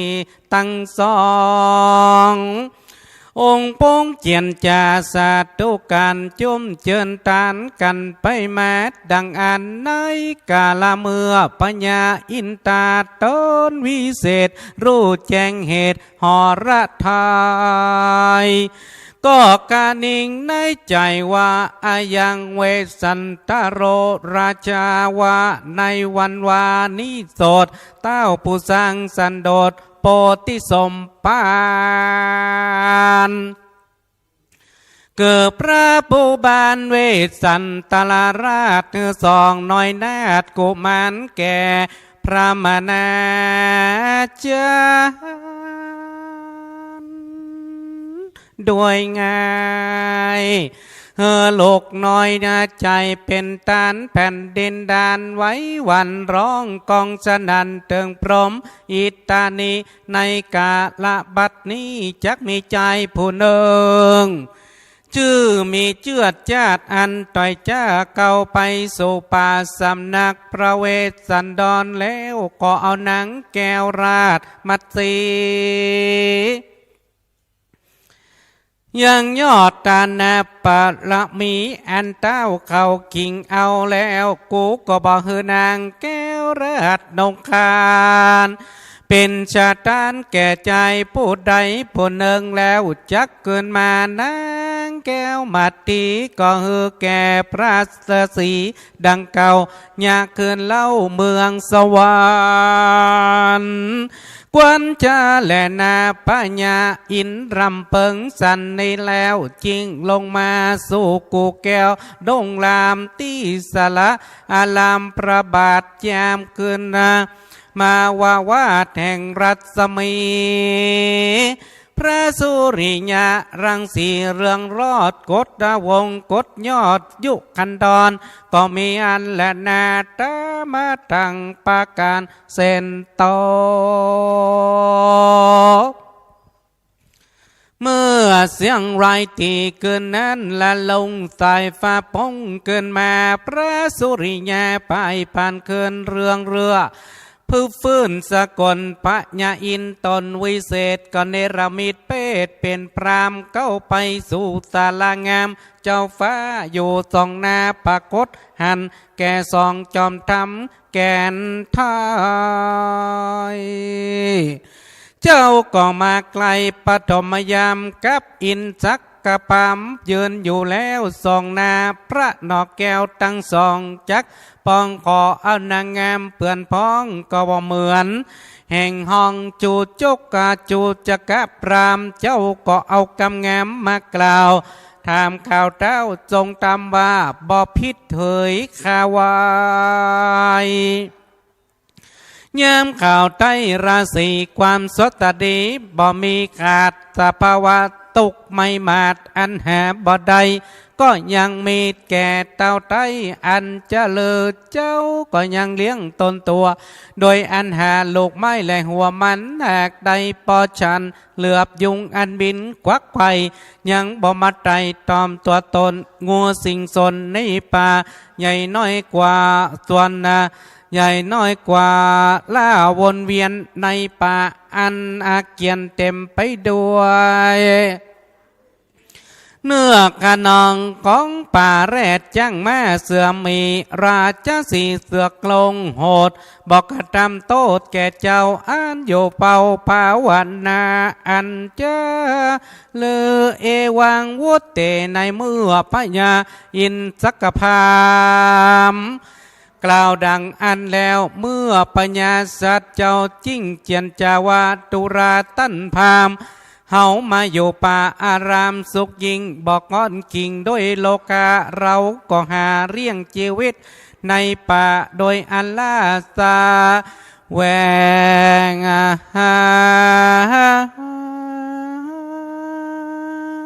อย่างมลล่าผ่านลามีมากหัวมันและหัวจัวกะหากปอจันจัดอันน้อยคือเหลือบและยุงจักเข็บแมงป่องก็ยังมีตาน้อยเขาบ่มาตอมตนงูสิงสนในป่าแรดจ้างล่าดงเรดังเสือมีและเนื้อกลาเขาบ่มาล่าราวีก็โดยไมตรีก็เกลือหมูนกเนื้อปอเบียดเบียนนะบ่เบียดเบียนแรบพรามเฮยพระมหาสัตว์เจ้าสำแดงกายิกสุขแล้วตนแก้วเจ้าจักสำแดงเจตสิกทุกสิ่งกล่าวแล้วศัตรูโนมาเสวาสนังดังนี้เป็นต้นโดราตั้นพรามเรามาอยู่ป่าพร่ำบได้7 เดือนนี่เสือยังเลือนมาอยู่ป่าตกอันนี้ร้ายกว่าจุอันวันวานี้เราได้หันพรามผู้หนึ่งแล้ววันนี้ซ้ำมาหันแก่แก้วเฮาตวนสองใจใหญ่ยองเปริดเพร้างามเงินเก้าพิมพ์ปาหัตถาถือไม่เต้างามใหม่เหมือนกระตุ่มไข่สุกเหลือง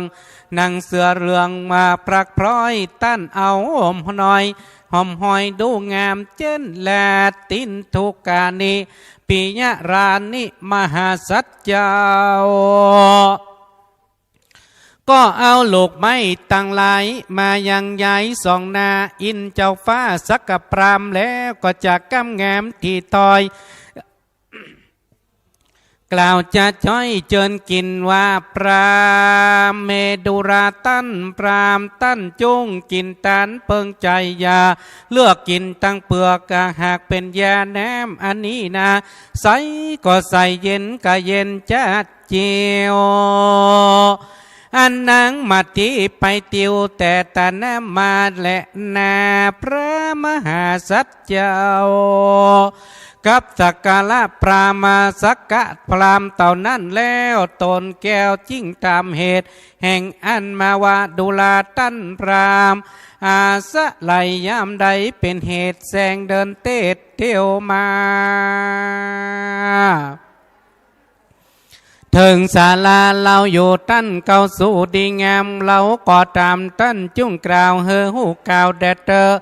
ยาทาสโกเมื่อนั้นอินตาตะกพรามจะขอเอานางงามนอนนาวย่อศรัทธาเล่าโดยไปจริงจักตาตานต่อว่ากระเดเจ้าเรสีอุปมาเปรียบไว้คือแม่ใหญ่หาสายมีน้ำไหลจูเมื่อน้ำน้อยเมื่อไหลมา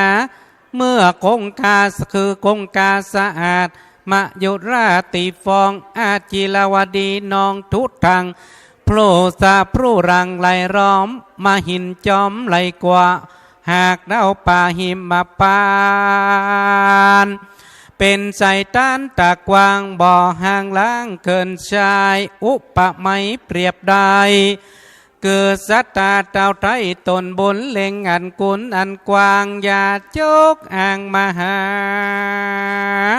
ข้านี่นะอยากไล่ดันป่าไม้ดงดอนอดเตียวจรมาลอดเพื่อขออนางยอดมาทีผู้มีวัดดีบ่เศร้าไปเป็นกูเฝ้าเจยจมขอเจ้าอุดมบุญใหญ่ป่าตั้นนางไทยโสภาแก่คนอนาถาต่อยจ้าอันก้มหน้ามาขอแดดเตอเอวังวุเตในเมื่ออินตาสักกะพรามมาขออนางงามดังอันจิ้งกล่าวเป็นกถาว่าทะธามิณวิกัมปะมียังมามังยาจะสีพรามนาดังนี้เป็นต้น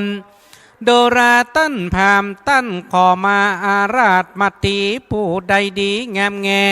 กูจักเฮือแก่นางผู้นั้นแก่เมืองไปเข้าของอันใดมีน้อยมากบราปรีรากทุกอันนาจะกันย่อมกระทำการทำจุเมื่อมีใจเชื่อกองทำแร่พามเฮยมาสัตว์เจ้ากล่าวตอนนั้นแล้วตนแก้วก็อำลามาสู่น้ำตนกันทีเอาเต็มดีโดยการทะโกทะพระก็หยาดน้ำตกเหนือหน้ามือปรามแล้วก็หือนางแก้วราชมาตีเป็นตาลแก่อินสกพรามวันนั้นแลในยามนั้นอาจารย์เกิดกองแผ่นดินจืนจนฐานก็มีแลสามัตตีนางบัตทีสีวิโรธก็บอกเกยเกียรติโกดโกธามีนางเต้ามีน้ำตาไหลอาบหน้าบ่มีใจจ้าหยาบอาวรเต้าเล็งพอพระเวสสันดรอยู่บ่ปากนางแก้วหากกะนิ่งในใจว่าผัวกูนี่ร้อยหอรัฐไทยส่องแจงล่ำยิ่งลาการยิ่งกว่ามิ่งเมียตนนะหันพละพลประเสริฐแล้วจิ้งหือเมียแก้วเป็นตาลเจเลนะอัธในกาละยามนานพระมหาสัจเจ้าจิ้งเจียนจ่าเต้าซึ่งสักกพรามอันนางมาตีเมียเมงเป็นที่รักยิ่งของเราตะว่าปัญญาสัพปัญโยตัญญาณเป็นพระพุทธเจ้าอันนำสัตว์เข้าโซนเนรปานพ้นจากสงสารตีไลเราลักกว่าเมียเมงราชมาตีกว่าร้อยตีแสนหมื่นยอมมาเราย่อมหอมหืนโดยตานนามัยตานอันเป็นอันนี้จุงเป็นปกติอุปนิสัยจักรอดปัญญาแก้ว ยอดสัพพัญญูตนเป็นกลูแก่โลกนี้มีเตอมาสัตเจ้ากล่าวเต่านี้แล้วก็ฮือนางแก้วราชยาแก่พระอินตาสักกับพรามวันนั้นแลเมื่อนั้นพระผู้บานเลิศอิสเลิศแต่ก็ทอดพระเนตรเล็งเห็นนาเล็งแลแปรดูยังนาแก้วยอดฟ้าราชมัททีเพื่อเฮือเขาหนังใจดีแล้วเลือโศกเศร้าแห่งเมียเก้าเทวีเมื่อนั้นนางมัตตีกล่าวว่าเตวะข้าแด่พระพันฟ้าปองเล็งหันยังกาโดยเหตุอันใดจานนางก็จักกล่าวกรรมมาองค์อาจบอกเก่งกามอันจักไปตามพรามเท้าจิ้งจะกล่าวว่าปราบพิษตาเฮยข้าจักกล่าวเต่านั้นตนเป็นผัวส่วนตัวข้ามาตีนีนาแต่เมื่อยังน้อยเป็นสาวยังสมปึ้งเป่าไม่เมาพาเสดเอาลาสอบพอข้าก็บ่ได้ตันไปพอลูรอดที่แจ้งจอดการคนป่าไปรู้หนจบเป็ดไปรู้เหตุการสนิทชื่อว่าอันพิษและอันชอบปลัดเลี้ยวรอบเจืองใจจิ้งจักใด10 ปีไปกล่าวถึงเท้าเชื่อว่าการเบาและการสาวการเปิงปางเจิงจู้ก็บ่มีใจรู้สักอันหล่อนได้พบตนจอมทำเจ้าฟ้าแต่เมื่อข้าอายุได้10 ปลายพระสมไตก็ยังเป็นบ่าวพอถึงเท้าทรงเดบาดนี้จักคือข้าแก่คนใดเรือจักใครก็ตามใจพระบาทน้องนาดก็จักไปตามพระเมตตาเฮอทานเมียมิ่งละเลิศลำยิ่งแสนทานยาว่าแต่ป่าประมาณนั้นโสดแม่นประโยชน์ด้วยเก่าของและจักปองขายคาเพื่อประโยชน์ขายโดยจีนและตับปอดเดือเลือดใส่ลอดหูตาหาละทายาลูกสิ่งคาน้อยมิ่งบอกกลัวพระนางหัวเฮยนั่งกล่าวบัดนี้ย่อมจอมใจและนาอาตาสโกส่วนอันว่าเต้าราชอินตามีปัญญาหูแล้วใจนอกแก้ว2 องค์เต้าก็ปงไก่กาวเฮือหูกาวกองเดจักหามาสมบัติแก่เมืองคนตนหาประจนมาแล้วด้วย2 นอกแก้วเป็นตานแผ่นดินดานไว้วันสนันกองจักรวาลคลาขึ้นปั่นไปมาเทวดา2 โมน้อมสู่อนุโมทนาพระอินทร์เจ้าฟ้าจิ้งไวนาเจียนจาว่ากาแดเจ้าตนประสาเงาไทยพระตีไวทรงธรรมอันว่าตานกรรมอันใดทำยากอันหาราชกตามมาเป็นกรรมบดีอันกตามยากนั้นนาคนปาลาถอยไรบ่อาจจักทำใดแก่นตามทำกรรมอันใดทำยากคือมีเมตตาหากภาวนาอันมหาราชเจ้ากตามมาจุเจ้านั่นแต่แลนะบัดนี้เจ้าอยู่ดงตานป่าไม้ป้อยมาปราสาทเป็นตาน2 กุมารลูกแก้วเฮอตานแล้วปลูกกินบอกกินแหน่งกับเมียแป้งหนุ่มเดาตัน2 เต้าชัตตาย่อมเป็นการอันประเสริฐ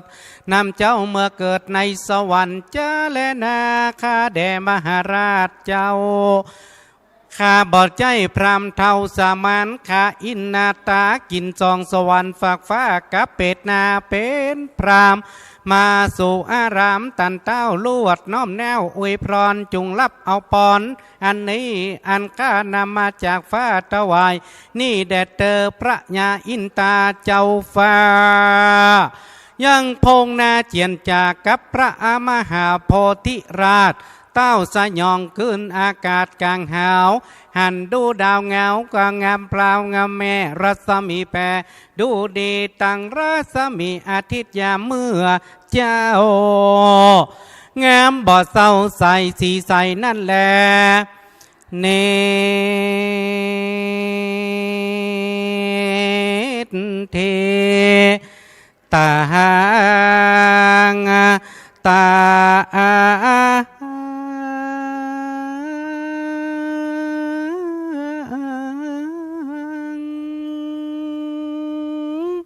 จะไปฟังลูกเดือน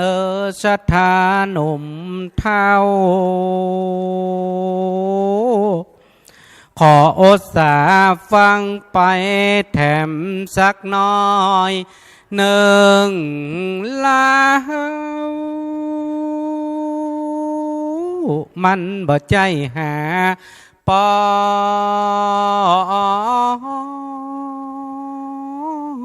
นานอดเอาเตอลาวหนุ่มเท่าปานกลาง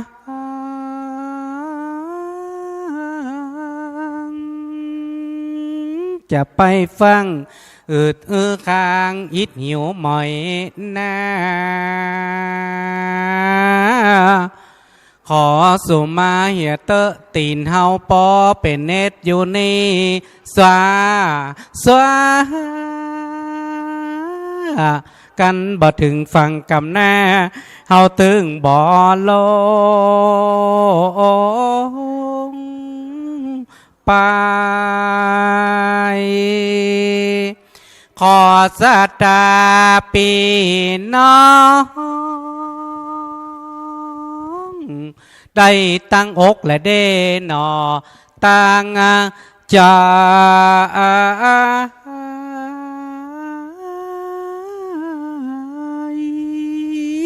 รับเอาปอนใจใส่งามบ่อเศร้าเป็นมองก่อนนาเตียงเต้าบ่ได้หลงแวกเข้าของเขตแห่งบา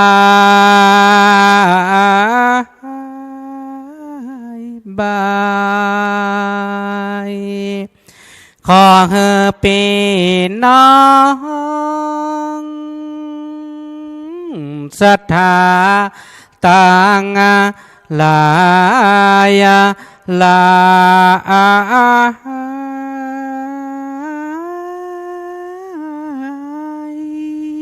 อยู่ก็ขอมีใจไปก็ขอมีโชคดังอ่านรับได้เงินหมื่นตื่นได้เงินแสนขอมีอายุมันหนอตีค่ะร้อยเศร้ากวาบเขาวาดาสา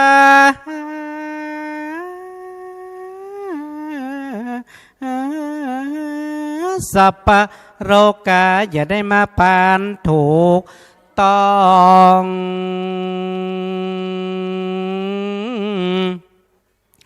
ขอชะตาปี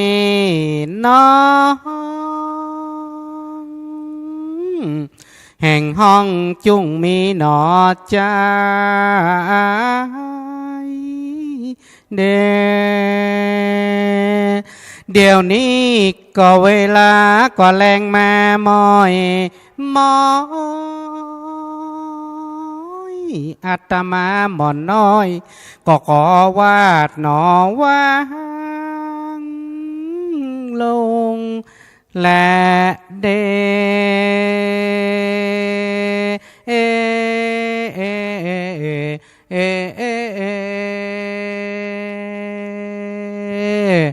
เนติตังขีญาอันเก่ายังทำสักบันผูกทวน10มีอยู่43ประการก็มีโดยประการดังกล่าวมานี่แหละนะ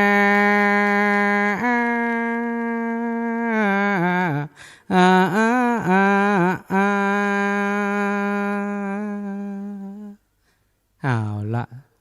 จบเป็นที่เรียบร้อยนะครับสำหรับกันที่10สักบันวันนี้ได้รับเมตตาปรมิธรรม จากพระครูบาคัมภีร์คัมภีรธรรมโมวัดขุนดาบผาแดงวังเหนือลำปางนะครับเจ้าภาพวันนี้มีอยู่2คณะนะครับคณะแรกนี่นางเพ็ญศรีความเพียรพร้อมครอบครัวแม่อำพรนายศิริพงษ์ความเพียรนายสมนึกนางพรศรีบนศรีพร้อมด้วยครอบครัวนายนาวินนางพิติพรนางสาวสุพิชยานางสาวนภาสรสมเพชรนางสาวกนกทิพย์ขนเที่ยงนางสาวกันภาษาลักแนนพร้อมด้วยครอบครัวคณะที่2ท่านพระอาจารย์มหานพดลสุวรรณเมธีเจ้าหน้าอำเภอวังเหนือผู้อำนวยการวิทยาลัยสงฆ์ลำปางขอเรียนเชิญตัวแทนเจ้าภาพนะครับกันเตดกันดิทิซิปนะครับสักบันในประเกณฑ์จตุปัจจัยเครื่องไทยธรรมแด่ท่านพระอาจารย์ท่านพระครูบาคัมภีร์คัมภีรธรรมโมครับขอเรียนเชิญครับเจ้าภาพครับ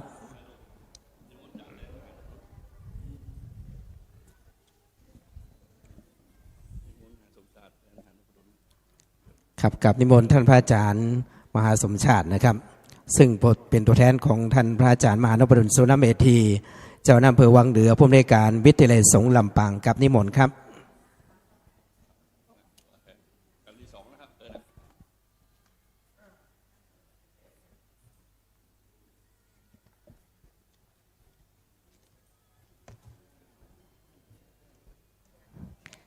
ครับต่อไปกับนิมนต์ท่านพระอาจารย์ครูบาคัมภีร์ได้เมตตาอนุโมทนาบุญในส่วนของการเทศน์กับนิมนต์ด้วยความเคารพครับ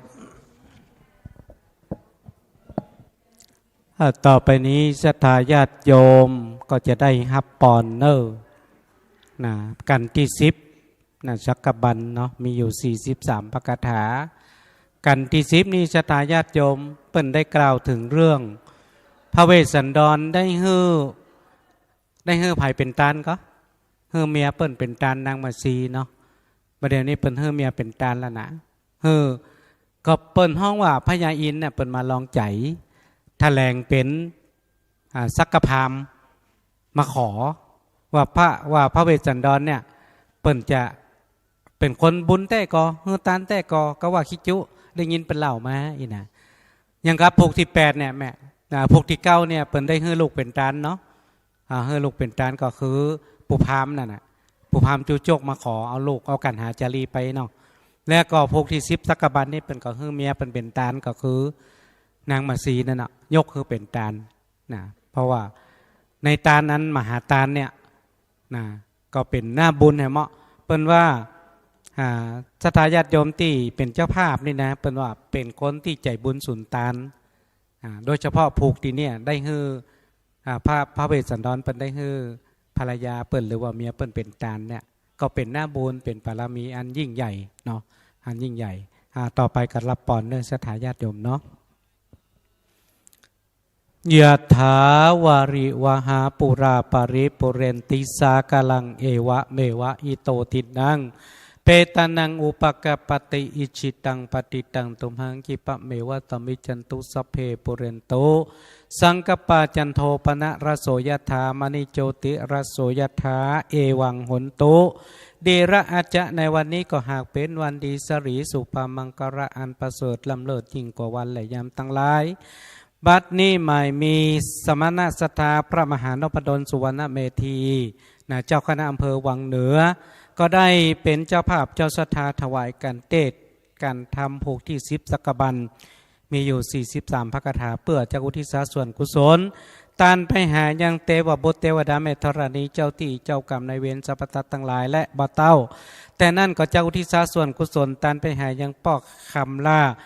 มีคำเหลืองป้อหลวงพ่ออินพระโกนิเวศธรรมาลักษ์หลวงพ่อสีอ่องพระโกสิริธรรมวิพัฒน์หลวงพ่อสมบูรณ์และหลวงพ่อพระโกวรธรรมมานุสิทธิ์พระโกวิริยะวรกุล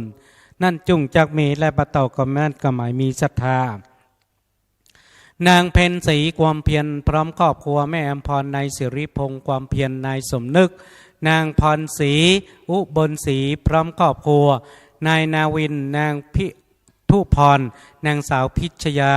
นางสาวณภัสสรสมเพชรนางสาวกนกทิพย์คนเที่ยงนางสาวกันภาษาหลักแน่นพร้อมครอบครัว ก็ได้ถวายกันเทศแถมกัน1กันที่10ตักกบันมีอยู่43ประกถาเพื่อเจ้าที่ชาส่วนกุศลตันไปหายังพ่อหลวงแหนนตาโลแม่หลวงวงมนแม่หลวงมนเนาะความเพียรพ่อแสงหินแม่ใจพ่อแสงแม่พ่อแหนนเกตความเพียรนางจันคำหวานหอมป้อหลวงจื่นแม่หลวงน้อยลงยศเอาน้อยเศร้าเกิดโตพ่อหลวงปั่นแก้วแม่หลวงตาเชื้อคำซาวแม่น้อยติดชัยพ่อสมจันเชื้อคำซาวพ่อหลวงมาแม่หลวงปั่นติดชัยแม่หลวงจันยอดรักพ่อน้อยแก้วมาแม่ซุยและนายสมานนายทวินคนเที่ยงพ่อล่าแม่ตานายนิยมรักแน่น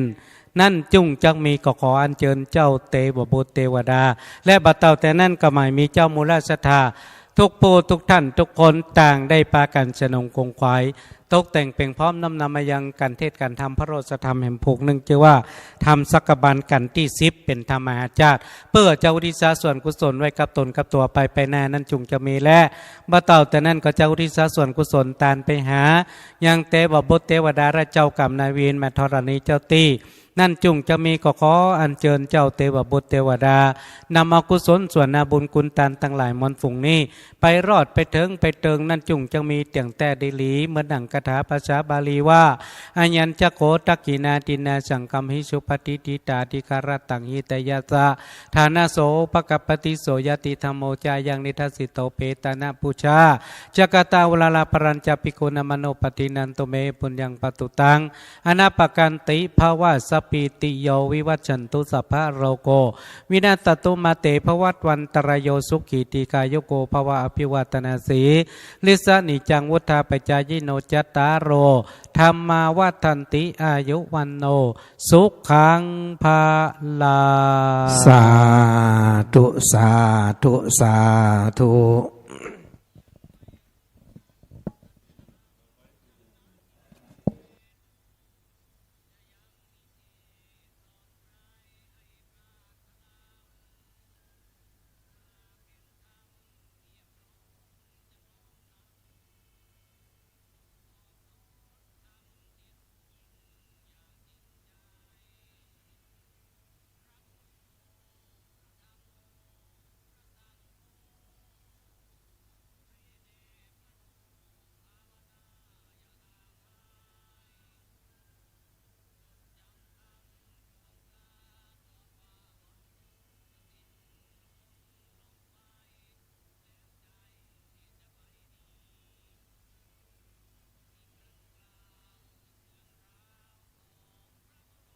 ฟังกันที่13เลยนะครับนครกันนะครับ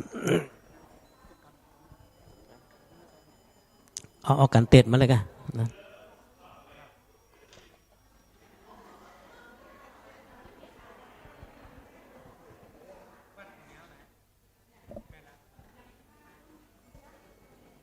สทกันเต็ดแล้ว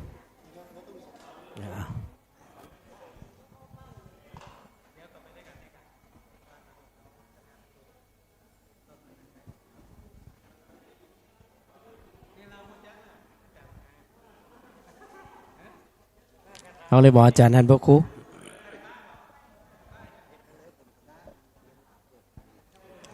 เต็ดเลยนะครับ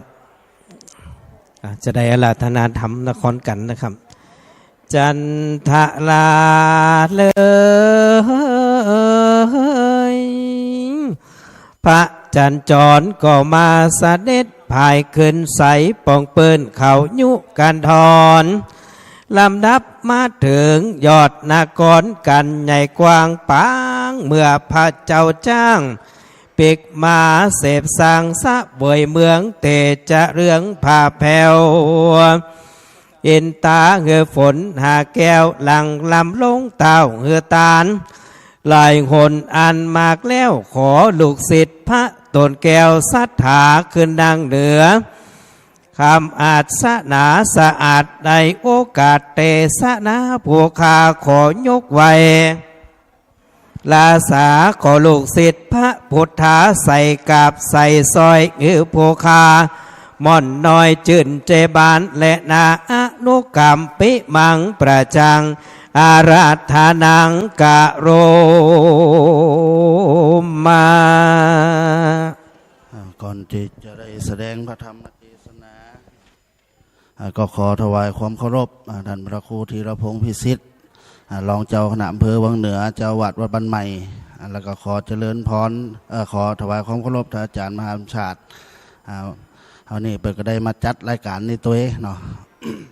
แล้วขอเจริญพรคณะสัตยาพี่น้องบ้านใหม่เขาทุกท่านทุกคนเนาะวันนี้ข้ามเอาทั้งเก่ามาเป็นทั้งปลาย เอาทั้งปลายเป็นทั้งเก่านะสำหรับตู้ก็ได้รับนิมนต์มาเทศเนาะในวันนี้กระเทศธรรมดาเนี่ยนะมีกราบนี่ก็เปิดเด้อ เทศธรรมดาเนี่ยนะเพราะว่าฟังกราบมาหลายตนนะก้าวันนี้เนาะเพราะฉะนั้นกระเทศธรรมดาเขาเนี่ยฟังลำดับลำดาถึงกันสุดท้ายเนาะเดี๋ยวเขาก็เลาะเลื่อมสองกันเนาะเดี๋ยวจะได้ฟังเพราะฉะนั้นวันนี้ก็ขอได้เทศธรรมนครกันมีอยู่48คาถาเพื่อฉลองศรัทธาเจ้าภาพในวันนี้ก็ขอเชิญท่านสดับรับฟังเป็นลำดับต่อไปเน้อนะโมตัสสะภะคะวะโตอะระหะโตสัมมาสัมพุทธัสสะนะโมตัสสะภะคะวะโตอะระหะโตสัมมาสัมพุทธัสสะนะโมตัสสะภะคะวะโตอะระหะโตสัมมาสัมพุทธัสสะตังสุตวมหาสัตโตปิตาราสถิงลันลาปโตอิมังมหาคังหารำดับธรรมเทศนามาหลอดมาถึงยอดนิยายอันวิเศษจากห้องเหตุนครการส่วนพระนักธรรมตนซักสวดพระเวสสันตลาลาดบัวบานได้ยินข่าวสารสุภาวาสอันบาประชาลาดเจ้าเมืองเพื่อฮือตนบุญเรืองเลิศแล้วได้นั่งแตนแก้วอาคาสถานตามโบราณคติญาจัดฮือเป็นเต้าลาดพอสองเต้าปองเจียนจากกับเต้าตนปอเก่าถอยต่อไปหลังว่าข้าแด่พระปิตาที่ลาดขอเชิญพระบรมนาถดาฟังปางเมื่อข้าเสวยลาดตามคติญาจัดกองทำตามโบราณกรรมอันจอบตะลักเลี้ยวหลอบแดดดีลีเยี่ยวว่าโตดคานีมีความเขือกเพาะฮือจ้างเผือกเป็นตานบอดได้ใจการอันไผ่ดีปากจ้างแก้วหากของเฮาเกิดเตรียมเงารวมคางป่านหยาดฟ้าลงมาบอดใจจ้างพญาแต่เก่าจ้างแก้วเก่ากับเมืองหากเป็นของเบื้องขินคอยเมื่อยังน้อยเกิดกับมือดังหรือเขาป้อยเกียรติจ่าสมเสียดบ่อนิยมเจ้านิคมเมืองนอกบ้านน้อยขอกปันนาตั้งขุนเสนาอามาตปัจจาลาดเจียงไฮแล่นข้าขุนนายจูหมู่มาซาสู่ซาสนมาละวนละหลากขับข้าน้อยหากเมืองมาอยู่ศาลาเถื่อนทองเผื่อข้าปีน้องหากเอากันมาจำศีลภาวนาเสพสร้างในประเทศต่างดงนาดังลือป้อยมาอาลาตนาเข้าเมื่อเราฮือเป็นเต้าเก่าเสวยเมืองข้างยินเครื่องใจจ้าเงินยินเพลินนาแก่ผู้คนขอพาปิตาเอาพ้นเมื่อสู่ตีเต้าอยู่เสวยก่อนเตอตาโตในกาลนั้นเต้าพญาสนใจนาลินได้ยินลูกเก่าใจห้อนพาเผาผ่อนโอตั้งอกเต้าทรงยศอยู่ดาวจักหือเต้าโอลาสาหือขอขมาเสียยังโตดอันใดโคดกะทำผิดในบัวพิษว่าพิตาตนลูกจุงตานถ้อยกาวาดูระลูกรักแก่ปอเฮยปอนี่หากกาดจากปัญญาเหตุว่าได้ฟังสนสอเป็นกำหมอแห่งเจ้าเมืองได้ครับบุญเรืองเจียนจากหือพาดผากเมืองมาพระปุตตาบ่มีโทษป่อนี่โสดหากกะตำพิษเป็นทุจริตอันใหญ่สิ่งนี้ใจจากดีเสียสีตนลูกได้เป็นตีดูถูกแก่คนตั้งหลายดูลาพักป่ออันว่าลูกน้อยหนอยิงใจ เกิดเป็นสายเจื้อจาดเป็นเนื้ออาจวงการย่อมเป็นด้านยังทุกโตดอันไล่โสดกังวลอันถึงตนพ่อแม่พี่น้องลุงอาหน้าป่าปู่ครูบาหมู่มิตรสหายแม่นควันตายก็ลังตายได้ละพ่อแม่ไว้เป็นกุลเจิญเจ้าตนบุญพ่อลูกที่สร้างก่อไปกินเมืองหือยศบุญเรืองดังเก่าเป็นเต้าเหล่าสองตีแดเตอมหาสัตโตส่วนว่ามหาสัตเจ้าตนองค์อาจแม่นไข่เศร้าเวยลาสัมปติเจ้าก็จัดกรรมจากรรมเก่าแสงจักมาเหล่าแก่ปิตาส่วนพญาสนใจคัตติญาจาดสัมอาราตนายังพุทธาลูกน้อยกล่าวกำอ้อยกำกวนเมื่อเป็นอามาตย์ตั้งมวล60,000นาจ้อยจืนจูคนเกิดมาเตรียมตนพระบาทเขาก็หู้ว่าเจ้ารับลาดนิมนต์อันเป็นมงคลวิเศษทรงเก้าเกตราชาส่วนพระบุญนาตนซักสวัสดิ์ก็กล่าวสีนาดว่าดูราเสนาลายจืนจ้อยจุงยังก่อยทลาอันว่าปัญหาศาลานี้วิเศษเป็นประเทศต้องวงกฏเป็นติกูมาอดอยู่สางมั่งกิเลสภาวนาเจือตนเดือนนานละสัมอยู่สร้างพรำปาลมีญาณหือทานเจ้าจารีสีสะอาดตังกับนางนาดกันหานาดดวงดีตั้งนางมัดสีอ่อนน้อยแก่เจ้าฟ้าจือคุณอินแผ่นดินด้านไว้ว่าวันสตานลันไปมาพระราชาถ้าวายแล้วตนแก้วเจนาลินก่อประทักษิณ3 รอบไว้นบอำลายังป่วนยังกาติดต่อไว้หน้าหล่ออาสมย่างตัดผมผู้ฉลาดก็มาแป่งเก้าลาดราชาหมู่เสนาและพรามโจเพศก็มาแสงเกตกราจาเอาอบมาหลายประเภทให้เงินหากมากนาให้คำถ้าหลาพร้อมกูให้แก้วหมูสลีประดับดีวิเศษเป็นดังเต้าเอกราชาดังอินทาแหล่งลาเสวยฝากฟ้าแดนสวรรค์นั้นแลส่วนว่าพระญาเวสสันตลาลาดบัวบานจำละองค์คารเก้าเกตตั้งผ้าเพศพื้นด้านเครื่องอลังการซุบสอดแล้วสปายดาบแก้ว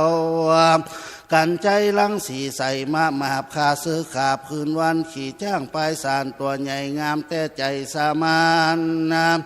อามาตย์หาร60,000นาจ้อยจืนจังคานเป็นปอหลีวานแวดล้อมแห่แหนอมอวยปอนว่าพระเวสสันดรตนสักสวัสดเป็นดังเจ้าจ้างอาจเศร้าเวยเมืองอยู่ยิ่งกว่าเก่าดีแต่เดเตอ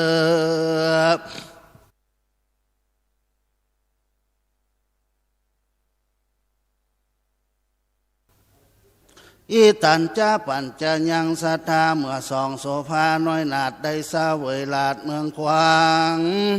ลำเปิ้งถึงปางลำบากเสวยตุกอยากในภัยในกาลเมื่อก่อนเจ้าใจอ่อนยินดีสมบัติมีสี่อันตนใดเจ้าสึงใส่ไปตีกองใจพกเปล่าฮือ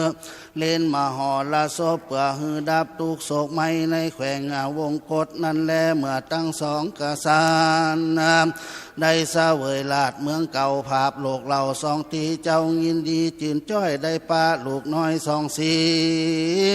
ส่วนนางรัชมาทีได้ปา2 ลูกน้อยน่าจืนจ้อยยินดีจากเจียนจากกับลูกแก้วจูบลมแล้วกล่าวว่าดูแลลูกฮักแก่แม่เมื่อพรามเท่าแก่นำไปสุดวิสัยสลัมแม่จางไปจอมก็พรำยินดีไก่เมื่อ2 ลูกไปแม่ก็ยินดีตุกอยากกินลูกไม่หากเผาง่า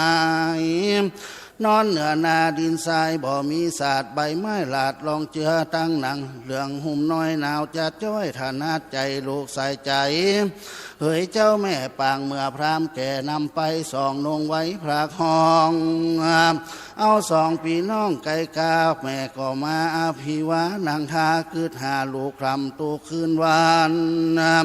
แม่มาหาหัวมันและลูกไม่มาได้ไปเป็นล่างเหตุเสือสิงสางมานังทาจากดากันกาบเฮือคาฮือแม่มรณาเข้าสู่ศาลาก็เป็นอันเย็นเยือก แม่ก็ล่องเหลียกสองเครือแล่นไปใต้เหนือตุกตีเย็นสงัดจีบ่มีนายอกแม่ลูกเป็นไฟพาเผาบ่หูว่าลูกหักอยู่ตั้งใดแม่เยี่ยวว่าตายเสียแล้วว่าอันแม่จริงตังสัจจะโดยพละบุญอันแม่ได้สร้างให้ลูกเจ้าจ้างคืนมาแม่ซ้ำไปหาแถมเราน้องจีเก่ารายตีก็คืนมาสู่ร้องให้ยกมือไว้เต้าพญาน้ำตานี่นะไหลอาบน้ำตุกเต่าผ้าแม่ก็บ่อะไรนอนกลางคืนไหลกลางก้าให้หาลูกกำผ้าเมื่อยามนอนเต็มแม่ร้องให้หอดหิวตายสองใส่ใจเฮยพระแม่เคาะไล่แก่สายสูนพละบุญเกิดจากพ่อแม่ได้สร้างแผ่แก่สองเฮาอย่าได้มีโลกาโศกเศร้าอายุยืนเตียงเต้าตีกาอย่าฟังจาลาแก่เท่าฮือเตียงเต้าเมืองแดดเตอพุทธติพิโคสอนว่าพุทธดีตนไว้แหวนฟ้าคือเหลือกออกหน้าแผ่นพื้นแป้งกาคำแสนแดงเป็นขนาดกวนแก่สะไปลาดเกยทรงแหวนทำมาลงสูบสอดตั้งแก้วหยอดพุทธดีแสงส่องแสงสีใจจ้าสมแก่หน้ามาทีพุทธดีแม่แก้วได้แต่งแล้วข้าออบคำฮือสาวจำนำแต่ใจไปฮือแก้วแก่นไทยมาทีนาจิ้งควายวัดถาผืนแบ่งแม่จริงใจไปถวายแก่นไทยมาทีสมนางดีใจจ้าญาถาลงพาก่อนเนี่ยดูงามนั่นแลส่วนว่านางผู้สดีตนแม่ได้ใจไปถวายแก่มาทีคือหมากปัดคำดีแหลบลอยประดับโดยซอยสังวานดูดยังคานใจจ้าใส่ซองนาจำนำเกิดคำลองรับบาทควันแก่นางราชอุดมสองนางสนมคำอาจแก้วมุกมาสะเอวเป็นดังของแป้งนางนาดอันลูกสะไปหากเคยทรงประดับองค์ฮือตลอดอย่าฮือข้างหลอดเรือลอยตามเพิ่งใจจะใจแก่ลูกสะไปมาทีนาส่วนเต้าสีสันใจบรมมนาดก็ฮือโอกาสแก่นมนที12อาโคเพนีสักสวดเต้าก็ฮือราดบางวันแบ่งปันกันหลายสิ่งเล่นมาหอละศพยิ่งกว่าเมืองสวรรค์นั้นแลส่วนอันว่าหมู่มิกามวนมากเต็มทุกภาคหิมมาปานมีใจบ้านย้อนยืนตัวน้อยจืนยินดีปะกาวิเขียดกัดกาบอกกาทำโทษคาเบียดเบียนกันโดยเตจะทำเต้าตอดไม่ที่หลอดจูจุมเขายินดีหุ่มกว่าแล่นทั่วป่าหิมมาวันตั้งนกลายมวลหมู่ล่องซาสู่ซาสนซับขาไปบนจิมไก่เหนือหมู่ไม่นาโดยเมตตาธรรมมวลมากถูกดาถั่วหากสะเทียนบ่อเบียดเบียนเกียรติกาบอกกะตำไล่ลาสิงสาปังเมื่อพระเวสสันตลาเจียนจ่าอาวาสสวัสดเมืองทนบุญเรื่องสักใหญ่ก็แต่งใจไปหาตั้งหมู่เสนาผู้ฉลาดอันเต้าหลาดใจใส่แตนตามว่าดูราเสนาตันจุงหีบดีลาไปก่อนเฮาจักผ่อนตามไปคนที่ในจำไหลหลังหมู่มาทางแถวไปหมู่จ้างใจเลิศแล้วหมู่โลดแก้วแข่งวัดไกวไปตามจ้างลำหอนแห่นางขุนแวแผ่ตำกลาง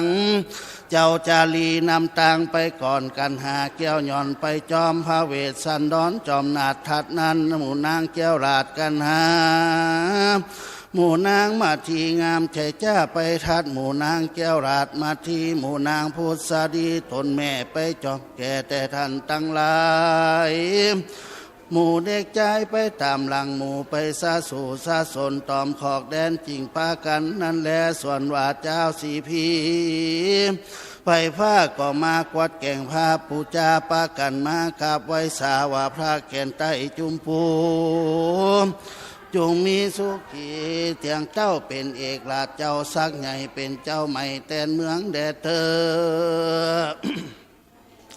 ส่วนพญาเวสสันตลาลาดก็ ก็ขึ้นนั่งเหนืออาสนะมีปัญญาคืดคงใจห้องมุงถึงตันว่าวันพุ่งนี้เวลา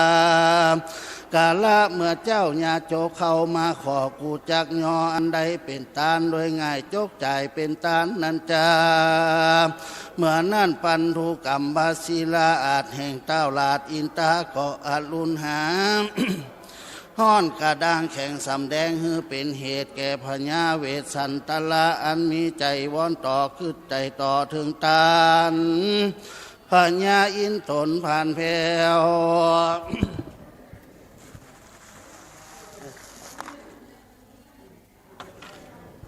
คนหาแก้วคนหาแก้วพญาอินตนผ่านแผ่วก็ฮือผลหาแก้ว7ประการตกลงมาซาสาตกลงมาละวาดละล้นเป็นแก้วอุดมคันยิ่งต่อใจแก้วกิ่งจัดแหงย่อมเป็นแก้วเมืองกวนกาตกแต่ฟ้าลงมาตกในลาดนิเวศคุมน้อยตกที่ถอยหลายแถวตกเปียงเอวบ่มีวางนั่นแลตาโตเวสันตาโลลาจาตานังกัตตัวขัตติโยเมื่อนั้นพญาเวสันตาลาดเกิดในขัตติญาลาดวงศาอยู่ปั๊มเป้งป่าละมีใจกับใด120 ปีก็ดับอินทรีย์กาดก้อยก็ได้ไปเกิดบนปราสาททิพย์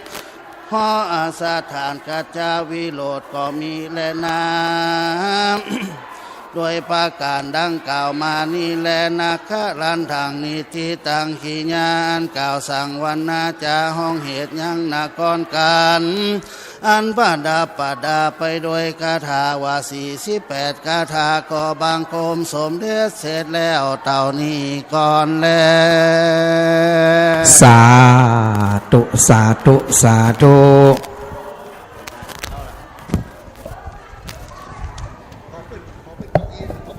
จบไปแล้วครับสำหรับกันที่13ละครกันโดยองค์พระกระทำประกฤติองค์เอกครับอาจารย์ท่านพระครูปัญญาพระนารักษ์เจ้าคณะตำบลวังเดือวัดเพชรไตวังเดือลำปางนะครับเจ้าภาพพระธิการชัยมงคลธนกิตยเมธีจังหวัดวัดผาแขกนะครับอุทิศไปหาหลวงพ่อสมบูรณ์พระครูวรธรรมานุสิทธิ์ท่านพระครูวิสาทวิริยพรนะครับหลวงพ่อวรลบกิตพัฒโธพระไอคุณังกะโลแม่น้อยคิดอ่านครับครับขอเรียนเชิญป่อเขียนเจนจัดครับเป็นตัวแทนของท่านพระธิการชัยมงคลธนกิตยเมธีจังหวัดวัดปางแขมครับขอเรียนเชิญคุณพ่อครับพระเขียนจตุปัจจัยเครื่องเทศทำบูชากันเทศนครกันที่3ครับ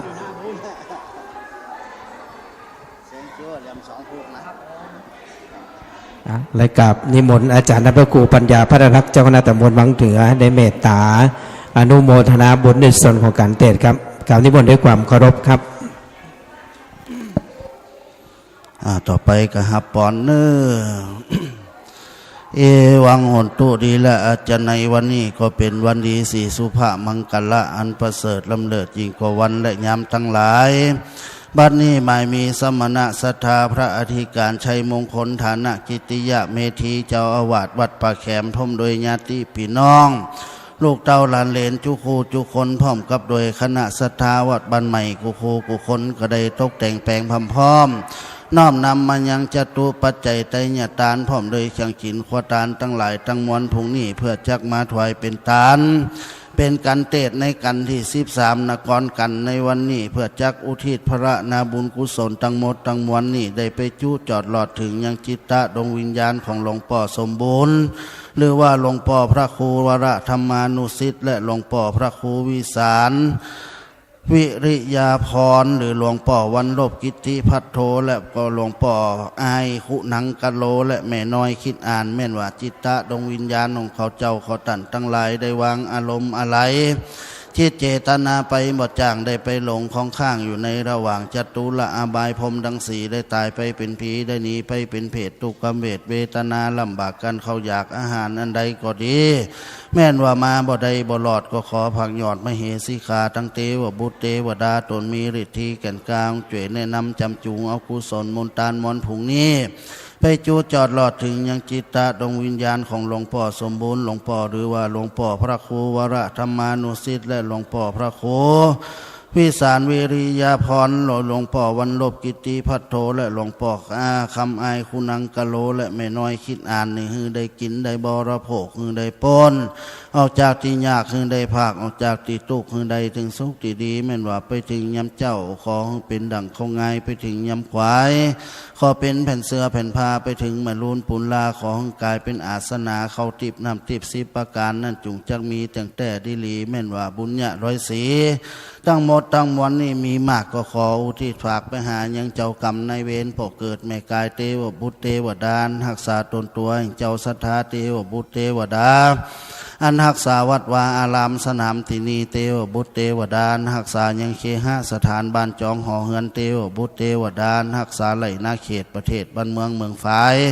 สายสลัดสลีตั้งตัดน้ำบางบนมีตึงนี่ลูกขเทวดาปภัตตามเทวดาอินทพรหมยมราชกุดหนักน้ำปรมัยไอสวนมีตึงเต้าโรกบาลตั้งสี่ไม่มีนางนาไทยไม่ทรณีสลีตนอาจตนจำบุญและจำบาปตนจำเส้นกันนำหยาดไม้ตาลขอจุงมาพัตตานุโมทนากมุลสัทธาในวันนี้ย้ำนี้นั่นจุงจักมีแต่งแต่ดีหลีแม่นว่าพระนาบุญกุศลทั้งหมดทั้งมวลได้ไปจู้จอดหลอดถึงยังจิตตาดวงวิญญาณของหลวงพ่อพระครูวรธรรมานุสิทธิ์หลวงพ่อสมบูรณ์แล้วก็ดีหลวงพ่อพระครูวิสารวิริยาพรหรือหลวงพ่อวันลบกิติพัทโทแล้วก็ดีหลวงพ่อคำไอคุณังกะโลแล้วก็ดีแม่น้อยคิดอ่านแล้วก็ดีเจ้ากรรมนายเวรพอเกิดแม่กายเทวบุตรเทวดาเจ้าจุตนจุองค์แล้วก็ดีก็ขอปัญจุปันปอนย่อนลอยถอยหลังมาปกปักรักษายังสมณะศรัทธาพระอธิการชัยมงคลฐานะกิติยะเมธีพร้อมกับโดยญาติพี่น้องกูคนพร้อมกับโดยคณะศรัทธาวัดบ้านใหม่กูคนได้อยู่ดีมีสุขตั้งแต่วันนี้ย้ำนี่ไปมีแต่โจกปีโจกเดือนโจกวันโจกยามอายุปีอายุเดือนอายุวันอายุยามอย่าได้กาดได้กานั่นจุจังมีตั้งแต่ดิลีตามดังบทบาทคาถาบาลีพระพุทธเจ้าได้เทศนาวะญะถาวาริวหาปุราปริปุเรนติสาคลังเอวะเมวะอิโตทินังเปตานังอุปกปติอิชิตังปฏิตังตุมหังคิปะเมวะสมิจันตุสเพ ปุเรนตุสังกปาจันโทพนะระโสญะถามณีโชติระโสญะถาสปีติโยวิวัตจันตุสัพพะโรโกวินาสันตุมาเตภวัตวันตะละโยสุขีติคายุโกภวะอภิวาทานะสีลิสนิจังวุธาปจายิโนจัตตารโอธรรมาวัฏันติอายุวันโนสุขังพระลังสาธุสาธุสาธุ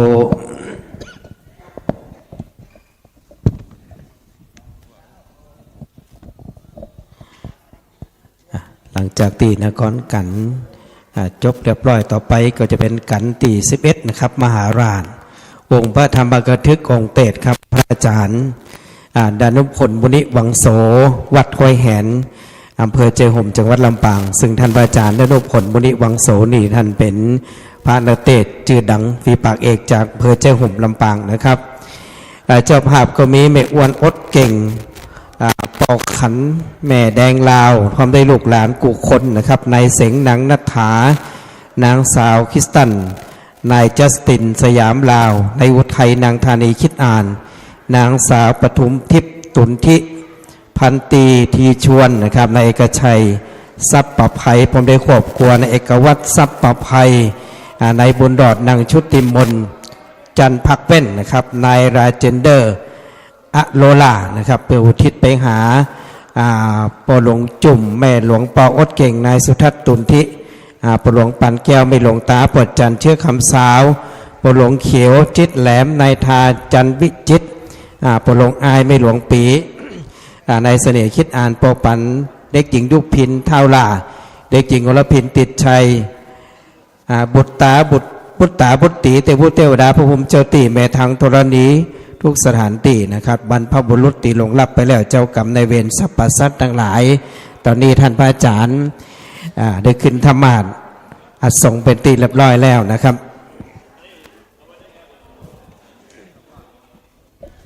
ต่อไปบาศกบาสิกาได้ตั้งอกตั้งใจฟังกันเทศน์ธรรมมหา มหาราชนะครับกันตี11นะครับสักกะบันได้ครับการฟังมาบอกขาดบัดนี้ก็มารอดมหาราชกันใหญ่กว้างปางเมื่อพามนำลูกพระเจ้าจ้างเจือกกันจื้อกันหาจารีมาสู่เมืองสีพีแห่งเต้าราชสันใจเต้ามีใจจุ่มใจบานกอดให้เอาหลานสองนอแก้วไทยออกแล้วได้เป็นไตน้ำ16ไหส่งเกตเก่า2นอเนาหักดวงงามลำดับตามคาถามีบอกขาด69 บาทบาลีขอนิมนต์ลูกศิษย์พระโมนีขึ้นนั่งทำมาดแก้วแล้วหลวดเตสนาธรรมผู้คาขอใส่ระบำใส่กับปายกับเก้าหือหมู่ข้าเจ้าได้มันัสสาไข่ขีญาหือมันแหงเปลือกหือแจงใจแก่มูละศรัทธาและนาอนุกรรมปิบังปะจังอาราธนังกะโรมา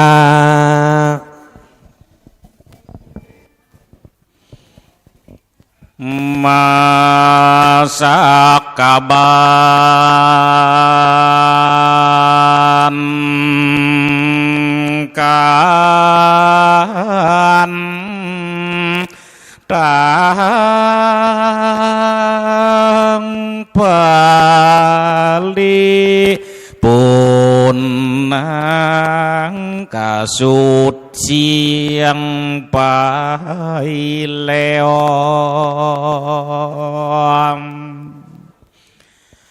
บัดนี้ก็มาถึงละมาตึงตึงตึงตึงตึงจูโจ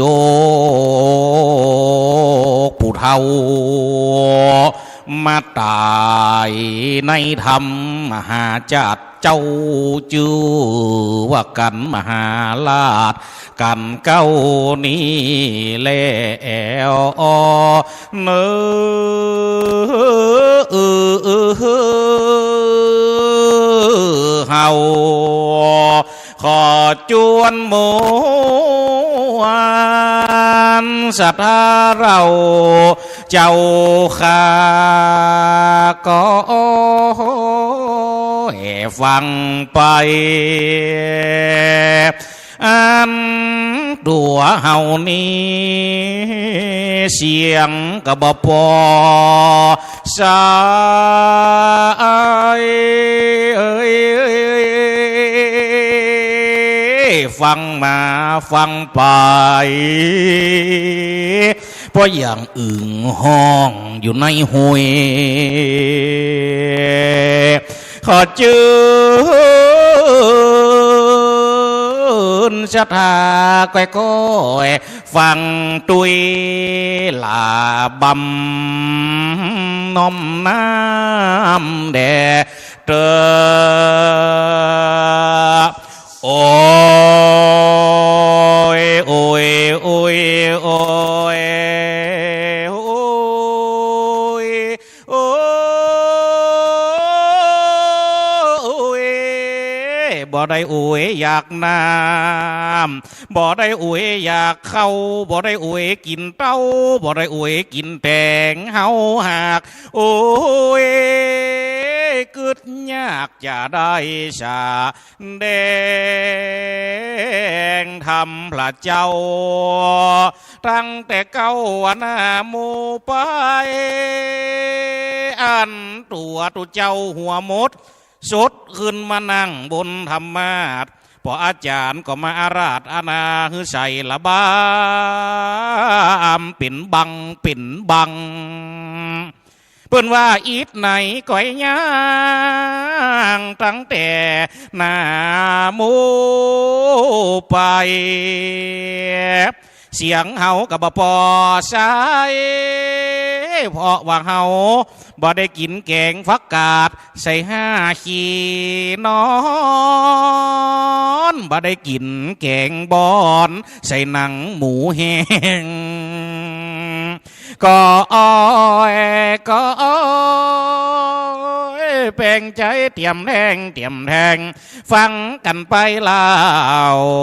ลาบามดำแล้วนะโมตัสสะธุอันนี้จุมได้ได้ฟังไว้เดี๋ยวเนอะเอามือลงก่อนอันนี้มันจะนำตุปีกะแหมน้อยตุปีกินเฮียตะกี้หันมันอยู่นี่แหมน้อยหัวตะกะ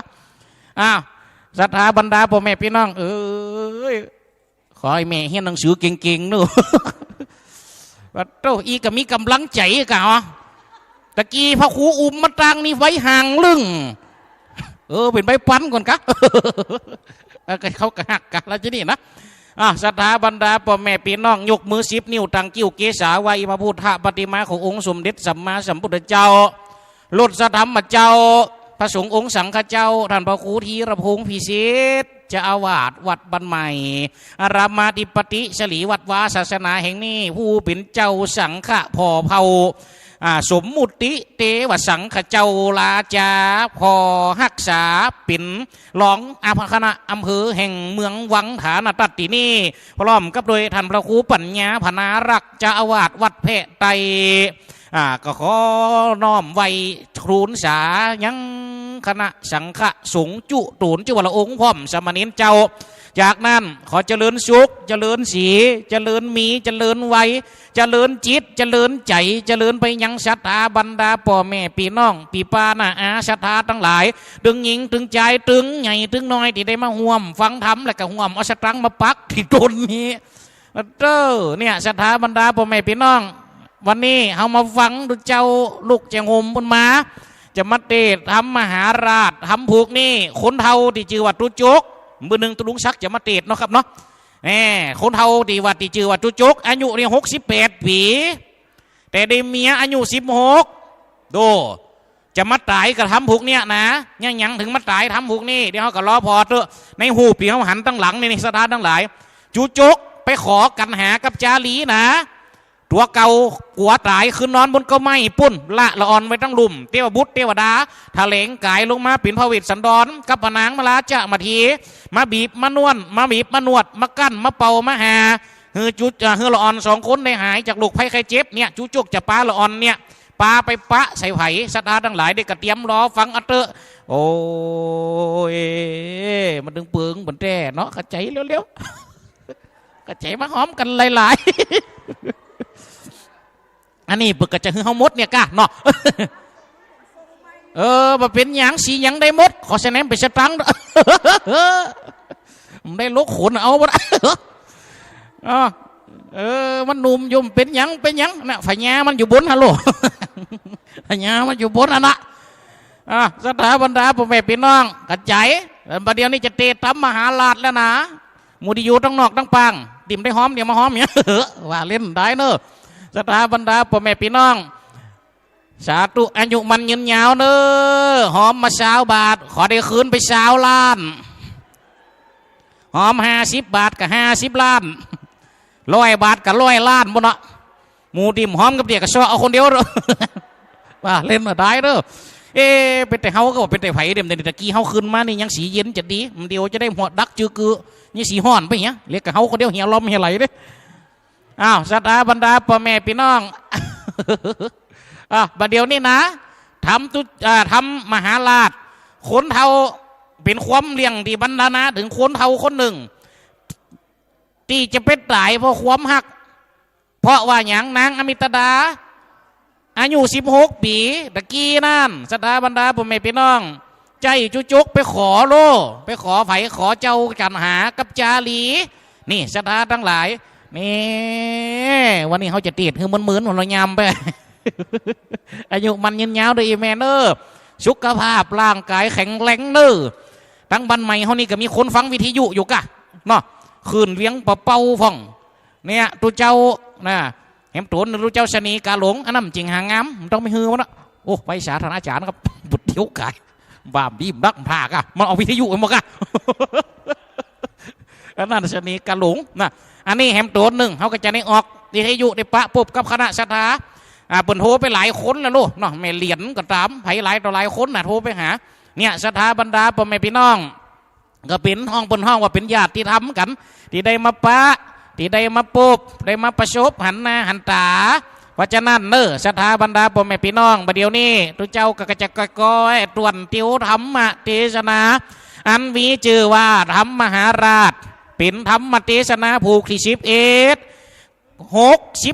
ภกถาดูศรัทธาบรรดาพ่อแม่พี่น้องอดใจฟังไปเดี๋ยวหน่อยเอา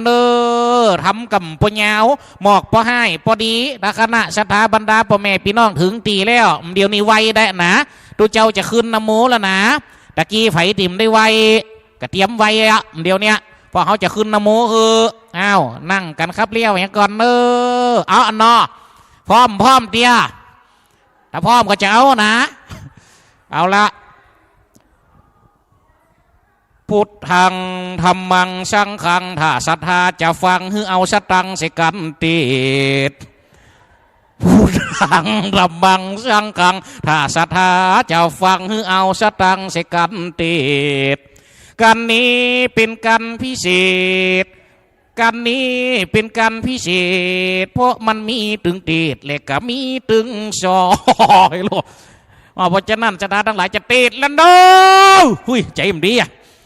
เพราะฉะนั้นตะวันลงแรงปึ้งบุญติดทำมหาลาดนี่ศรัทธาทั้งหลายถ้าเป็นตั้งเจโฮมก็ขึ้นเวลาเนี่ยเนาะเพราะฉะนั้นก่อยฟังไปต้วนติวธรรมเทศนาจิตใจสดใสก่อยฟังไปเดี๋ยวน้อยเนะโมตัสสะภะคะวะโตอะระหะโตสัมมาสัมพุทธัสสะนะโมตัสสะภะคะวะโตอะระหะโตสัมมาสัมพุทธัสสะนะโมตัสสะภะคะวะโตอะระหะโตสัมมาสัมพุทธัสสะโพธิสัตโตจะมันทีจะสัมโมทะมานาสักกะขัตติญิอัสสะเมวะสิงสุโจจะโกกุมาเลคะหิตุสันติโยสะมังคังปฏิปัชชะเทวตากุมารานังเออากะรังคังกะริงสุ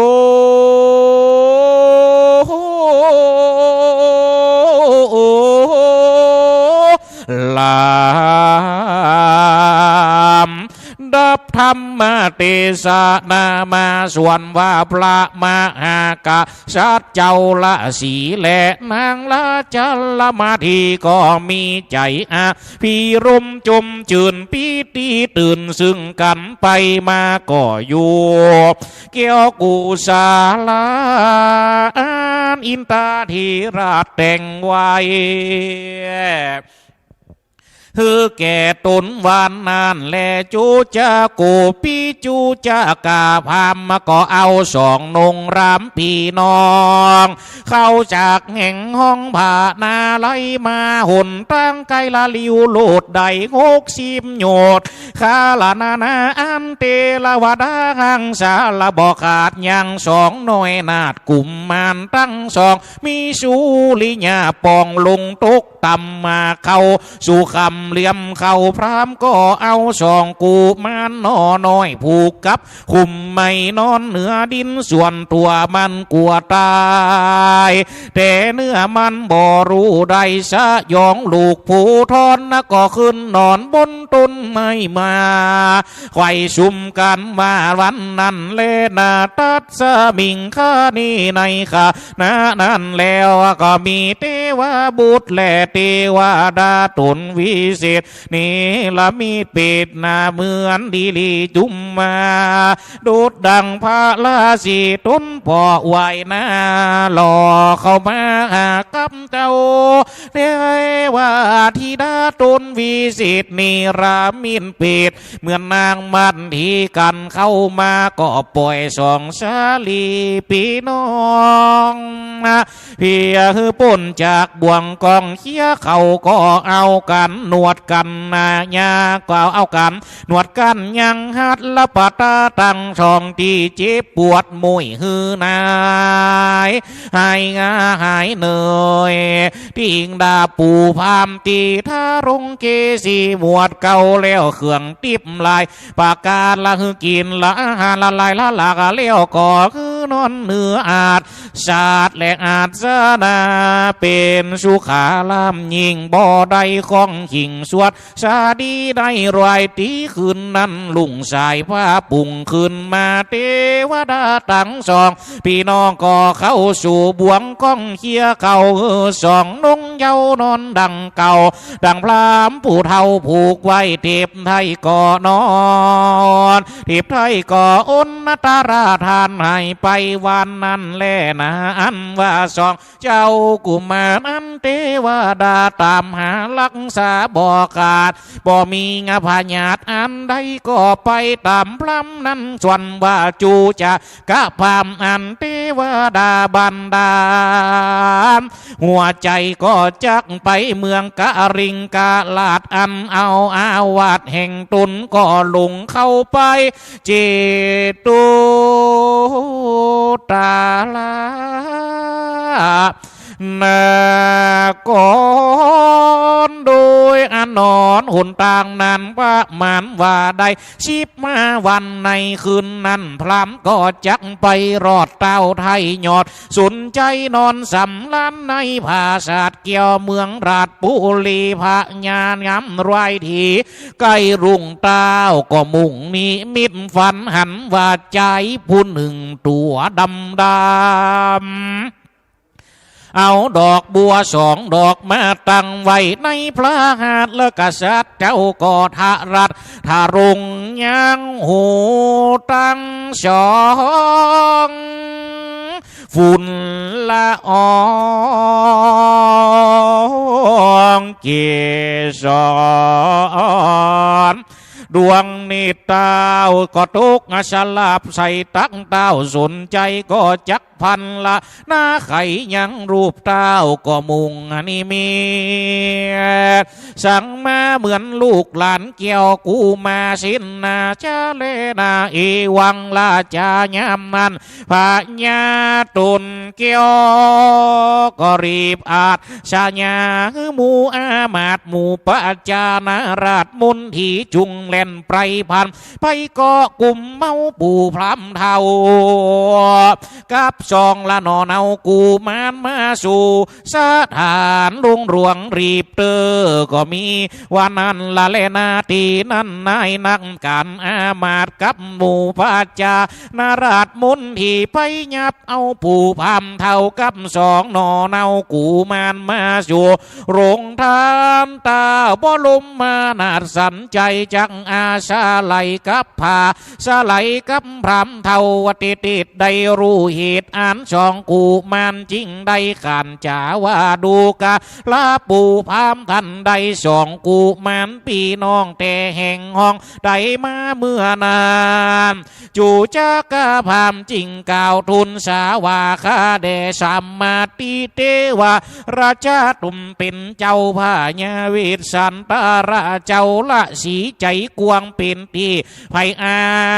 งไหลไปแห่งคนทุกข์เข็นใจแม่นมันพระละสีตุนนามได้สร้างโพธิญาณจริงฮือ2 กูมันแก่ขาเท่าอันคุมเต่าเข้าไปก่อตันยกยอด้วยง่ายอันว่าไหวนาเข้ามาหาทีนั้นจาลีกุมาโรเจ้าจาลีตุนองค์อาจจริงได้พายสีหานาดกล่าวกรรมว่าโอกาสว่าข้าเดพระญาตุนเป็นเจ้าข้าจักกล่าวถึงพระปีตาเมื่อเจ้าเมียงมาสุนสอขับยังพ่อข้านั่นหนีไปอยู่ในที่บ่าไม้ทุกอยากไล่หล่อตายชื่อว่าข้ายิ่งใจจุยใจก็หาบ่ได้สักคนมามุงคนกวนขี่มา ตัวตีเตรียมอ่านจ้างปลายสารตัวสูตรปองเผื่อคาไรโหดดุงวันมีงาเมื่อปลามกูงาไรพันมายองเกาะนิวนองขอเอาเข้าตาลหันแต่ล้านแก่นไทยตั้งสองเต้าบ่อปองเอาไว้จริงได้จุกใจปิ่นตานบ่อใจปางลักลานปู่พญาหากกันหักโจนเทนาเลนาปู่เฮ้ยเมื่อนานพญาสนใจที่ราชได้ยินเจ้าจาลีกูมาอาจนาขาบตุนสาจริงได้ไขว่าจะตอบถอยว่าดูลาชาลีกูมานลานหน่อยลักปู่เอ๋ยเจ้าอย่าก่าวกำฟองหือถูกต้องหัวใจหอละไทยกูปู่ร้อนว่าวูเหมือนดังกองไฟกันว่าอันใดเป็นเต้าราดนั่งเหนืออาจหาความผาสุกบ่ได้เลนาลานเฮยกิมักกิทากิมักที่ยังโดยมีแต่เลช่องขาหลานเป็นนากานักงาบน้อยว่าเต่าใดเจ้าอย่ามาย้ำใจตุนปูจุงกาวลูจูอันมีเขาของมีบ่ไรจังตังแต่นี้ปู่พามใดสุกเลนากูมาปีงาโรปีเจ้ากูมานก็ได้ยินดีโอกาสตันมาปู่เต้าจริงมีใจจุ่มจืนเจยบานจริงได้ทุนสารกุ้มเก่าเพื่อคือปู่พญาปิ่นเจ้าได้ฟังตามพระปีตั้งสั่งไว้จริงดาหือลูกเกี่ยวปิ่นตันแก่พระมานาจารย์ผู้เท่าอันข่มเต่าเข้ามาขอแลนาตาตูเมื่อนั้นเต้าสนใจญาที่ราชราชาจริงได้ปุ่งอาจญาอามาตนาผู้ชาราชโดยอาการจริงได้กล่าวกำงามว่า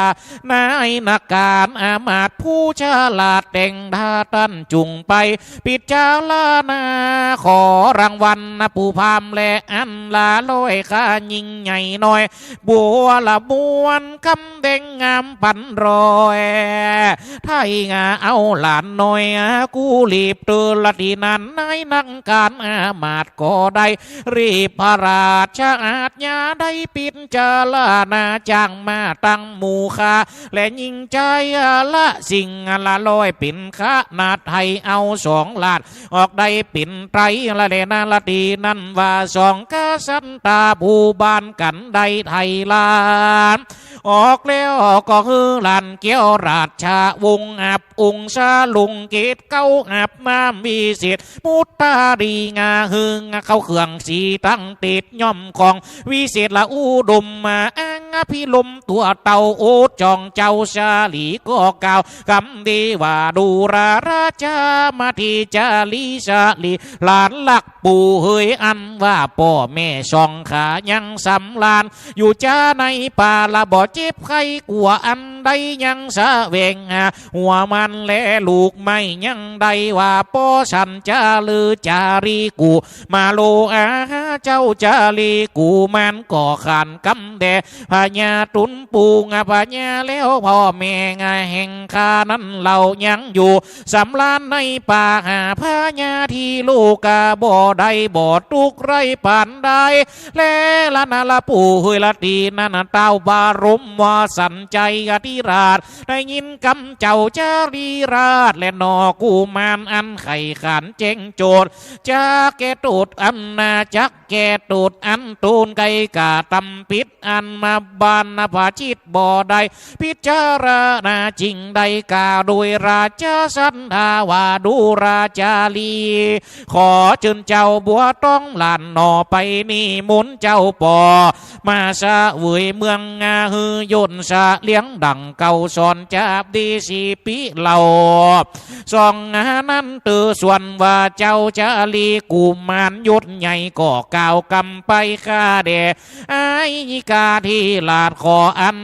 เจิญบรมมานาดปูงพญาญาตาไปลุงลาดแล้วอุตสาพิสิกลูกเกี่ยวเลี้ยวก็ลวดนำมา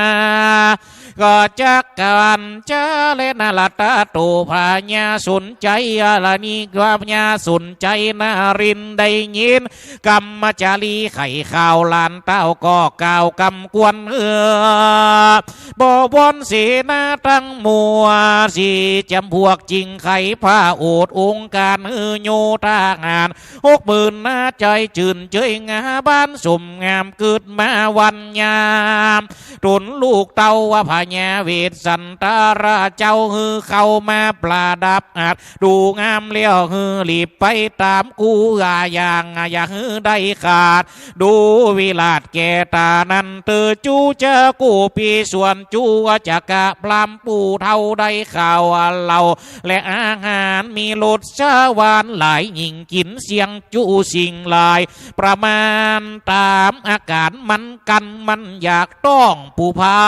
มพรากมานานกินอาหารตามมักใดอาหารกัดยังไหนใส่ไฟต้องไม่ระบอตันต้องติมตันอุ่นหยุ่นบุกงอกปากปูพามมาควมอันอยากก็จักกินจุอันเมื่อนั้นอยู่เรือนบ้านเก่าเต่ากินฟักบุงใส่กุ้งเละตัวปัดนี่มันได้กินตึงขางัวเละหันต้มกินตั้งจิ้นส้มและป่าจิวแกงนางนิ้วใส่ซุมกิ้วบลมสักอันพามมันเนี่ยมึนตาอยู่พามเท่าปูก้อยกิ้วงานละงานกินยังแมงมันและอึ่งยางกินตังหมากเป้าและหมากตาลกินตังน้ำหวานและหัวเพียกกินตังบ่อเลือกบ่อแยงกินตังแต่งตังกินตังแต่งตังเต้ากินยังเข้าสาลีของกินมีหลายหลากปูเท่าก็อยากกระรอนกินละมามอน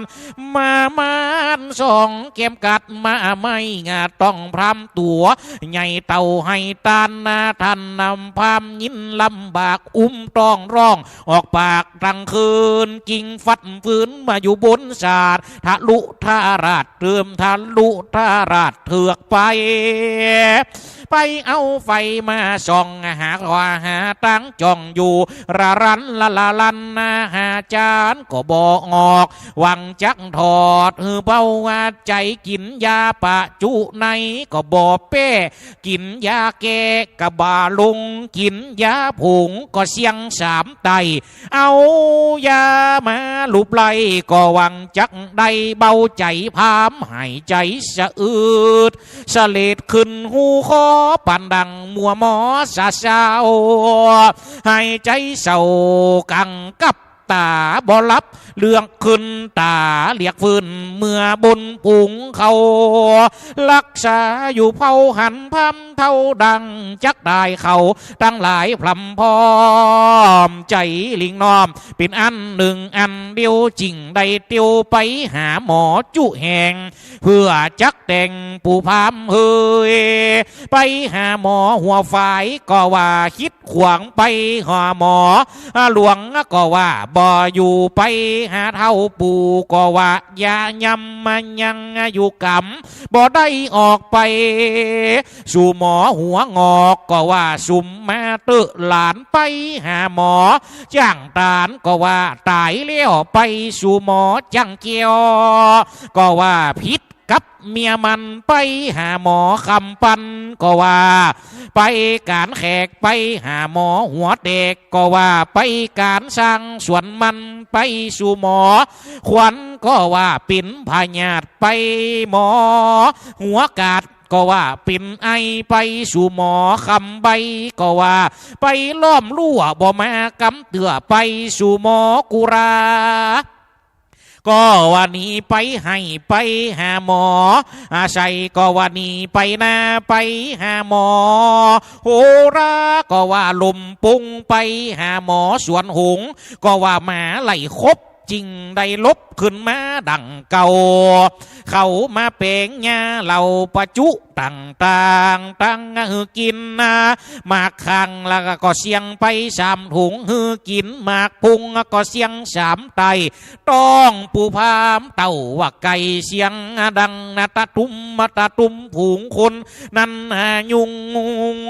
เป็นหมู่นั้นเช้าอยู่อึงอังว่าปูพามมาเราจะตายเสียเลี้ยวพองก็เบี้ยวปากและไข่หัวพองก็กลัวบอกเข้าไก่พองก็ตีกองสะบัดใจไปตะตาดตาดตีเหือพามใจขาดเต้าตายแลนะเขาก็จริงมาหาปูพัมเท่าเอาไปไว้นอนเหนือเด่นเขาก็ว่าเราจักได้พาแผ่นไหนมาปุกพ่องก็ปุกเอาเบียไปยังกาดพ่องก็เอาผ้าขาดมาผืนหนึ่งเลี้ยวเอามาปุกหัวกระบะกุมนาบ่หุ่มเขาก็บ่นาเขินสองขาตาลับลิบหลีพ่องก็ว่าอิวกูนี่ยินกวงท่านนั่งหัวปองขยัดลายเด็กน้อยป่ายอยู่นะหนุ่มเขาก็กลัวปูพาม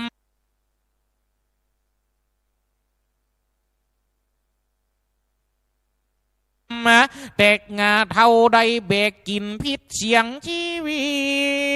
ตมรณะอยู่ในภาษาหอใจก็มีเลนะเต้าบ่ลุมมาสนใจก็ฮือลิมไว้สุงชะการปูพามมืออยู่ปอยย้ำผู้ขาหักฮือมาพร้อมไปนะผงขาหานก็ฮือมาอยู่อย่างจ้าก็ฮืออยู่ไปหลังหมูตาฟางก็ฮือไปตีกองหมูตาปองก็ฮือไปตีกองผงหมูจังฟ้อนก็ฮือไปตีเสงผงปากแหว่งก็ฮือไปเป่าแน่ผงแขนแกก็ฮือไปกำชัดพ่องก็ว่าย่างพ่องก็ว่าไปหันหัวไหวอยู่น่ะหนุ่มผู้ตาสุ่มก็คือมานำตางผู้ตาฟางก็คือมากำไตงาผู้หูหนวกก็คือมาตีกองผู้ตาป้องก็คือไปตีปาดนุ่งผ้าขาดสุยชายผู้แขนลายก็คือมาปิ่นจังฟอนไปตั้งหลังผู้แขนหักก็คือมาตีเชงผู้ตีนขยงก็คือมาตบมือผู้เท่าก็คือมาถือหวีและศาสตร์ผงปากเดียวก็คือมานั่งดังไฟเขารำไรสุกเศร้าพ่องก็ว่าเศร้าเล่าเฮ้ยกึนเก้าเราจักเสียปูพามเท่ายังตีใดจะจักเสียยังน้ำก็ไว้กินป่าจักเสียยังน้ำแล้วก็ไว้กินเนียวจักเสียยังก่อรวกก็เอาไว้กินหางจักเสียยังจอมปวกก็เอาไว้กินเห็ดจักเสียที่ป่าพักเพชรก็เอาไว้กินดอกจักเสียที่ป่าพักนอกก็เอาไว้กินใบจักเสียกลางต่างก็ว่าเยี่ยวว่ากลัวเขาด่าจักเสียในป่าก็กลัวว่าเขาเจงจักเสียไก่หัวก็ว่าเอาไว้ไตจักเสียไก่ตนไม่เป้าก็กลัวเป้าบ่หวานจักเสียไก่เก้าตานก็เก้ากาดกวดกลัวเก้าตานบ่ใหญ่จักเสียตีไก่เก้าไผ่ก็เอาไว้กินหางจักเสียตีไก่เก้าช้างก็เอาไว้กินหนอจักเสียน้ำบ่อก็ว่าจักไว้ตักกินจักเสียในสวนพักกระถินก็ขี้เลียดนะกลัวว่าได้ยำใส่เลียดใส่ยางจักเสียไก่ไม่บงก็บ่นะจักเสียไก่ป่ายาก็เอาไว้หึงงัวกินจักเสียไก่วัดก็กลัวผีหลอกจักเสียไก่ที่เก้ากอกก็เอาไว้เป็นยาจักเสียที่ป่าคาก็เอาไว้เกี่ยวจักเสียป่าหิวก็กลัวผีจะจังจักเสียยังวังก็เอาไว้กินป่าจักเสียที่เด่นขอกปูน ขาดห้องนอเมืองคนเอาไปเสียที่ขี้แห้งหยอดเปียงกลางคาเอาไปเสียที่ขีบกาหยอดเปียงกลางน่องนิมนต์ตุเจ้ามาบังสะกุลเพียจักปู่พามเพราเข้าไปสู่สาวรเขาก็อาลาธนาตุเจ้าไปวัดน้อยก็ว่าจุดขวางไปนิมนต์ตุเจ้าวัดหลวงก็ว่าเราไปบ่ได้ไปนิมนต์ตุเจ้าวัดไตก็ว่าเฮาบ่เคยมือไปนิมนต์ตุเจ้าวัดเหนือก็ว่าปิ่นตุ่มไปนิมนต์ตุเจ้าวัดลุ่มก็ว่าขาแข็งไปนิมนต์ตุเจ้าวัดมิงก็ว่าบ่ไปบ่ได้ไปนิมนต์พระตุเจ้าวัดมานสำหายก็ซ้ำบ่ว่าไปเตียนเนอไปนิมนต์พระอโยธยาก็ว่าบ่ลังละบ่ลังไปนิมนต์ตุเจ้ารานจางก็ว่าเราต่างภาษาเขาก็เลยไปนิมนต์ตุเจ้ากุราหูลึงเป็นคนหน้าไก่อึงตึงได้อยู่ตูนเดียวเลนาอันตุเจ้าเตียวเข้าป่าหิวมาปากก็เบียวกลางก็วีดลิมปากก็เศร้าเก้ากลางแล้วก็มาปิ่นหยุ่มขี้ปุ่มก็มาเต็บหนังเกือบก็ถือมา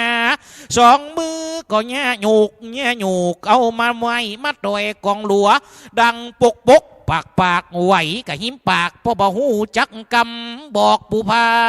มเอาปอนเนอปู่พามเท่าเนอปู่พามเท่าบินหลังขึ้นสู่จันฟ้าบินหน้าเข้าสู่นางอุกอเวจีกองว่าปะตีดีคือปันได้คดได้คายกองว่าปะตีหายคือจุ่มอยู่หันเมินก็มีแหละนะ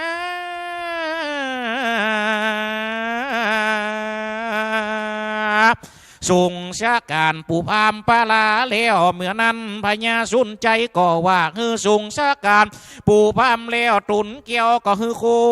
นตั้งหลายล่องเปล่าถามว่าข่าวมีญาติวงศาทุกสลอกก็บ่มีไผมาก็บ่มีจัดเจือปู่พามก็แล้วและนะบ่มีไผจักมาสืบต่อภาษาอันดูวิราชเปิ้นเปล่าแหละนะส่วนเต้าสาลีสุนใจผู้ทอนเจ้าก็เฮือสองกุมารอันเป็นหลานตันเต้านำพุนไปก่อนหน้าหลานเจ้าฟ้าก็ไปโดยปาลิวานหลวงหลายเสด็จภาคจากนครใหญ่จากลุดมาราชเจ้ามหาเสนามาตก็ติดตามก็มีวันนั้นแลนะ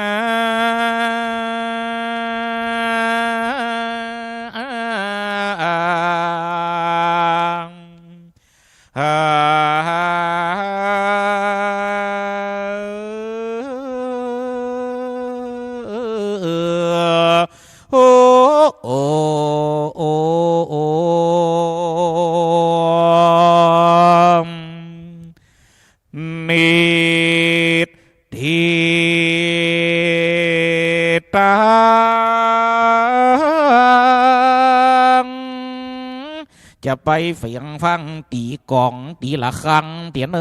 กรรมการหนุ่มเท่าอดใจฟังไป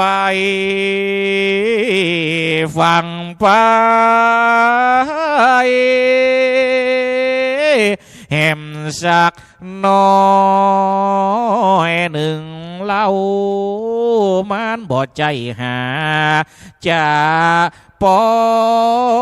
มเบินทำมาราชโอกาสส่งเสริมแต่งกา เพิ่มเติมอำลาแห่งห้องบาดนี้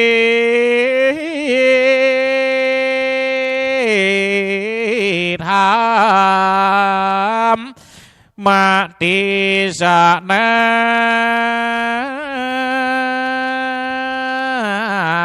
จะตะกะเจ้าตวนเตียวเลี้ยวเหล่าหนอยามแรงตะวันกายฟ้าเมืองอินทาแรงตะวันลุงแรงขอลาจากนี้ข้าขอราธรรมาสอันงามหลังนี้ขอลาศรัทธาที่ฟังอยู่นี่จูคุณขอให้ได้บุญได้กุศลให้เป็นมงคลสืบต่อไปนะ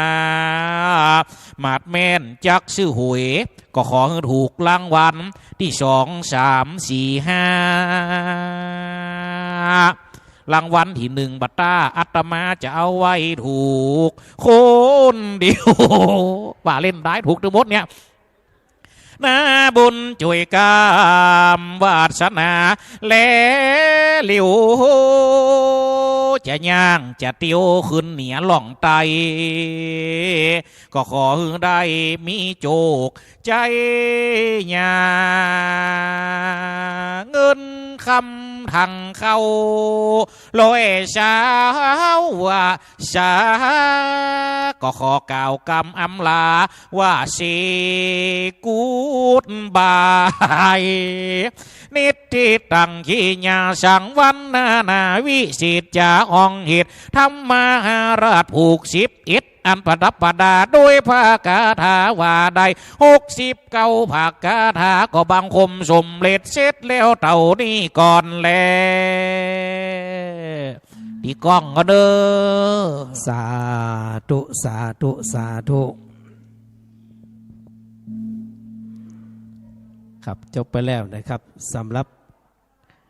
กันตี11ครับมหาลานโดยท่านพระอาจารย์ดนุพลมุนีวังโสนะครับองค์พระธรรมปกติกงเตศวัดห้วยแหนจำเพอใจห่มนะครับเจ้าภาพก็ไม่อ้วนอดเก่งปอกขันแม่แดงลาวพร้อมได้ลูกหลานกุคนนะครับนายเสงนางนัฐานางสาวคริสตันนายเจษตินสยามลาว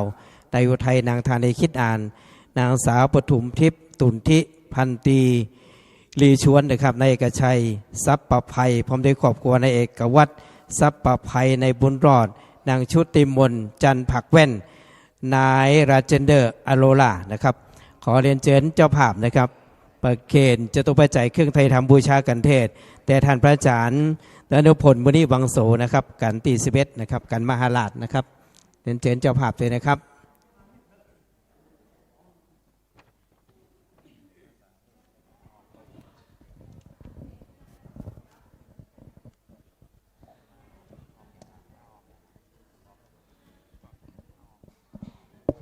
เรียนเชิญเจ้าภาพเลยนะครับ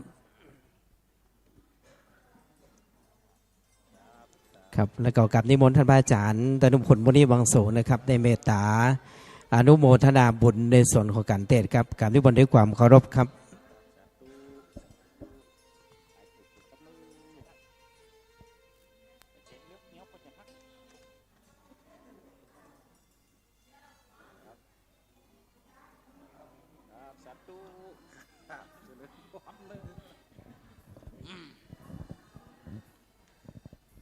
เจ้าเก่าเงามูลละศรัทธาธรรมเตชะนามหาลาภนอ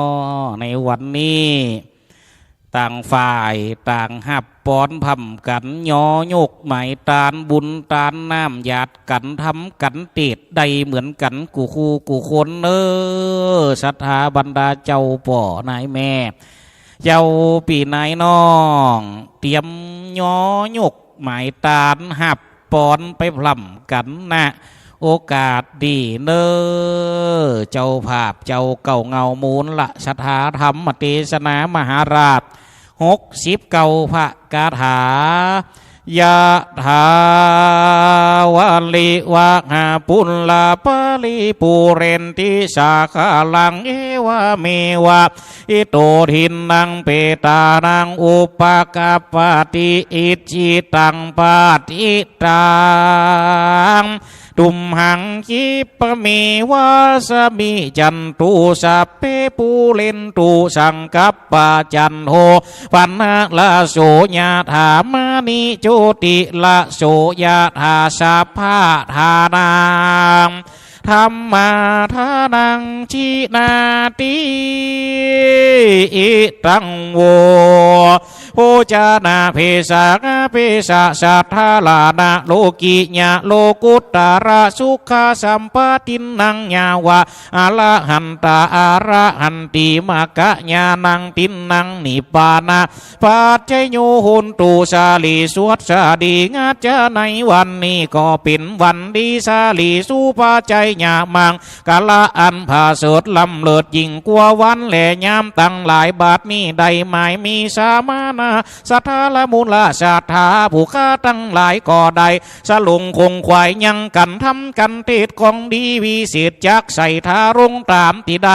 กดเส้นจื่อมาและบ่อใดกดเส้นจื่อใดเจาะใส่หัวยอมาใส่เการำทำบุญตานนี่เรา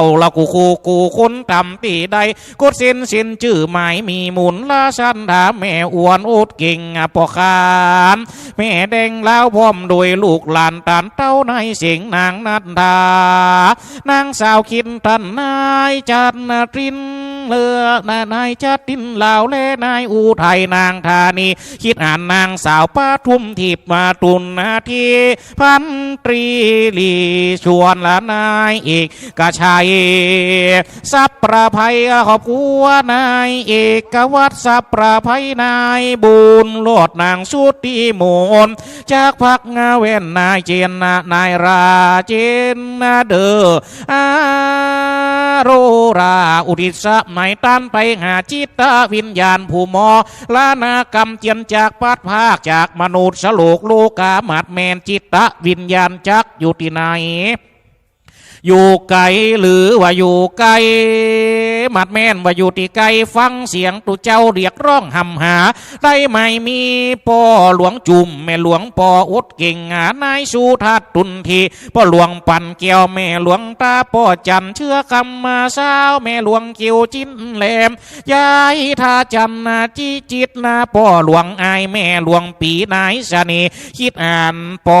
ปั่นเด็กหญิงอยู่พินเท่าลาเด็กหญิงพอละพินติดชัยพุทธปุติเทวบุตรและเทวดาพระภูมิเจ้าที่แม่นางทรณีตุงที่สถานบรรพบุรุษอันใดหลวงลับตายไปแล้วนับว่าจิตจินเต้าเป็นเดนเซนจินข้าขุนเป็นพระมารจักปินปู่ย่าตายายพิตามารดาละครูบาอาจารย์ลูกหลานตันเต่าเจ้ากรรมนายเวรสัตว์น้อยสัตว์ใหญ่สัตว์ไตเลียดินสัตว์สีตินสองตินบ่อใดสัตว์อันหาปุ่มมาสัตว์บ่มีปุ่มสัตว์บ่มีใส่ตั้งสัตว์ไปบนหุนอากาศสัตว์ลาดตวยราตอละนีตั้งตัวกลุ่มตัวเปียบตัวแหลบตัวแบนอ่านมุลลาสัทธาใดกะทำกรรมโดยกายกรรมวจีกรรมมโนกรรมตวารกรรมต่างๆนาตึงต่อนาและรับหลังขอหือใดละลดปุตตูดอภัยญาตูดยกตูดอโหสิตูดแก่มุลลาสัทธานับต่อแต่นี่สืบไป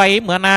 มุลลาสัทธาผู้ขาตั้งหลายอยู่ดีมีสุขอยู่เย็นเป็นสุขกายสุขใจสุขดึงภายในสุขดึงภายนอกโดยปีโดยเดียนโดยวันโดยยามหิมากล้าขึ้นปันร่ำปันรวยเงินได้เงินหิทองได้ทองเงือสมใจปองสมดังใจไฟกึดสิ่งใดเงือสมใจหวังก็สตังไหลมาบักขาดมีจุกมีลาบมีเงินหลายๆจะกล้าจะขายได้กำให้จากการกล้าการขายต่างๆนาญะให้ดอยถั่วได้งานญะนาขอได้เข้ามัดแม่นมุงมาดปัดหันนา ในสิ่งอันใดนั่นเล่าฮือใดสมดังกำมักกำพาฐานาซื้อหวยถูกรางวัลที่หนึ่งรับได้เงินหมื่นตื่นใดเงินปันฝันได้เงินร้อยเก้าจะน้อยสิบจะน้อยก็ได้สักแสน200,000นาบุญโปแกนหลายแหล่หมัดแม่นจักรับก็ขอฮือได้เงินหมื่นหมัดแม่นจักตื่นขอฮือได้เงินปันหมัดแม่นจักฝันขอฮือได้เงินแสนขอนาบุญหักสมหักษาเงินคำไหลหลังทางเข้ามาป่าดุดจะดังหน้าไม่มหาสมุทรคงคาละบ่ได้ฮือแหงไปเสียยังหาดบ่ได้ฮือขาดไปเสียยังวังสตังอย่าได้ฮือขาดกระเป๋าจะเกจะเท่าเป็นคนมีกำลังวังชาแข่งขาบ่ปวดตัวบ่มุ่ยใครอยู่เป็นลุ่มโพไซกับลูกกับหลานอายุมันยืนนานตีคาเตียงเต้าร้อยสาวขบเข้าวาสานันจุงจักมีเตียงแต่ดีหลีสมดังบาทพระคาถาบาลีพระพุทธเจ้ากล่าวว่าสัพพีติโยวิวัตสันตุสปะโลโกวินาสันตุมาติภาวัตตวนตลาโยสุขีติกายุกุภาวะอภิวัตนาสิริสานิจังวุฒาปัจจยีโนจัตตาโลธรรมวัตตันติอายุวันโนภูขังวาลังปวัตตุสัพพมังกลังละกันตุสัพพเทวตาสัพพพุทธานุภาเวนัสตาสุติภวันตุเทภวัตตุสัพพมังกลังละกันตุสัพพเทวตาสัพพธรรมานุภาเวนัสตาสุติภวันตุเทภวัตตุสัพพมังกลังละกันตุสัพพเทวตาสัพพสังฆานุภาเวนัสตาสุติภวันตุเต สาธุสาธุสาธุสาธุจบไปแล้วครับกันตี11ครับมหาลานองค์พระธรรมบังคลึกองค์เตศครับอาจารย์ดนุพลมุนีวังโสวัดหัวแหนอำเภอเจ้าห่มลำปางนะครับซึ่งเป็นพระนักเตศฝีปากเอกจากอำเภอเจ้าห่มนะครับและก็ท่านอาจารย์ท่านพระครูธีรพงศ์เบสิทธิ์รองเจ้าคณะอำเภอวังเหนือเจ้าอาวาสวัดบ้านใหม่และก็คณะสัตยาวัดบ้านใหม่ขอนมัสการขอบคุณท่านอาจารย์มหานพดลสุวรรณเมธีเจ้าคณะอำเภอวังเหนือผู้อำนวยการวิเลยสงฆ์ลำปางนะครับเจ้าอาวาสวัดบรรพสถิต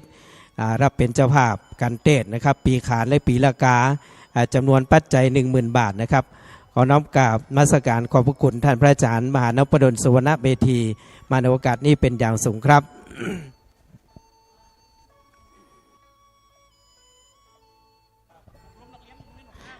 ครับและกันต่อไปนะครับก็จะเป็นการที่12ชักกษัตริย์นะครับองค์พระธรรมกถึกองค์เตศได้รับเมตตาปรมีธรรมจากหลวงพ่อพระครูโสพลพัฒนาวิกรมนะครับรองเจ้าคณะอำเภอเมืองปานวัดบรรทุงอำเภอเมืองปานลำปางเจ้าภาพกันเตศนะครับอาจารย์ท่านพระครูปัญญาพนารักษ์เจ้าคณะตำบลวังเหนือและก็อุทิศไปหาหลวงพ่อพระครูวรธรรมานุสิทธิ์หลวงพ่อพระครูวิริยะวรคุณปอนานไม้ไม่เหลืองประขันเทบุตรเทวดาครูบาอาจารย์เจ้ากรรมในเวรสรรพสัตว์ทั้งหลายนะครับ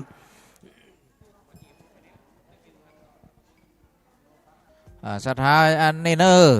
แรงนี่กันสุดท้ายละอดเอาหลวงพ่อเป็นเตดมอนนะเตดมอนเป็นร้องเจ้าคณะอำเภอเมืองปานบ้านทุ่งบนนะเปิ่นมาไก่แจ่ซ่อนบนเนอเป็นเตดมอนนั่นอดเอาเดี๋ยวนี้แฮมพูกหนึ่งเดี๋ยวก็ไปกินข้าวกินน้ำแล้วก็ฟังคืนบนแหมสักถุ่มหนึ่งนิมนต์คนนั้นแก้วต่อไปจะได้อาราธนาธรรมนะครับชักกษัตริย์มหาราชาปะปังนิติตังก้อยกาดมาเถิงคัตติยะจาดกันรวยเรืองบ่อเศร้าปังเมื่อ6เต้าเจ้าเข้าสู่สมาคมเต้าตัง6ตนกับต่างริปนโพไผ่ฟ้าก็เอากันมาน้อมนาลวดไต่มดหาฝนตกมาจ่วยล่างหนอพระเจ้าจ้างลวดคืนมาปันทนากาถา36บอกกาดโภคาขอใส่ละน้ำกาบสัก3 4 5 6บังและก้อยตังนะโมไปแลนาอนุกรรมปิมังประจังอาราธนังกะโรมา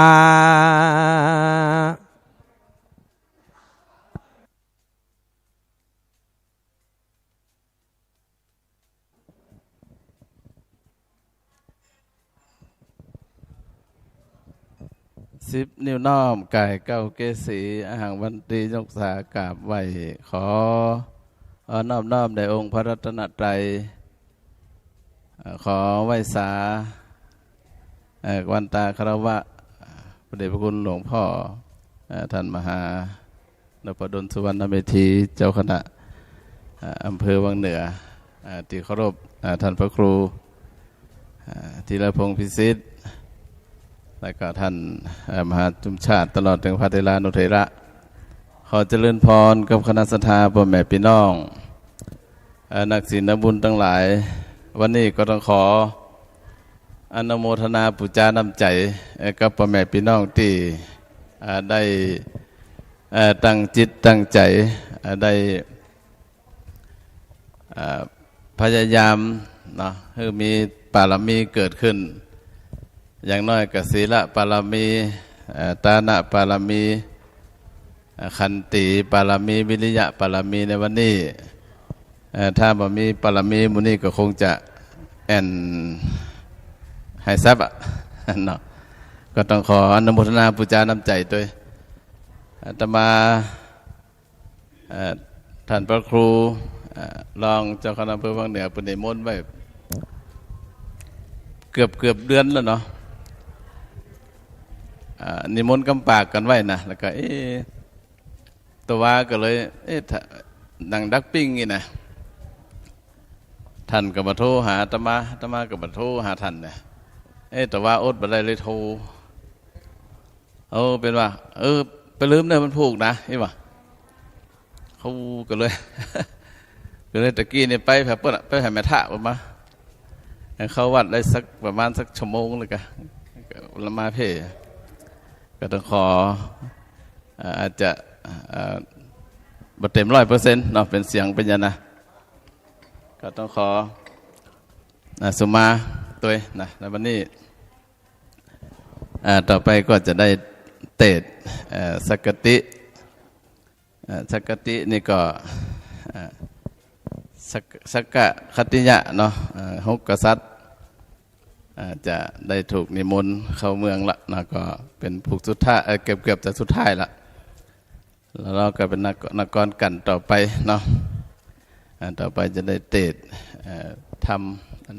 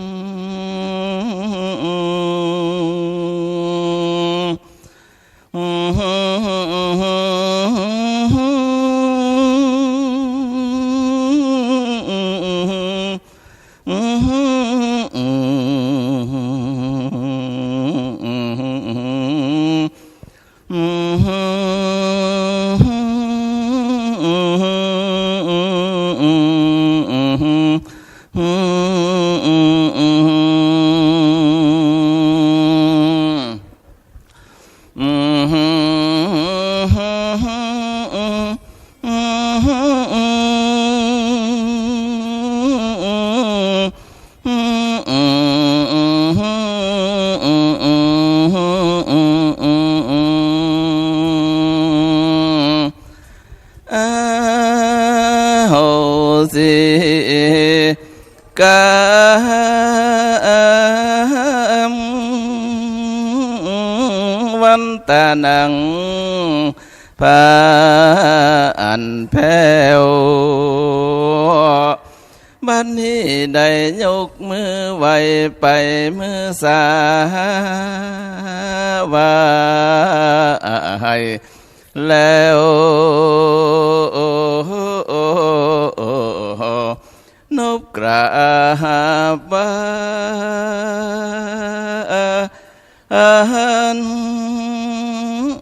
ตี10 นิ้วน้อมกายเก่าเกสี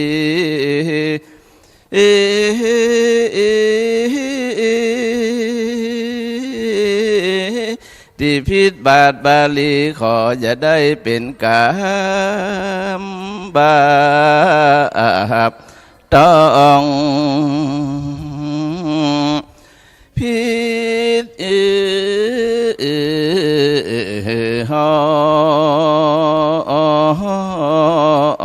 องขออย่าได้เป็นโทษมูล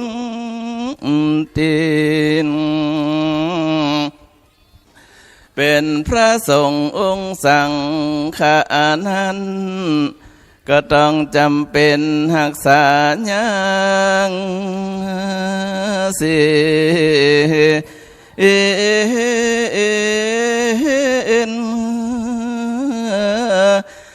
บ่เหมือนคนเตียวดินมนุษย์โลกลาบ่ได้ทำมาหิกาเหมือนปอกสา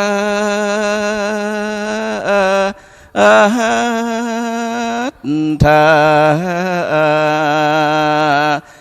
เป็นทุกข์เป็นพระสงฆ์เจ้านั้นก็มาเป็นทุกข์ด้วยปากและจะ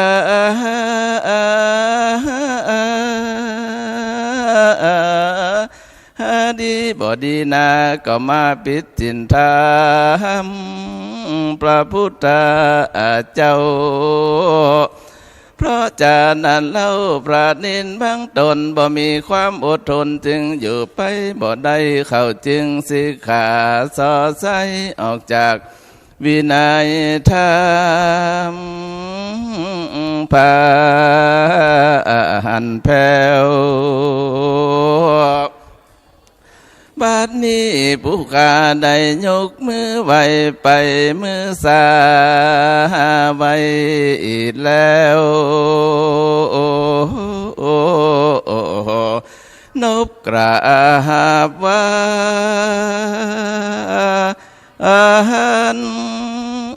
ตีเหล่าและดี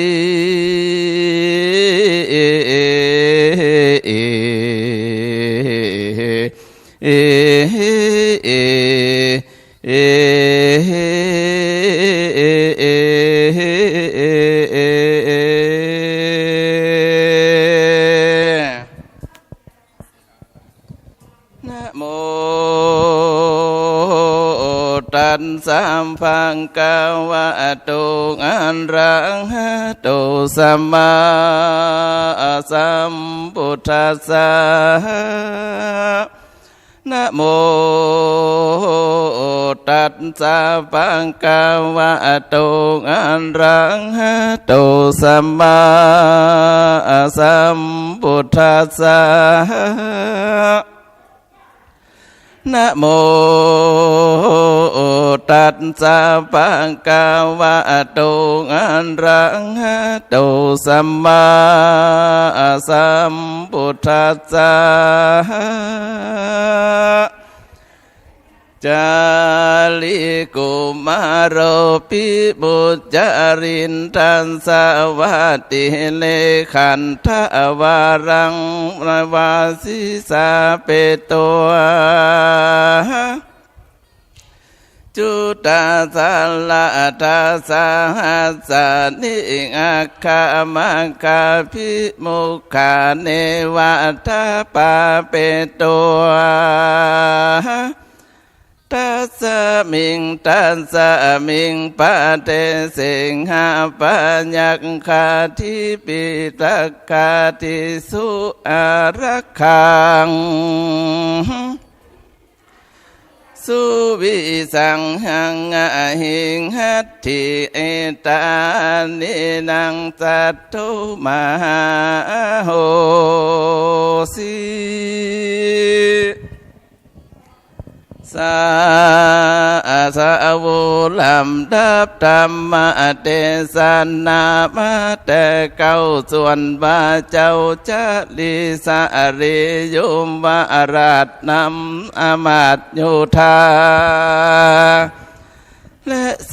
นามวลหมู่เข้าไปสู่หิมมาปันถึงสถานป่าไม้ที่จิมไกลปกกรณีอนงามดี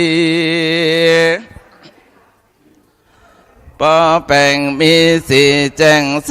มอกันเจ้าจอมขวัญนอไทยก็ฮือตับใหญ่นำนายังรอราไว้แล้วหัวลุดแก้ว14,000ปาน ไม่พาดผ่านตั้งต่อเป็นหลอดตั้งมาหือแต่งดาอยู่เผาเปื่อบองหือเนื้อปลาเสาราวียังราชสีและเสือคงเสือเลี้ยงอันนอนเลี้ยงในป่าแรดจังลาไพรสนเสียงลิปนสะเศร้าสะนานาดาวดวงตาลเสียงมาอนันต์นิ่งแห่นเสียงจังแสนเหลือหูเสียงกงทาโนปานฟ้าฝาดเสียงรถอาจยำเตียวแดนดงเขียวมีกองมีควายห้องหิมมาปานในสถานที่อยู่ใกล้แก้วกุศลาก็มีหวา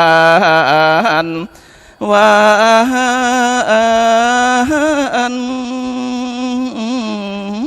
ั่นนั่นแหละนาตะมาทางพระกาเซนโตสัทธาอังหาสัทธาสัพพัญญูยอดซอยหันบาทถอยบาลีพุทธหลังมีไปแจ้งพระจริงแจ้งเตนสันนาวาเตสังสุตตัวนานิงโคสังพิโตเบสันตะโรอหุดังนี้เป็นต้นว่าปิกะเวดุลาปิกุทั้งหลายอันเป็นไสอริยจัตอันนั้นว่าพระญาเวสันตาละราชบุญมีบวชเป็นราศีอยู่สร้างในป่ากว้างไพรโสนยินเสียงโกลาหลมีกองเกิดไขว้ห้องไพรลงไพรเต้าทุกใจเหลือขนาดก็กำแขนนางราชมัดดีลีพระนีบ่อยู่ขึ้นไปสู่จอมเข่าตนองค์เราพันแป้วได้เก่าแล้วซึ่งนางแก้วแม่มัดดีว่าดูลาสายสะลีเฮย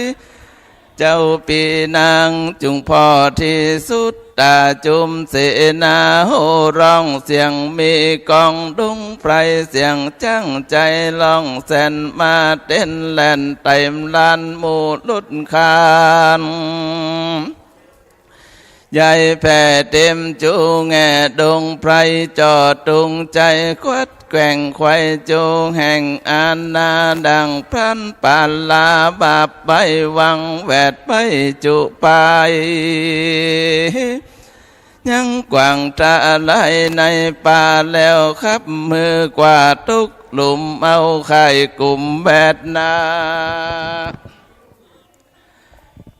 ตั้ง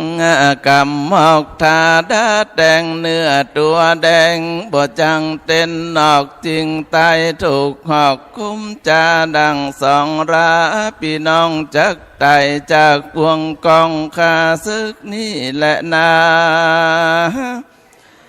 นางมันที่น้อยนาดฟังโอวาทวาทีแห่งหนอมุนียอดจอยนางพอค่อยไปมาก็หูว่าเป็นโยธาเมืองเก่าหันนางจริงลมเล่าเจียนเจ้าวาคานแด่มังหาราชเจ้าตนเป็นปินเก่าเหนือหัวคอจะได้กลัวเหลือขนาดข้าศึกบ่อาจราวียังตนบุญมีเจียงเจ้าหือโศกเจ้าตึงตายเป็นดังใจผู้หนึ่งเราเอาเฟืองเข้ากำเดียวมัดเป็นแก้วจี้ไฟใส่เผาน้ำใหญ่สากรน้ำบ่อร้อนมาจักหอนบ่อทุกคอนเป็นเปลวเฟียงกำเดียวทุกน้ำลวดหมอซ้ำหายตาอุปามาแต่ไทยไข่บอกไว้สันใดข้าศึกในโลกลาบอกอัดคาราบียังตน บุญมีเจียงเจ้าหือโศกเศร้าตายแง่ตายไปหนาก่ออุปาไม่ดังอันขอเจ้าปีจันปิจารณายังกรรมคุณอินตาตันเตาหังหากได้ยากล่าวไข่ปันว่าเจ้าห่อจันตนปอจักขึ้นต่อข้านิ่งหาเอาเสนามวลหมู่เข้ามาสู่ไพรโซนราดานาตนลูกเต้าไปเป็นเจ้าสะเบยเมืองยศจะเรื่องตัวนาบอดเนินจะหึงนานกำจะขันว่าไว้แห่งเต้าไทยอินตาขอสามีกาปีเจ้าเกิดลันนาลาเหล่าตามมีแดเตออันว่าพระมหาสัจเจ้าฟังกำนางนอนเอามาตีตัดเครื่องขี่ขาดแล้วก็ป่าเอานางแก้วลุงมาจากดอยผาไว้วองมาอยู่ห้องศาลาก็มีวาน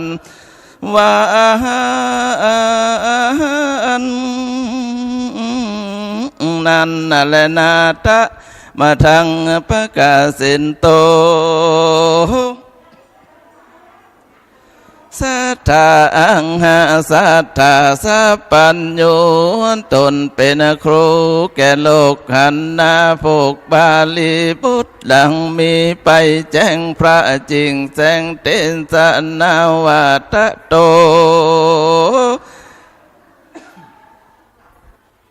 ตุเวนสันตโรราชาดังนี้เป็นตนว่าปิกเวดุลาปิกุทรงตนตะลงสินใจสละอัดอนวาปัญญาเวสันตาละราชบุญเรือง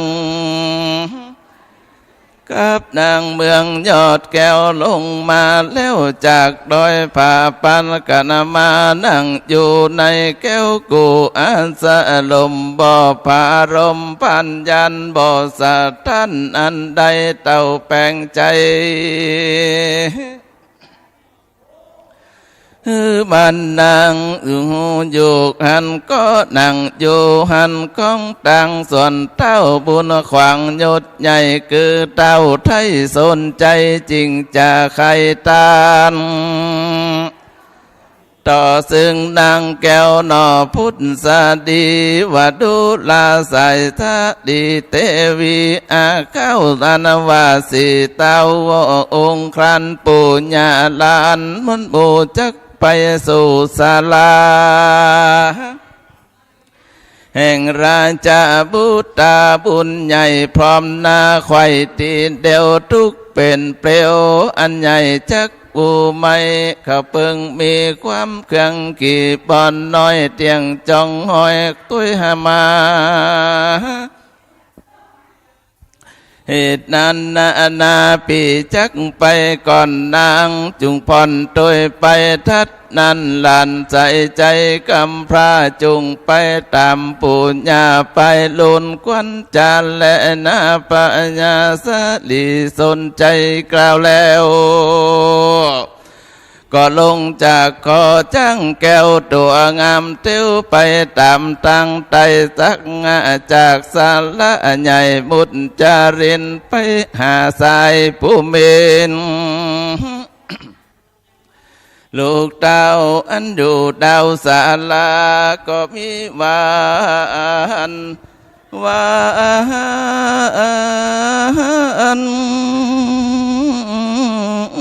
นั่นแหละนาตะ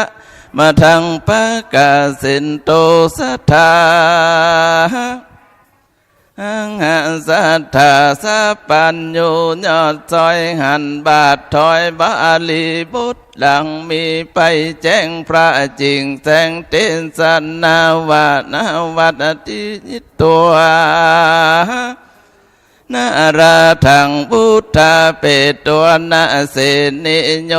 อังดังนี้เป็นต้นว่าปิกกะเวดุลาปิกกุตังหลายอันเป็นสายอริยญาจัดอันเชื่อนักปราชญ์ลงยานส่วนว่าเต้าปูบันยุดยาวมาจากดาวแดนไกลคือเต้าสนใจตนปอเกิดใจต่อพุทธาเข้าไปหาลูกแก้วได้หันแล้วหลวดจมบานส่วนว่าสององค์คันคัดติญญาจัดคือพระญาเวสสันตาราชบุญมีคือนางมัททีนอนเนาหันเต้าเจ้าเสด็จมาก็รีบรีราฟังเฝ้าได้อันนาไปหับเอาปอเต้าองค์คำแล้วและนำมาสู่ยังที่อยู่อาสาดมอันแล้วก็ตะไหวบังคมมาพิวาทแต่ปามบาทเต้าปุมมีส่วนวาดนางราชมัททียอดซอยกองเก่าถอยคำใหญ่ว่าข้าใส่ใจสะไปขอกราบไว้พระบาทไทยปิตาบัดนี้และนาส่วนพระญาสนใจผู้เฒ่าก็กอดเอาลูกเต่าทั้งสองทุกขีมองบ่อน้อยน้ำตาย้อยลำไหลไผ่มือไปลูบเนื้อใจอ้วงเอื้อคุณนาจักทำขี้ยาลูกเต่าจริงตาเล่ากันถ้าว่ากันจิโวกุสะลังดังนี้เป็นต้นว่าดูลาลูกรักหน่อใส่ใจเจ้ามาอยู่ดงไพรป่ากวางป่ำเป่งสร้างป่าระมียังอยู่ดีบ่ขาดป่อมีบ่มีปัญญาตมาเปลี่ยนจะลือสองใส่ใจลูกเต้าอยู่ป่าเศร้าดงตาลเลี้ยงชีวิตโดยหัวมันและลูกไม่ยังหาได้เพราะฉันจะหรืออันหนึ่งเหลือบและยุงบ่มาตอมไตงูน้อยใหญ่บอดราวีราชสีเสือคงมีจุลงดงดอนบอบมานอนไข่ควังตีจิมขังอารามมนสัตไรต่ำในป่าเขาบ่มมาลาบมาเปลี่ยนจะเรือเมื่อนั้นพระมังอาสัตเจ้าจริงตาณเหล่ากำไปว่าอัตถิโนจิบิงกาเทวการดังนี้เป็นเก่าหันนาว่าคานได้เจ้าปิดตาเขาส่องขาปิดน้องอยู่เทือนทองดุงตันจุมหัวมันและลูกไม่ยังหาได้พอกินเหลือบยุงบินได้ซ้ำงูน้อยพรำยังมีสัตว์ดงรีปังดวลายบ่ต้องไปมาเบียนชัดและนาคันแด่ป่อพระญาเป็นเจ้าข้าลูกเต่าทั้งสองทุกได้ขีบมองทุกอยากย้อนได้ปรากจากสมบัติโตมานัดมาต้องสอนข้าปีน้องทั้งสองได้หันกองแจงส่องคือหูจองตั้งดีตวนดังตาเหมือนดังสารละที่ทวนนาสอนหือมาตามกรรมทุกหน้าดำวันลายแลคือทุกบ่ได้หันหน้าป้อมแม่ทั้งสองนาและนาเอวันจะปานนาวัตตัวกันนาพระมังอาสาเจ้าเก่าดังนี้แล้วจักทำหาลูกแก้วสองสาลีจริงไขว่าที่โอกาสออกเป็นบาทคาถาว่าเยปิเต สิงาวิเศษสะดังนี้เป็นตนว่าคานแด่พระปิตาเป็นเจ้าอันวาดนอดเนาสองสลีคือเจ้าจารีงามจืนจอยและนางนอดน้อยกันหาแม่นเป็นลานพระญาณอไทยกวนจักใดสืบตันตะวงศาเป็นปัญญาปับมาดาวนั่งเต้นเต้าสะเวยลมบทไปตันสมองค์โอกาสก็นะคะก็ปราศาสตร์เป็นตันแก่พระมานาจารย์ผู้เท่าอนาคมเต้าเขามาขอส่องสบพี่น้องแกว่าหลวมต้องแม่เต้นนาตันไปดังจ้าไอยะติหลังใสจำแล่นดังใจน้อยแกว่นตีงัวพอจอมหัวยังบ่งหูว่าสองข้าอยู่แดนใดขอดิบไปไข่บอกเกล่าวงูเข้าเร็วปานนั้นแดดเตอเมื่อนั้นเมือง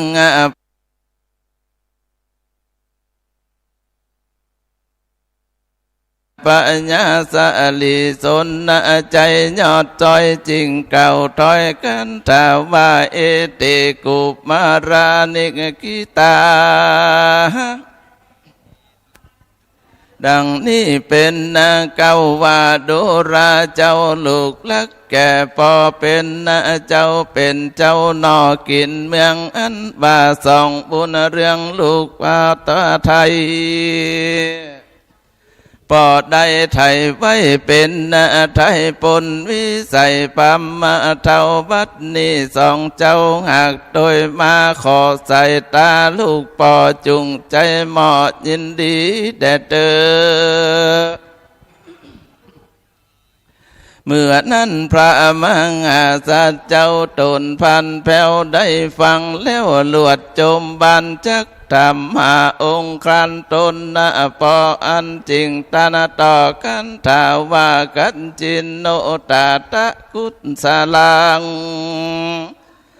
ดังนี้เป็นนางเก่าว่าคานแด่ปอเจ้าพระงาญาอันว่าโรกาไหลแลบอมมาแผ่ถึงตนทุกกังวลกิ่งครองบอกมาต้องหอดละไทยหัวใจปอเจ้าได้โศกเศร้าเครื่องการว่าดวงตาแม่เจ้าเหมือนดังเก่าเริ่มอ่อนจะหรือเมื่อนั้นปัญญาสนใจตนโยดยาวจริงตันนากล่าวกำไปว่าดูราใส่ใจลูกปอเปียติบอกก็มีมาในกาญาปอไทยบอกมือใครหนาวในความเครื่องใจใหญ่น้อยบอกจองหอยมาปานตานางนุ่งครันแม่แง่เจ้ายังเหมือนเก่าเดิมอ่อนและนามหาสัตนาเจ้าจริงตานาเก่ากำไปว่าคานแด่พระจอมไตปอเจ้าต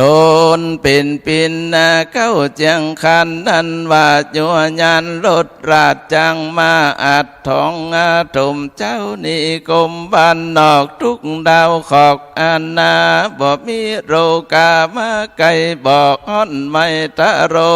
น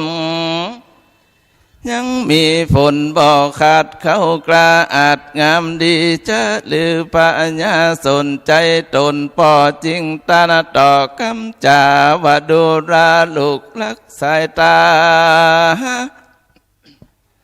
รักงาปอเป็นนาเชื่อนอสีเปียรถรายังมีไหลสัมบอลลูกคำสูญหายจังปังไปตัวใหญ่มาแก้วใส่อันคำยังมีนามทวนนาทีฮือปอขี่เตียวไปจุ้มไปไตสุกมากเขาว่าของหักไหลเรือฝนทุกจ จือดังเก่าให้หน้าเขาจืนจมมาดีและนาเอวังสันละปันเตสุตังเต้าตั้งสามปอลูกตันถอยถูกกำจากกันมีใจมันเจินโซในแก้วกูสาลานังพระญาดลยศใหญ่เกิดนางนาถไทยพุทธสันดีราชาเทวีภูมิแม่ข้านิ่งแผ่ในใจว่าบัดนี้สามจอมไตปอลูกดันถอยแย่ความถอยถูกเศร้าก็เตียงจักเบาบางควันกูนางไปสู่ยังที่อยู่บุตตานางพญากึดแล้วก็จังอากาศแก้วเตียวไปกับนางในมวลหมู่เข้าไปสู่อาสะลมก็มีหวาน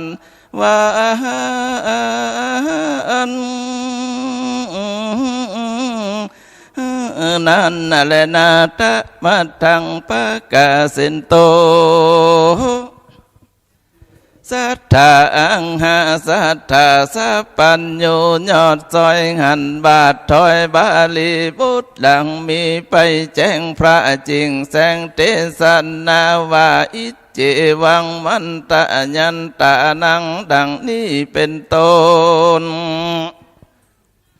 ว่าปิกาเวดุราปิกุตังหลายอันเป็นใจอริยจัจจานักปราชญ์รงยันตั้งเนื้อสานะเมื่อสามผู้บันปอลูกพงตันถอยผูกไปมานังปัญญาผู้แม่ฮักลูกแก่เลื่องใจกองปานังในมวลหมู่เข้าไปสู่ศาลาติบุตตานอเนาส่วนโพธิสัตว์เจ้าบุญมีหันแม่เทวีมาสู่ใต้ใจจืนสูดเลือดไหลแล่นพันไปไปไกลแล้วกราบไปอัญจุรีปันดังนางมันทิสะลีอังเข้าก็แล่นไปกับเก่าวันตาแล้วก็จะตันเก่าว่าคานแด่แม่เต้าเหนือหัวอันว่าตัวลุงเต้าขอกราบเก่าวันตาว่าวันนี้แลนนาเมื่อนั้นพระมังสัตว์เจ้าวัดนางนอดเอาแม่มัดที่ไว้นางพุทธสดีแม่แล้วแม่แก้วนั่งอยู่แล้วสันนิยามนั้นเจ้าจารีน้อยนาดและนางแก้วอาจกันนาผู้โสภาบอดน้อยงามจื่นจ้อยเจียงคราน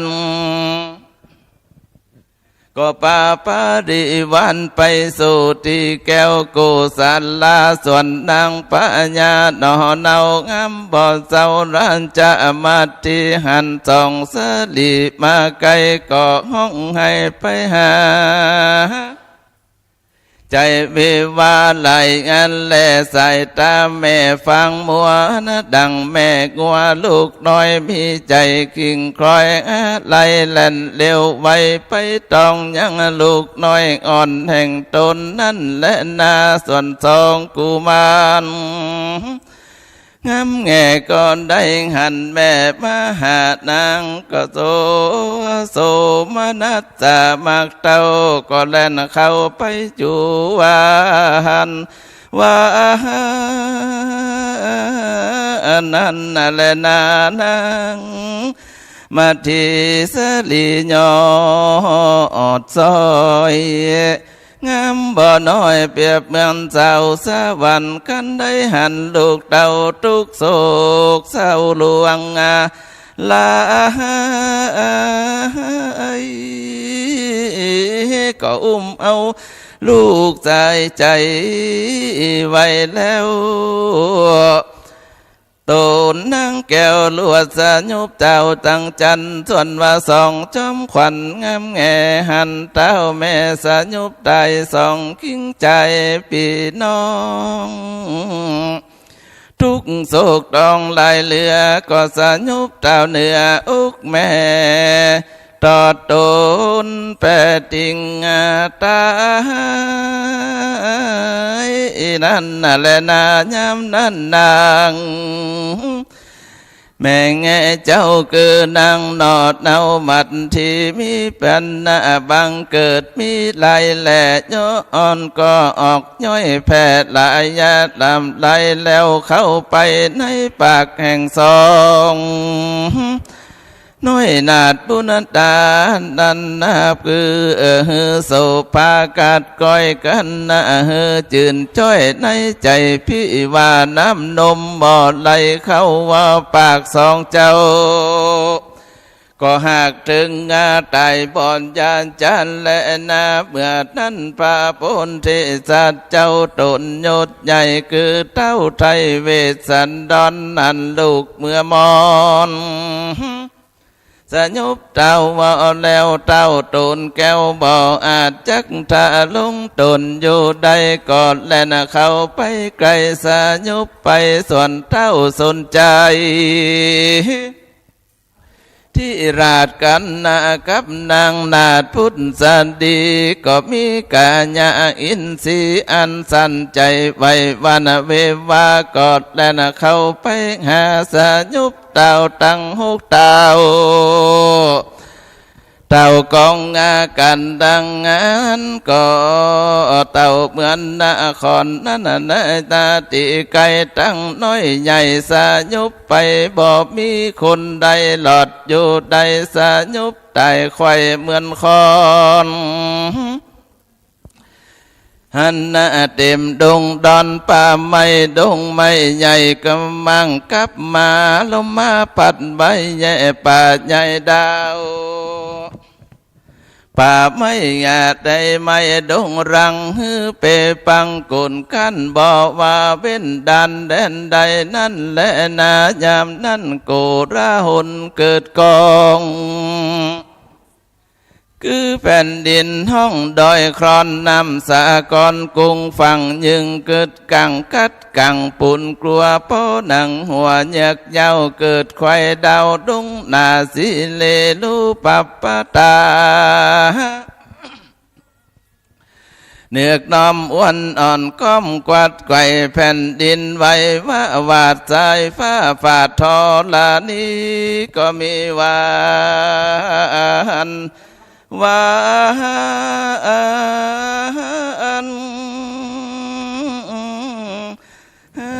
นั้นแลดี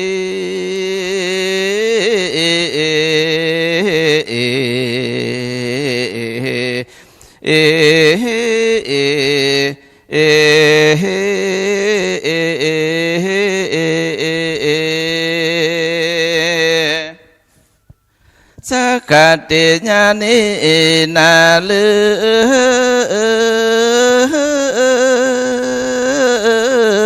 เฮ้ยกันจมเจยบ่เศร้าปางเมื่อฮุกเต้าเจ้ามาสะยุบเต้าเปปังในหิมวันป่าไม้มาล้มเต้าที่ไกลพระบรรณาศาลาส่วนสอคู่คุณอินนาตา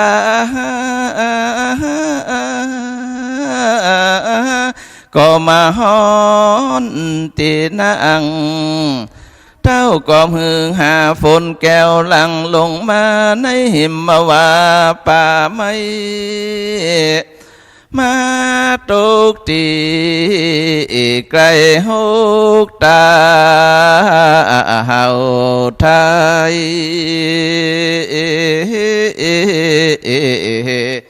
ก็ได้สติตื่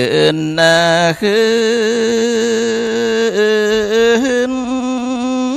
มาที่นั่นนาลื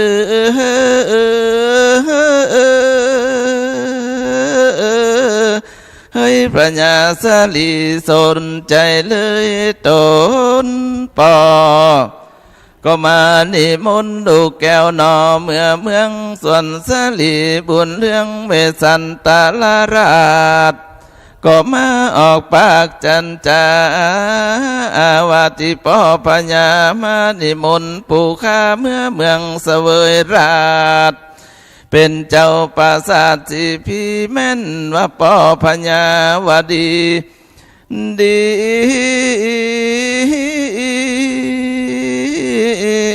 ผู้ข้าก็กลัวว่าเจ้าสิพี่ว่าก็จักมาคับขาค่ายออกจากเมืองไปผู้ข้าก็จักหนีไกลแสนเต่าทุกแล้วเล่าลายโหนขอพ่อปัญญานำเมาลิปนเก็บกลับเมืองเสวยราชส่วนสองผู้ข้าน้อยนาดก็ขออยู่ตามวาดนะเววา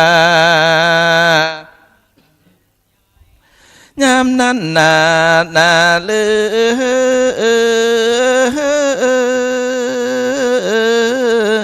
เฮ้ยพญาสนใจเลยก็มานิมนต์แถมเล่าซ้ำที่เก่าหลายที่ส่วนว่าสองสลีลูกแก้วก็ฮับเอาว่าให้แล้วก็ปิกปอกดอคือเมืองเราและดี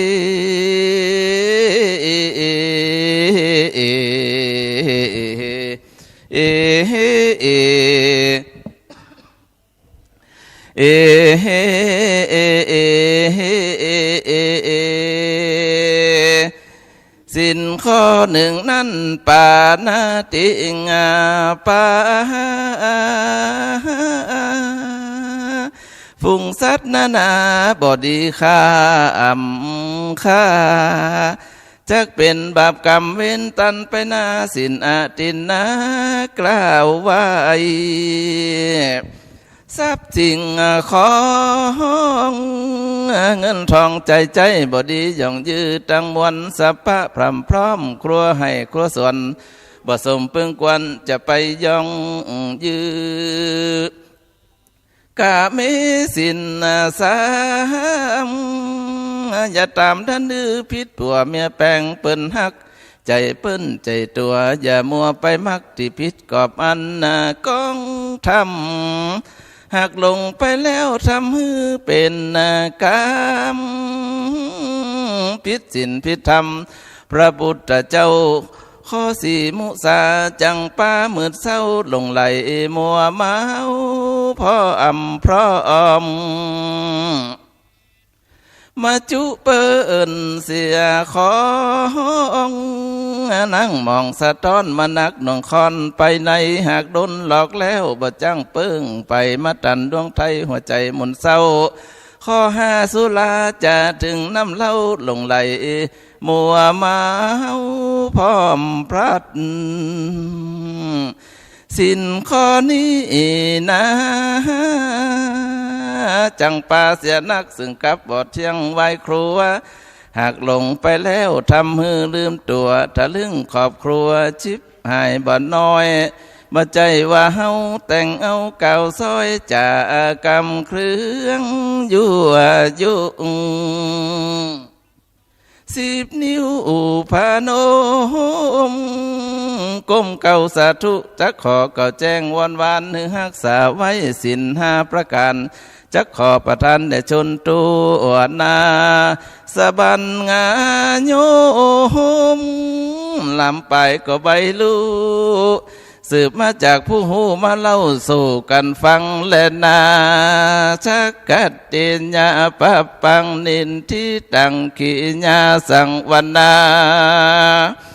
วิเศษจาห้องเหตุจักขัดติงันผ่าดับผ่าดาไปโดยการถาว่าได้36คาถาก็บังคมสมเล็ดเน็ดขึ้นน่องจ้องขึ้นแอวก็แล้วเต่านี้ก่อนแลสาธุสาธุสาธุจบไปแล้วนะครับกันที่12ชักกษัตริย์หรือสักกติในวันนี้ได้รับเมตตาบารมีธรรมจากหลวงพ่อท่านพระครูโสพลพัฒนวิกรมรองเจ้าคณะอำเภอเมืองปานวัดปันถุงเมืองปานลำปางนะครับเจ้าภาพอาจารย์ท่านพระครูปัญญาพระนารักษ์เจ้าคณะตำบลบางเหนืออุทิศไปหาหลวงพ่อพระครูวัฒนธรรมานุสิทธิ์หลวงพ่อพระครูวิยวรคุณปนานม้ามีเรืองประขันเตบุตรเตวาครูบาอาจารย์เจ้ากรรมนายเวรสรรพสัตว์ทั้งหลายและกล่าวในโอกาสนี้ผมขอ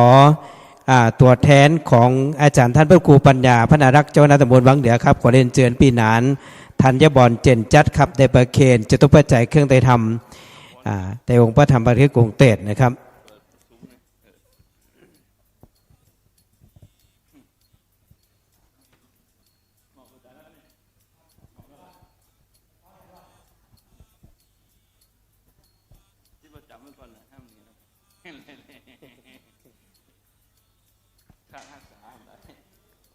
ครับเลยขอ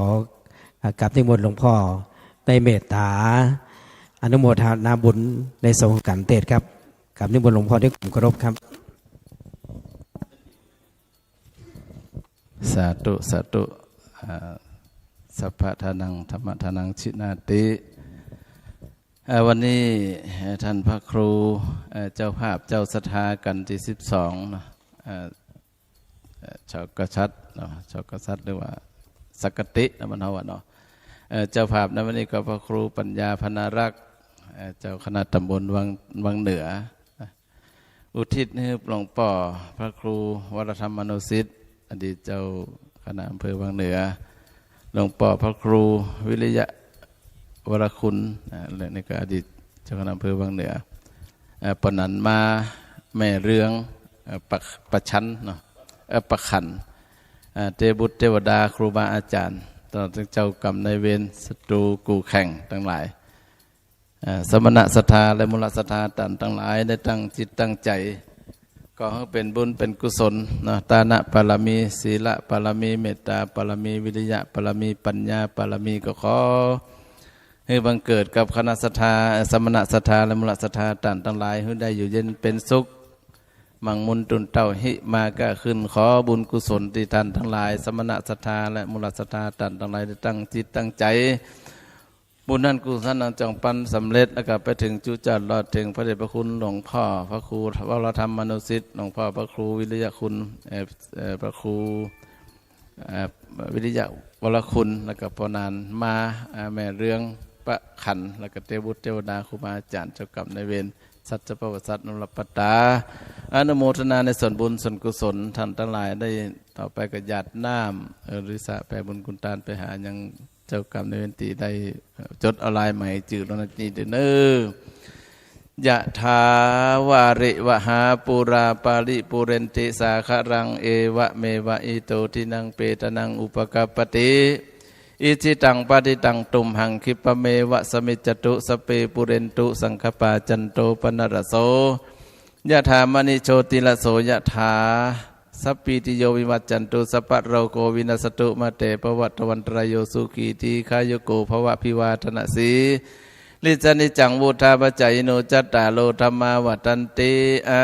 ยุวันโนสุขังพระลังสาธุสาธุสาธุสาธุ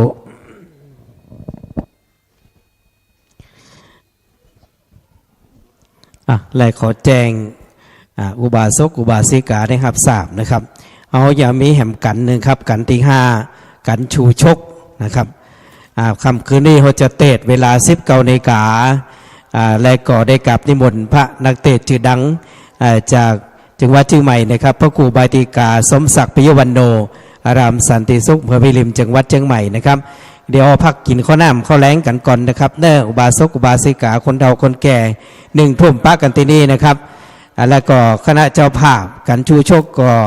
คณะที่หนึ่งท่านพระครูธีรพงศ์ปิสิทธิ์พร้อมด้วยญาติพี่น้องกุคนคณะที่สองแม่คำน้อยชัยวัลลานายนิพนธ์ชัยวัลลานางวาสนาชัยวัลลาพลในบุตรหลานกุคนนายสมเกียรติชัยวัลลาพร้อมด้วยครอบครัวนะครับปิกไปกินข้าวน้ำข้าวแล้งกันก่อนนะครับเนอะคนเฒ่าคนแก่อุบาสกอุบาสิกา1 ทุ่มหมอว่ามีนัดกันที่นี่นะครับตีในวิหารนี่ครับ